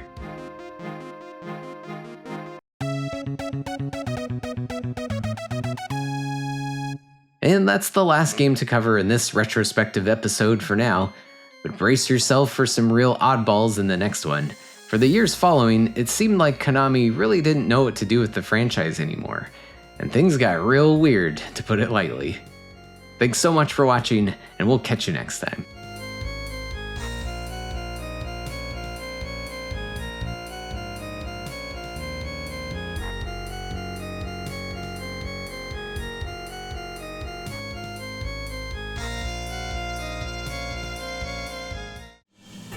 Welcome back to the 5th installment of my Castlevania series retrospective, covering every game and port, where today we're dipping into the strangest and most experimental era of the franchise. We've got weird and rare arcade games, the 1v1 fighting game with motion controls, a delisted and surprisingly deep puzzle game, an online multiplayer loot 'em up, and the attempts to reboot everything with Lords of Shadow, and finishing up with the under-discussed mobile Gachavania.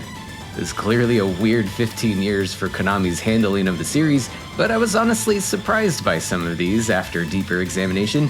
I have to admit, I'm literally drinking the Castlevania Kool-Aid at this point, and I'm happy to say I've successfully finished every game in the series, so let's wrap this project up and try to seal away Dracula for good.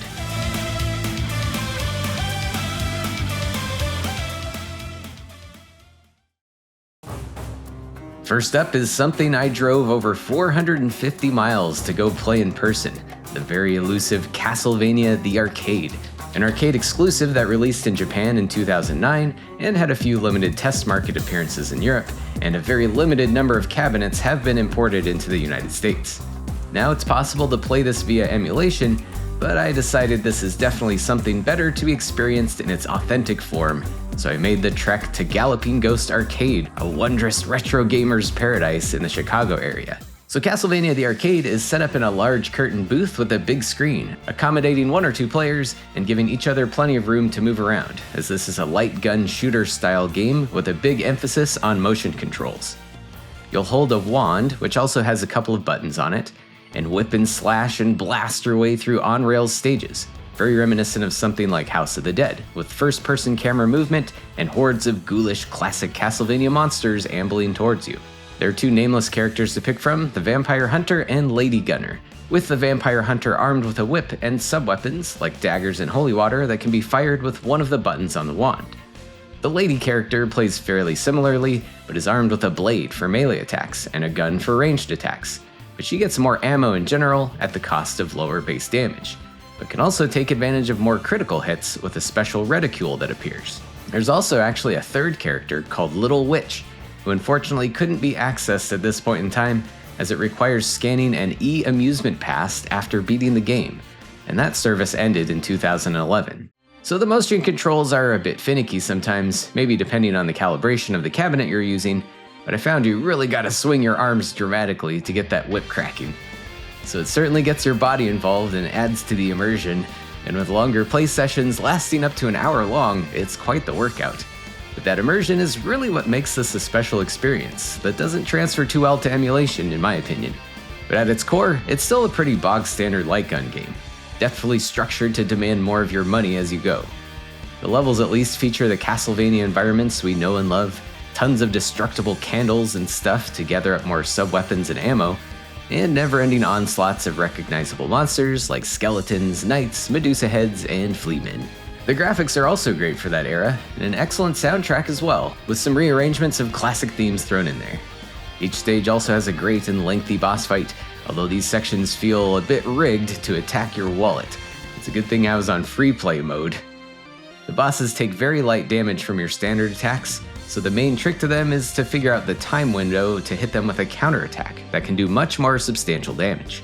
Otherwise, there are a couple of other mechanics separating this from something like House of the Dead, such as needing to wait for enemies to get within melee striking range, and even some mild RPG elements, as at the end of each level you can pick an upgrade to your character, like more health, more attack power, stronger sub-weapons, or maybe just skip the upgrade to get more score.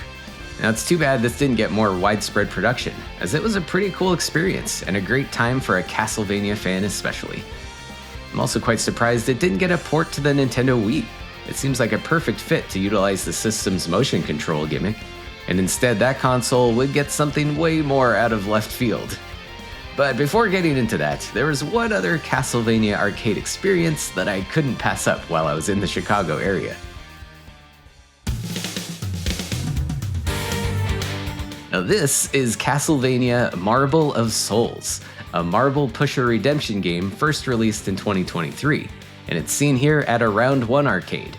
And it's actually a reskinned conversion of Konami's Marble Carnival, which first released in 2018, with similar gameplay, but now it's got Castlevania stuff slapped onto it. Basically, you swipe away your money into the machine, and you get a supply of marbles, which you can shoot onto the push table area, and hope that when it drops down, it pushes these various plastic cards into the drop area. The cards have various characters on them, like Richter, Maria, Alucard, and so on, along with a few generic-looking item cards, and with some cards being rather rare to find. And there are actually what you could call endings to this game that play on a small video screen within the machine, if you can collect the required combination of cards. Sadly, this requires inserting them into the machine and not getting those cards back. But hey, at least you get a bunch of tickets too, so go get yourself a nice piece of candy or one of those sweet rubber finger monster puppets or something. Now, there's not a whole lot of gameplay to speak of, but you can try to aim for these little holes and hope the marble triggers a spinning wheel, which can give you some bonus marbles. We were pretty lucky here to get the ultimate 500 bonus marble drop. So I'm kind of a softie for coin pusher type games like this. It reminds me of going to old local fairs as a kid, so I still had a lot of fun with this game. Was getting an ending worth $36 though? Probably not, but it's knocked another weird Castlevania game off my list. And I guess this will be the closest thing to Castlevania Pachinko that I can experience. Sadly, that's a subset of Castlevania casino games that I don't have access to. But believe it or not, there are actually 8 different ones that have been released over the years, even going as far back to 1995 with YY Jockey that includes a Kid Dracula appearance. There's several other gambling machines that have been released in Japan, some in the US, and some in Australia as well. And there's at least some footage of these floating around on YouTube if you're really curious. But speaking of marbles, did Konami lose theirs when they decided their first next-gen home console Castlevania game to follow Order of Ecclesia should be a fighting game on the Wii?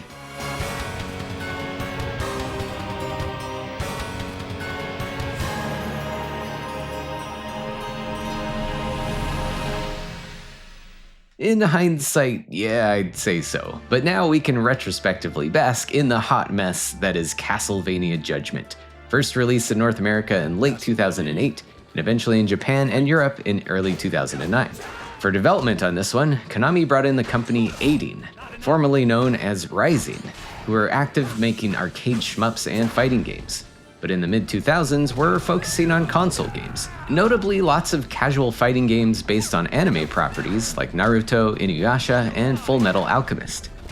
To further push Castlevania into anime territory here, character designs for Judgment were done by Takeshi Obata, who was quite popular at the time for his work on Death Note. And he didn't really alter his style here to fit any kind of expectations that Castlevania fans would have for the characters that were brought into this. For darkness, I offer only defeat. There are 14 playable characters, most of them dragged from their respective time periods via a time rift by a new character named Aeon, who is trying to interrupt a dastardly scheme by Galamoth of Kid Dracula fame. Galamoth's plan involves the Time Reaper, a death-like kind of entity from 10,000 years into the future, and wants to send him back in time to destroy Dracula and alter the course of history.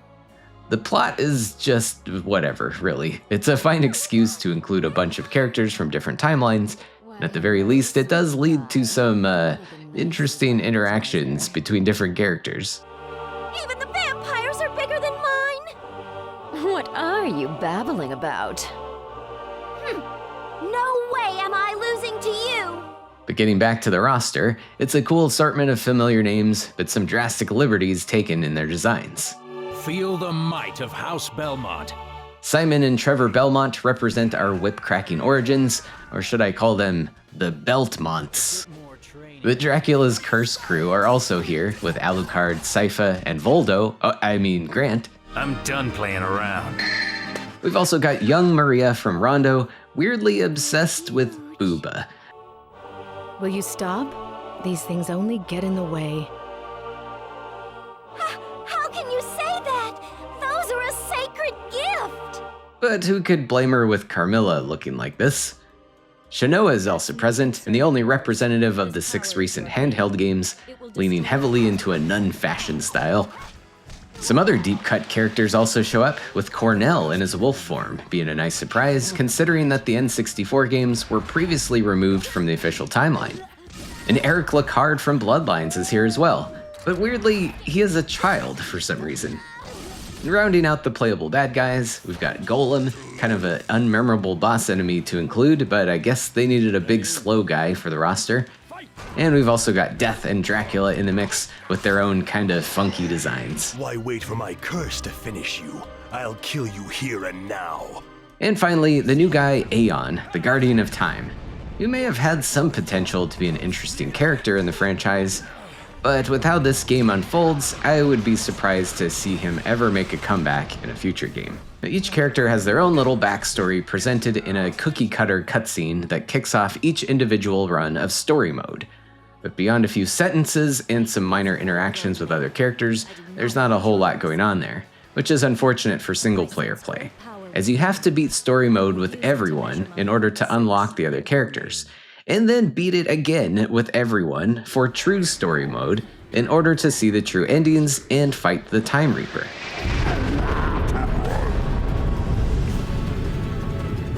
Not quite.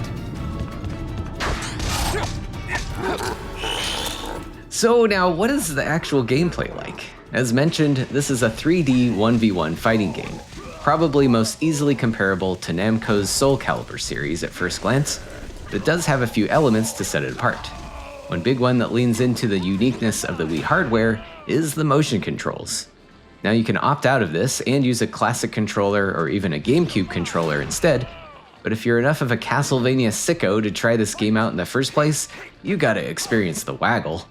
With a nunchuck and a Wiimote, you'll use the analog stick to move around freely in the arena, and then swipe around the Wiimote to execute attack combos, and hold different buttons down during your swings to perform different ones. You can also dodge by moving the nunchuck, or block with a button, and there are also timed quick recoveries, and attack canceling, if you can manage to have any precision at all in all of this arm flailing. And honestly, I kinda messed up my shoulder for about a week after getting through the exhausting true story grind for every character, so be careful. My power is not meant to be used against the likes of you. You've also got some unblockable attacks, aerial attacks, and a cinematic devastating attack that can be done once a certain meter gets filled up.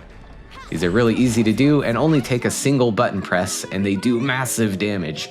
And some of the sequences are pretty entertaining to watch, but they can get a little old upon repeated viewing, since they can be pretty lengthy. KO!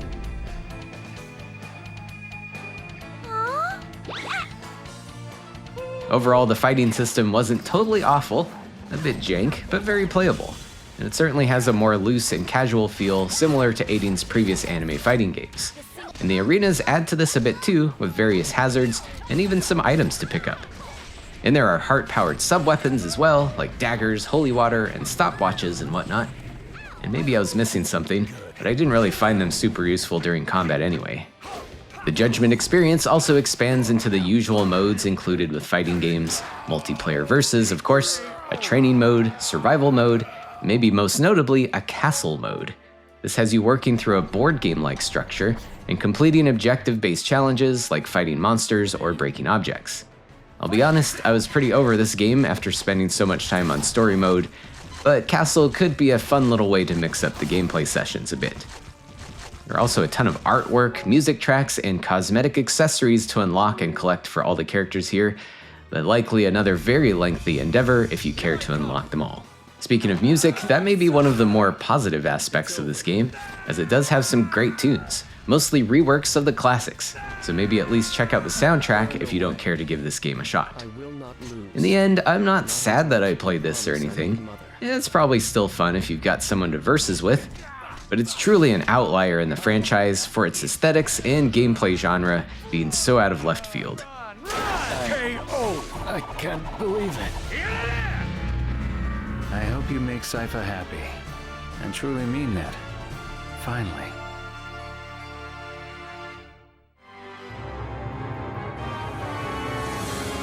Konami's experimenting with different genres would continue even further into unexpected territory with Castlevania Puzzle: Encore of the Night, released in 2010 exclusively in the US for iOS mobile devices, and eventually Windows Phone as well. This has been delisted and unavailable for purchase since 2016. And to play this, I actually ended up buying a first-generation iPad running an old version of the operating system in the hopes of getting it working. After diving down rabbit holes of Reddit threads and conducting the dark rituals required in order to get this going, I did get it to work. Despite my low expectations here, I actually had a great time with this one. Now, this came out back in the days when mobile games weren't usually free to play and loaded with microtransactions. So this was first released at a $5 price point, but apparently quickly dropped as low as $1 after a few months of poor sales. But at least you got the full game, no ads, no limits on playtime, and no pestering to buy weird currencies or costumes.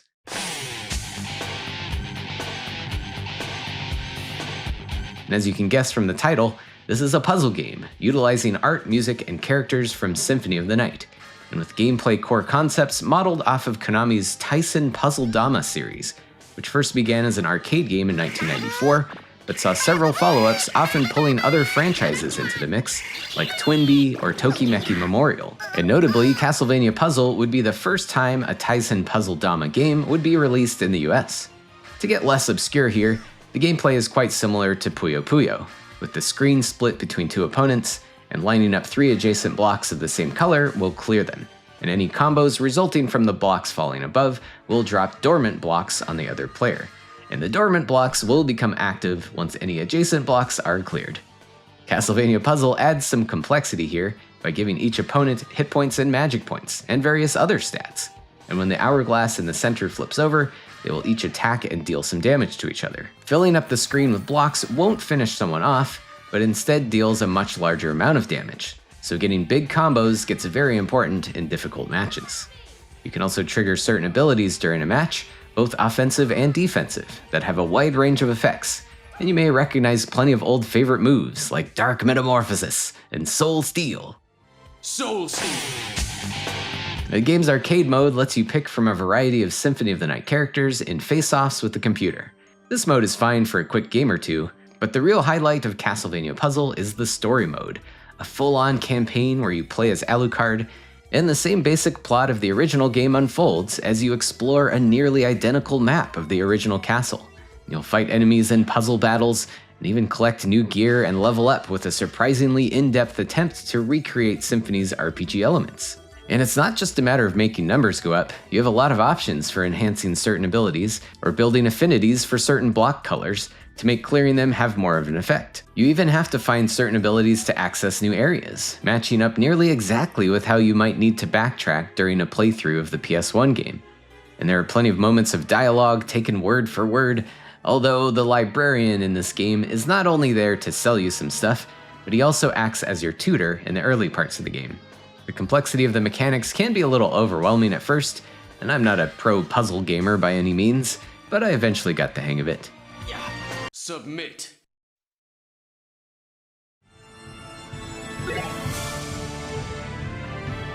You may run into certain areas or boss fights that feel excessively difficult, but that's usually a sign that you need to head elsewhere to improve your equipment or level up a bit before taking them on again. The game is surprisingly long as well. It took me about 16 hours to finish story mode, so I have to admit that much puzzin' wore a little thin at times. That's even without an inverted castle, and instead that has been replaced with a long hallway full of some challenging matches. In the end though, I was really impressed with how much effort was put into this, as I really just expected some cash grab casual experience with the Castlevania branding slapped onto it. But instead it's a surprisingly honorable tribute to Symphony of the Night, blended with a very solid and fun puzzle game. It's a bummer this one isn't readily available these days, but if you've got an old Apple device lying around anyway, you might have fun with this one.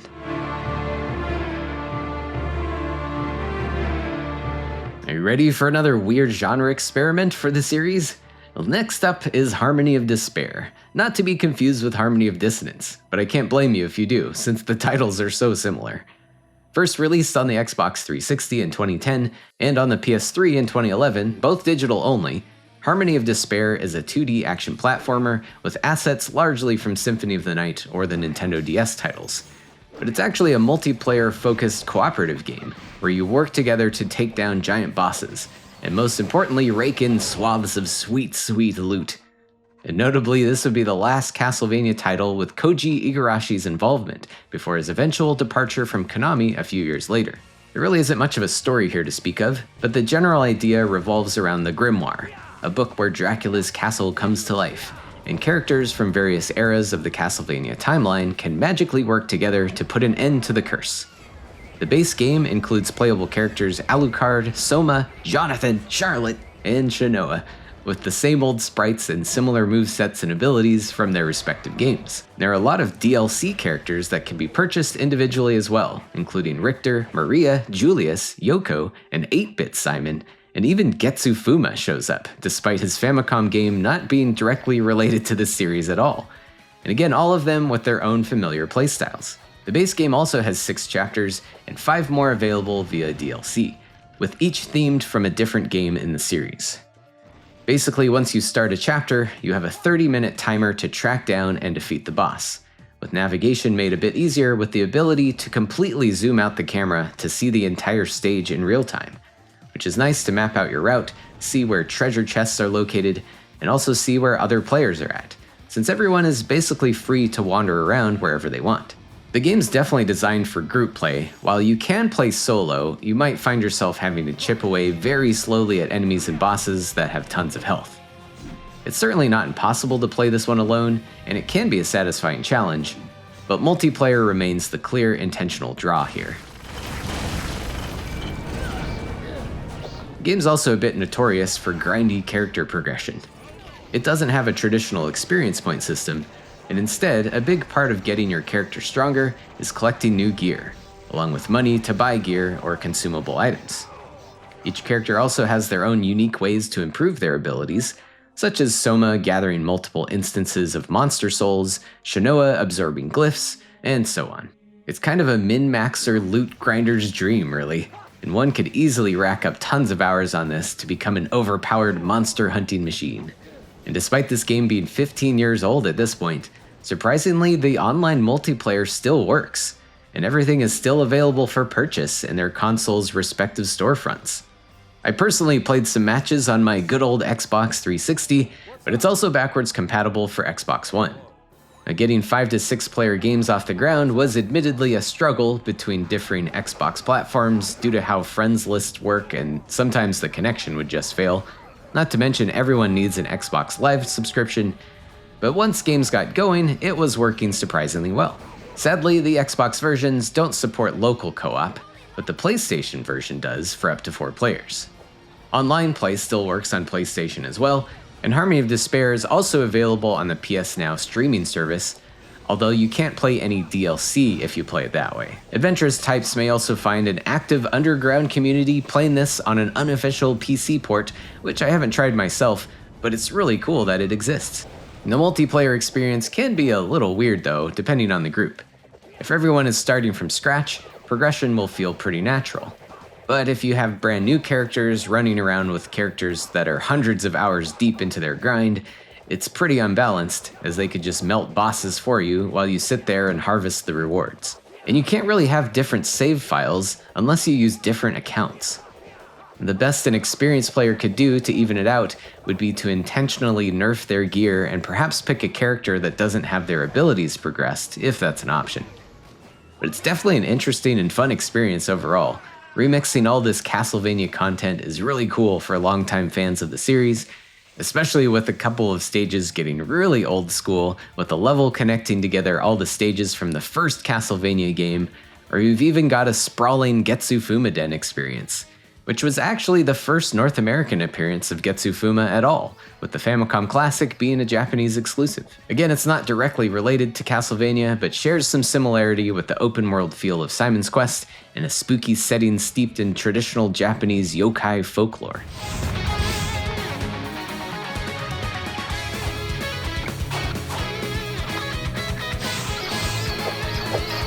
So overall, I found this one to be really fun, and I'm still just amazed that it hasn't been delisted or had its servers shut down. But it still really caters to a certain type of gaming taste. Some types of players might really dig into the grind here, but those looking for the Classicvania or Metroidvania styles of old might be thrown off a bit. The paywall feels a little high at this point too, Buying all the stuff at once right now would probably run you at least $40 or so, and you'll need to buy a subscription to play multiplayer as well. I'd have to think that a re-release of this on PC would go over great, since there's still a dedicated community playing this one. But that's all up to Konami, I guess.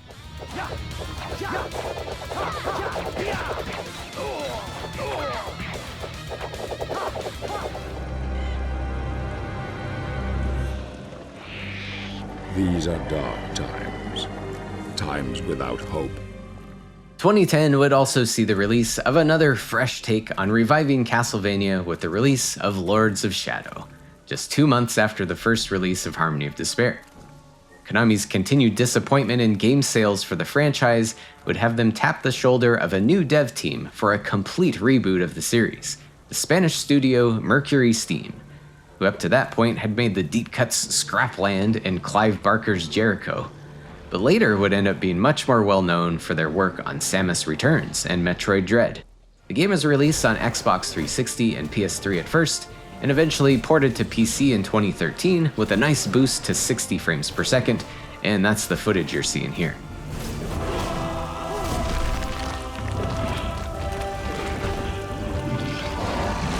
The premise of Lords of Shadow generally ignores any previous lore or timelines from past games, but it still retains some tenuous connections and recognizable names and ideas. Now, I'll warn of some spoilers ahead, as it's a little hard to summarize the stories from all 3 games in this sub-series without some substantial plot twist reveals that are difficult to tiptoe around. The setting is a medieval end-of-days situation where the dark supernatural forces of the Lords of Shadow reign supreme. You play as Gabriel Belmont, a holy knight and member of the Brotherhood of Light, protectors of the innocent who are the last bastion of hope against these hordes of foul creatures. To make matters worse, his wife has been murdered and soul trapped in limbo, and her spirit guides him in a quest to restore the world's balance and defeat the evil Lords of Shadow, armed with a whip-like combat cross. Along your journey, you also meet Zobek, a fellow holy knight and narrator of your story between stages, voiced by Patrick Stewart in the English version. They managed to tell her somehow. Praise be to God. What prophecy? Robert Carlyle also does the voice of Gabriel, and the Japanese voice cast has some deep voice talent as well. So we're treated to some very good voice acting in the numerous cutscenes interspersed throughout this lengthy and cinematic feeling adventure. The gameplay core is 3D action with a mix of combat, platforming, and puzzle solving. So it's not far removed from the tradition of past 3D Vanias like the N64 or PS2 titles, but it's also drawing some quite obvious inspiration from other 3D action franchises. The most obvious would have to be God of War, even down to including similar quick-time event sequences to brutalize enemies and finish off giant bosses. And a couple of these bosses feel almost stolen right out of Shadow of the Colossus.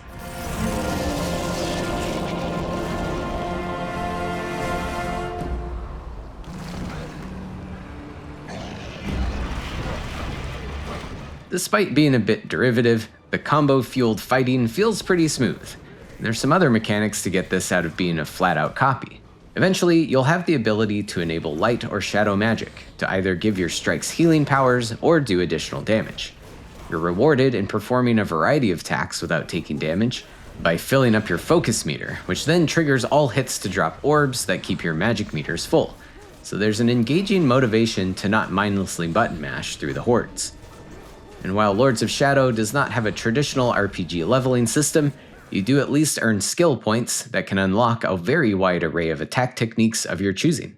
Platforming takes a different approach than usual for the series here, perhaps taking notes from Prince of Persia or Uncharted, with quite a lot of ledge grabbing onto specific, clearly marked spots and hopping from point to point, sometimes using your combat cross like a grappling hook. The game's levels are not connected in a big open world, so the environments are fairly linear, but there is a bit of mild exploration encouraged, with some hidden detours leading to incremental upgrades. And stages can be repeated if you want to go find anything you may have missed, or access previously walled off areas with newly acquired abilities. And the third gameplay type juggled in here are the occasional puzzles, with a wide variety of brain-bending situations to contend with. Some super simple, and some that might screech the game to a halt if you get stumped. These moments were really hit or miss for me, You can at least opt out of them if you don't care about the bonus skill points received from completing the puzzle. The game's quite long compared to previous entries, so in some ways it's nice to have this triad of gameplay styles, but sometimes in my experience the campaign starts to drag and lack fresh ideas as you push further into the game. I also felt like it took quite a while to start feeling any traditional Castlevania vibes. The aesthetics and environments are well crafted, but the first few chapters of the game are mostly outdoors, and sometimes very sunny and bright. On top of this, the uncontrollable camera can be rather distracting, either from it shaking around like crazy, or not giving you an ideal perspective on what you're trying to do in that moment. While I was playing, I had to keep reminding myself this was their attempt at a reboot, but deep down, my heart just wanted classic Castlevania, I guess, so it was hard to avoid mixed feelings on all of this. Now, the game certainly wasn't bad by any means, but fighting against expectations was pretty tough, and I basically felt like I was experiencing a different franchise.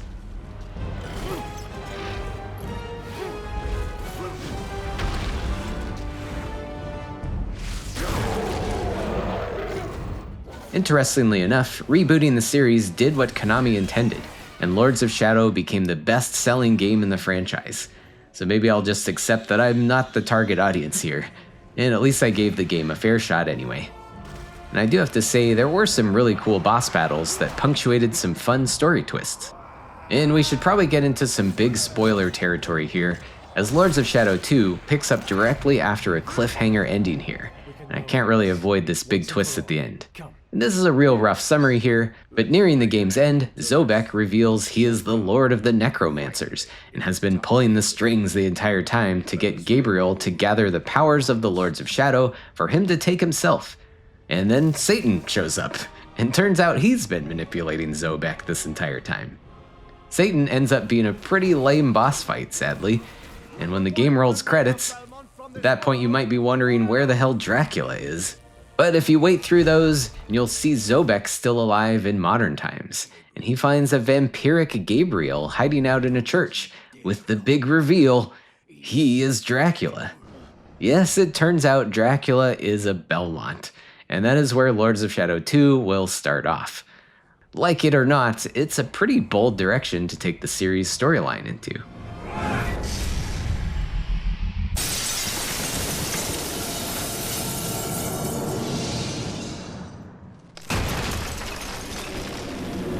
A couple of other last things here though. There's also some DLC content, with a couple of extra levels, including an interesting tag team style level, which includes the chance to control Laura, a young vampire girl you meet during your adventure.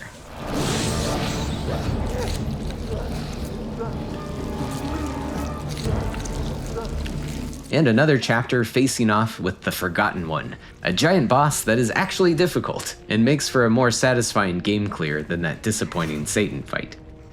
The DLC isn't super long, but I'd say it's worth checking out if you like the rest of the game. I think I've already covered most of my gripes overall with this one. I guess it was a bit middling for my tastes, but I'm glad to finally have experienced it in its entirety. And it might get me to branch out of my retro bubble and try some of the cinematic action games that this apparently took healthy bites from.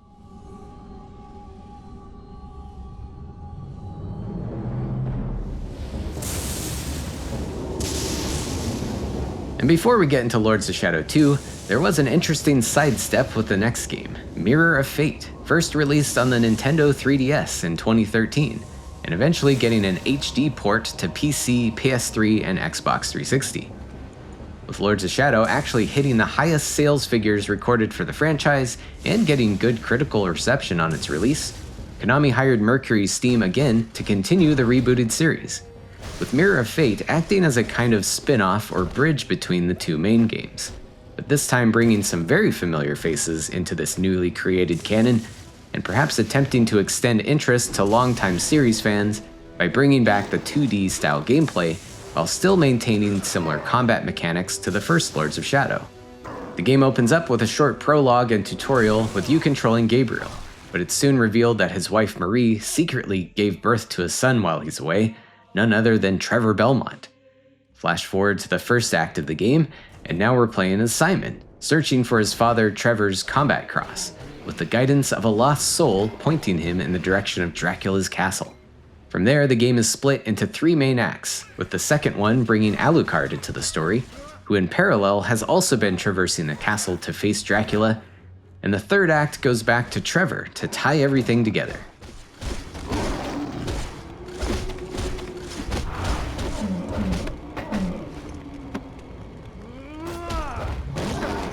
So the structure of how the story is presented here is pretty interesting, and it was fun to take a few different roles during the gameplay. Although admittedly, they all play and feel very similar to each other, and even the general character progression carries over whenever you switch between them. As mentioned earlier, the core foundation here is bringing back the search action style 2D platforming of past titles, with a 2.5D presentation. And if you stack the 3D effects of the 3DS on top of that, I don't even know how many Ds that is anymore. The game feel overall still feels like Lords of Shadow, with many special attacks and combos directly transferring over.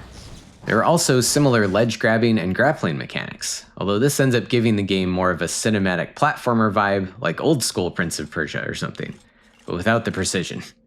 The jumping is very floaty, and collisions are pretty questionable. Some occasional puzzles also interrupt the game from time to time, but again, they are at least optional if you get stumped or don't care. So we sit in this weird gray area between Lords of Shadow 1 and the old Metroidvanias, but it didn't necessarily ever click very well for me personally. Exploration didn't feel very engaging to me, with a somewhat linear feel to the castle and not a lot of interesting movement abilities to unlock for progressing to new areas. Each character does at least have their own pair of unique sub-weapons and different magic toggles with various effects. Simon, for example, can summon the spirit of Sypha and even Castlevania 64's Reinhardt to deal with different situations. But still, the castle just isn't as engaging to explore as compared to the recent DS-vanias, especially with your minimap pointing you in the general direction to go next. To be fair, you can disable that guide, but you'll have to have the self-discipline to opt for that. There are a bunch of these random scrolls to be found if you want to collect every little item, and 100% completion does add a small extra scene to the ending. But man, it got a bit tedious for me. The game's environments at least look pretty nice, some pretty cool big set pieces at times, and perhaps the highlights of the game can be found in some great and creative boss fights.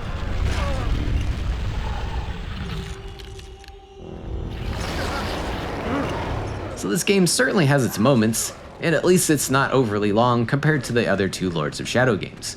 So I wouldn't totally disregard this one. If anything, the ending was quite surprising. Big spoiler alert ahead again, that will come into play in the next game as well.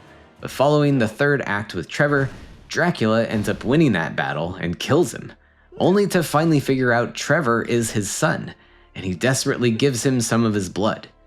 And thus, Trevor becomes Alucard. That's maybe hard to accept for some Castlevania purists out there. I guess you gotta keep remembering it's just a reboot and a separate canon from everything else, so buckle in and accept the madness, I guess. What a timely coincidence. I'm dying for a little drop of blood. And Lords of Shadow 2 would hit consoles and PC in 2014, again developed by Mercury Steam, and picking up right where the first Lords of Shadow game left off, and seemingly a conclusion to the Lords of Shadow trilogy. And notably, this would be the first time that Dracula is the protagonist, with the game's prologue and action-packed tutorial opening up with our anti-hero, formerly known as Gabriel Belmont, laying waste to Brotherhood of Light soldiers storming his castle, not long after the events of Mirror of Fate. Smash him against the castle!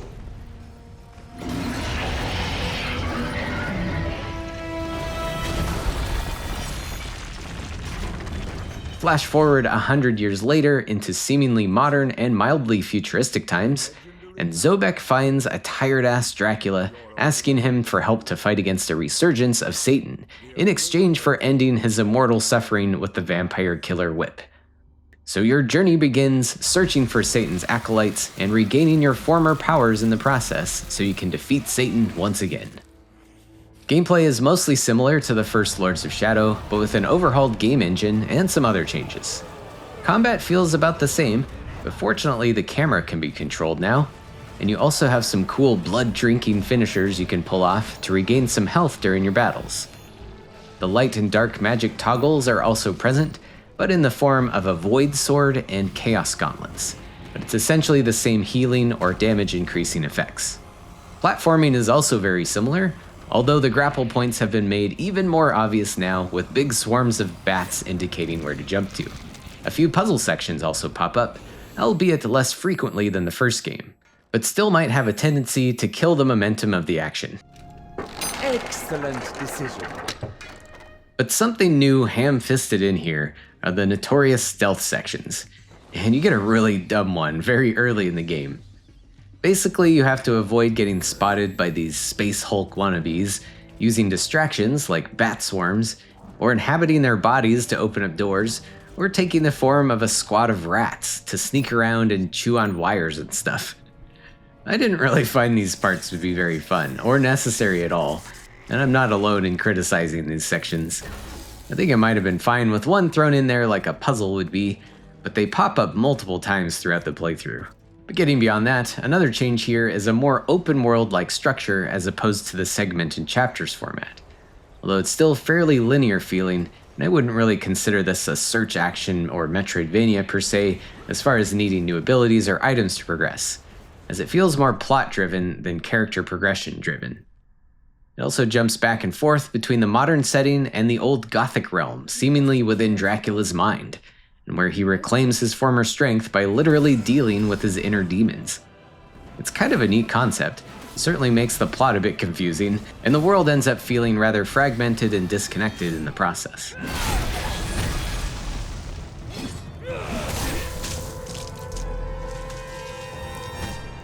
The world's environments at least look really nice, especially on the PC port.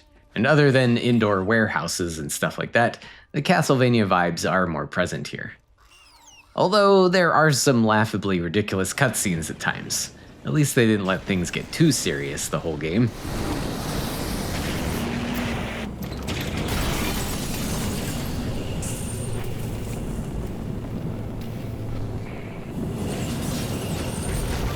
And some spoilers ahead, Alucard also plays a pretty big role near the end in a couple of substantial plot twists where he had been secretly helping Dracula by taking the role of Zobek's mysterious bodyguard.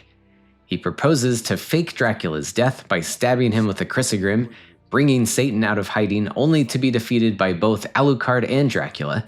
Also, Zobek is apparently death, and also Satan takes over Alucard's body and he ends up being the final boss. I like this body. Alright, fine. At this point it's so off the rails I was ready to be done, but at least this battle on the giant zombie whale was pretty cool, and you end up fighting Alucard on a plummeting chunk of flesh falling through the air. I'll sink you in a darkness that you'll never get out of. And there's also some DLC added to the end, putting you in control of Alucard and showing some of his personal journey happening in parallel with the main story. His chapters lean more into puzzle platforming than the main game did, and at least he can use his mist and wolf forms to get around a bit. And you also get a very challenging boss fight with Zobek's actual bodyguard before Alucard steals his armor to disguise himself. Now, overall, I had similar mixed feelings about this game that I had with the first one. It's pretty okay, and honestly, better than I was expecting, but nothing I was super excited about either.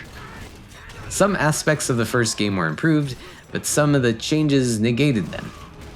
There were some rumors of troubled development on this one, and it kind of shows in some uneven moments of the game, and surely they were under some serious pressure to recreate the financial success of the first Lords of Shadow. And from there, the Castlevania series would lie dormant from several years, until a quiet resurrection in 2019.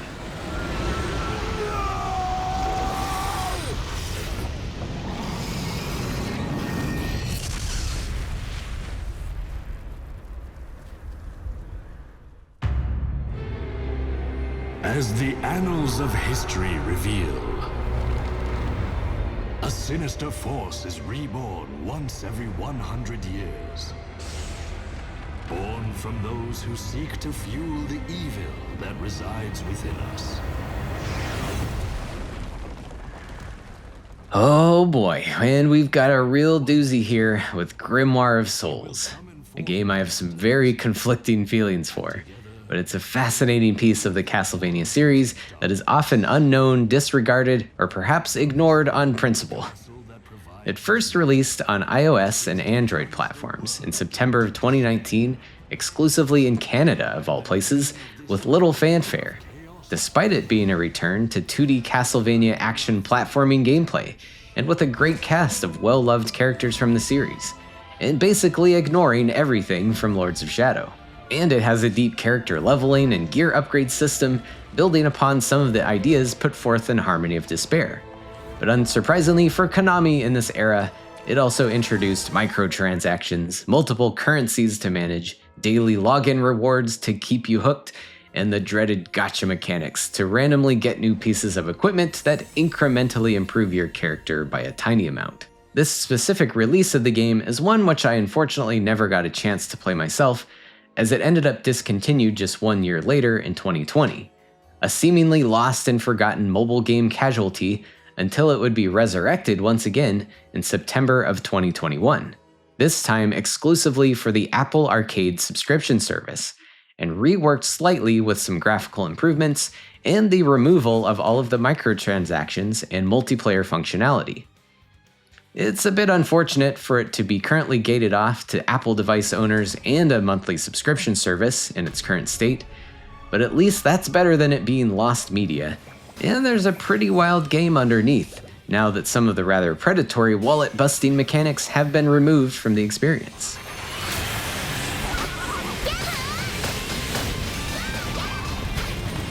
The premise begins with Genya Arikado, Alucard's not-so-secret identity from the Aria and Dawn of Sorrow part of the timeline, and he receives a letter from Lucy Westenra, a magical researcher from the Elgos organization and an expert on grimoires, those magical tomes of historical knowledge detailing all of the past events in the Castlevania universe. Dark forces are causing chaos within the grimoires, and she requests Alucard's help by having him enter the grimoires, defeat the monsters within, and try to figure out the source of the problem. It's actually a pretty cool concept, taking that grimoires idea from Harmony of Despair, with each tome being their own stage magically extracted and re-experienced. And at least here it gets explained more deeply with plenty of dialogue and story beats throughout the game. And it's a great excuse for pulling in a variety of characters as well, as you eventually summon more playable heroes as you play through each chapter that corresponds to a specific time period of the series. Joining Alucard are the main squad of characters Simon, Maria, Charlotte, and Shanoa. And also some additional folks join up as temporary alter arts assistants, like Jonathan, Richter, Albus, Maria again, but older, and a couple more surprise additions at the end that I don't actually want to spoil for you. Longtime fans of the series may get a kick out of seeing all these characters interacting with each other, and the overall story is actually solidly crafted and the writing's decent, although some of the game's more lighthearted and silly conversations come off as a bit awkward. A couple of other new characters from the Elgos organization, like Hermina and Seward, are introduced, and there are some spicy plot twists as well to keep you engaged in a long campaign covering 10 chapters in total. The game begins with some basic tutorials going over the controls. You've got a double jump, a slide that also knocks away enemy shields, a basic attack that can chain into some small combos, special attacks with cooldowns for your main weapon, and 2 other support weapons that can be equipped, along with a primary sub-weapon attack, and 1 additional ability unique to that character that can be unlocked in a basic skill tree.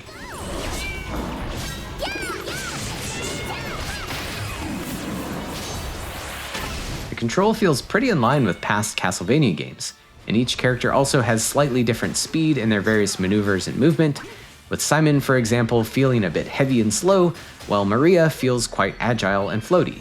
She's even short enough to not have to duck under certain hazards and attacks. Or Charlotte can learn to fly around on her broom, turning the game into a fantastic cotton shmup-like situation.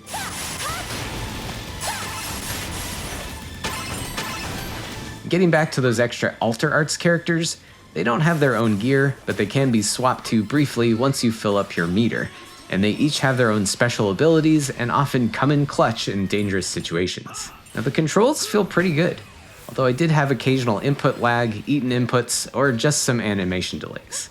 I guess at this point I should mention I was playing on a not very new Apple TV, so your mileage may vary depending on your device, but I was at least able to easily pair a PS4 controller with no problems. Now, I imagine touchscreen controls work fine, and there's even an auto attack toggle that may help reduce the frantic tapping, but I'd much rather have a controller in my hands if I can help it.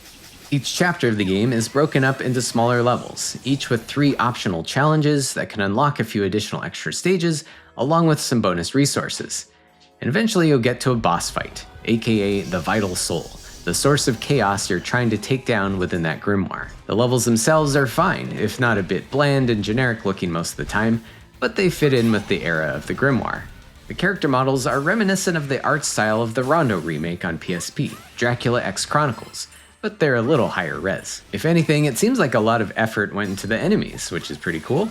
There are quite a wide variety of monsters in your path, with many old favorites from past games, and quite a few fresh ones as well. And sometimes they are laid out before you in really interesting ways to make you strategize your approach to defeating them, assuming that you're not totally overpowered. And I really appreciated the care put into the boss fights, each of them bringing back a classic foe from the past, but giving them refreshed new behaviors and attack patterns.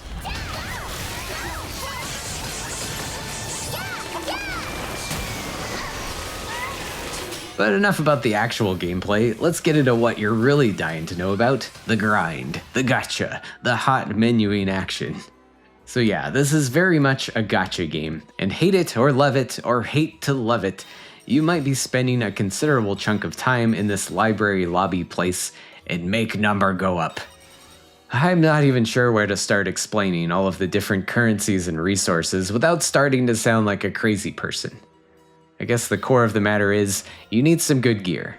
And to get gear, you either need gems, which can randomly summon new pieces of gear for you of varying rarity and type, or you can also get it with parchments, with 100 of them specifically for that item, and these are generally just drip-fed to you as you play. You can also purchase certain gear with a currency called Elgos coins, although mostly fancy stuff, as Elgos coins aren't as easy to come by as typical gold, and normal gold just buys you food or cosmetic alterations. And don't forget about those special Halloween and winter coins for more gear and different outfits. And those parchments, they can also be traded in for other kinds of parchment too, but you'll get ripped off. You probably want to save those for limit breaking your items beyond their base potential. Oh, and those enemy souls can also be stockpiled as a kind of resource, and you'll need those to enchant your weapons. And weapon souls too, once you get further in the game. Oh, and these upgrade gem things are important for incremental weapon improvements, but not to be confused with those other gems. Oh, and we can't forget astral attunement. Okay, I may be hamming it up a bit here, but it's really a lot to take in at first. And going in blind, it's not easy to formulate any sort of plan for your build right away. In the end, it wasn't too bad to figure it out over my 70-hour playthrough, but I wouldn't blame you for looking up a guide or something if you want to save some time. The game does have a help menu for explaining mechanics and currencies, but it lacks anything in depth about the inner workings of the statistics, something I still don't even have a clear grasp on, without doing some external research at least. There's also some more traditional experience point leveling that you get from clearing stages, and there are also these trials that are like small mini challenges to get a quick chunk of experience points, along with extra gold and weapon upgrade items. Once you S-rank a trial, you can also do a skip 3 times per day to just get the reward automatically, or use up yet another currency called the Trial Quill to do extra skips. Speaking of skips, you can also do what's called a simple search, which sort of simulates a level you've already beaten and gives you the parchments and enemy souls you would have gotten. This has a limit of 30 uses per day, or an extra 30 if you spend some gems, which sounds like a ton, but really you can just do them in big chunks to stockpile any certain things you need. Oh, and don't forget to dispatch your squad to get stuff too, every 3 to 6 hours. And make sure to log in daily to get a little bonus from Lucy. Make sure to take advantage of the daily and weekly missions to get extra rewards. Oh god. Yeah, really all this stuff didn't bother me that much in the moment of playing this, but I will admit I don't have much experience with gacha games. And I also don't mind a little RPG min-maxing and grinding sometimes. But in hindsight, I wouldn't really say this game respects your time in the same breath. But you know, is this really much worse than getting every weapon drop in Symphony of the Night, or every card in Circle of the Moon, every soul in Aria of Sorrow? It's hard to say. But again, I'm just glad the microtransactions were removed here. The instant gratification to buy what you need would be too strong. And if I started over with the leveling knowledge I have now, I don't think it would take me 70 hours to clear this again, but I think I'm good on playing this anytime soon though. Even though, after finally getting through all 10 chapters, the game dropped a new game plus and a hard mode on me, which is mildly tempting, but I can't say I'm highly motivated to dig into that. Especially after, beating 55 other Castlevania games leading up to this one. I can't deny it was certainly an epic ending to this challenge, for it taking way longer than any of the other titles. But it was kind of a weird swan song at the same time. Overall, I did like this game though, and I wouldn't really dissuade anyone from trying it, as long as you're okay with that grind. It's kind of worth it for some of the fun weapons you can find. Penta the Penguin, you legend.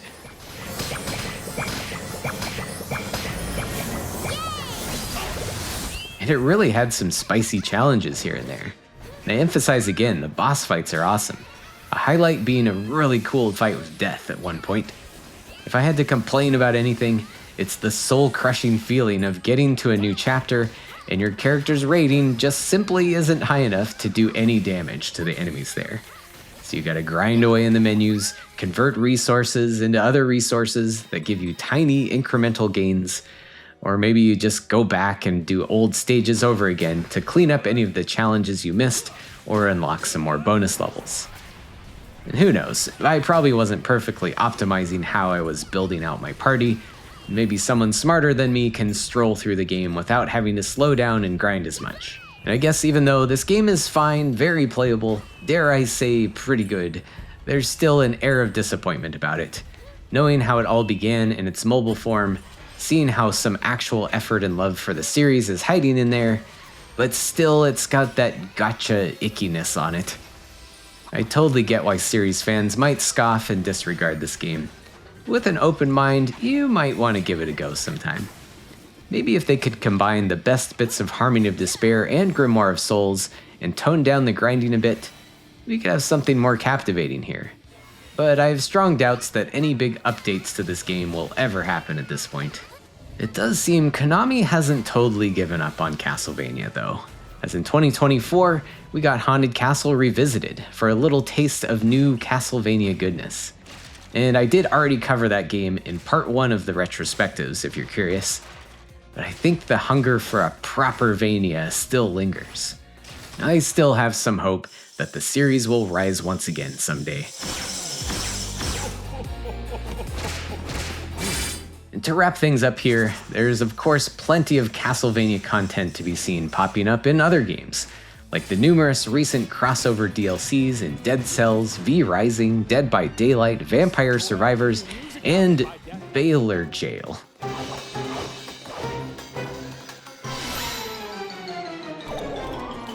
And over the years, there were tons of little character sightings and cameos as well, from Smash Brothers to kart racing to Evolution skateboarding. Yes, Castlevania skateboarding is real, and it's amazing as it sounds. And luckily, diehard fans have been filling the gap as well, with so many fan games, ROM hacks, randomizers, or heavily inspired Vania-likes. And we can't forget the most Vania-like titles of them all from Igarashi himself, the Bloodstained series. Well, maybe I'll dig into more of that extra stuff in another video someday, but for now, I must rest. This Castlevania challenge has truly been an amazing experience, playing through all 56 of these games. And it's time to lie down in a crypt somewhere until some crazy cult decides to resurrect me or something. Now, if you haven't had enough Konami deep dive retrospectives in the meantime, check out my thoughts on the Contra series too. Thanks so much for watching, and we'll catch you next time.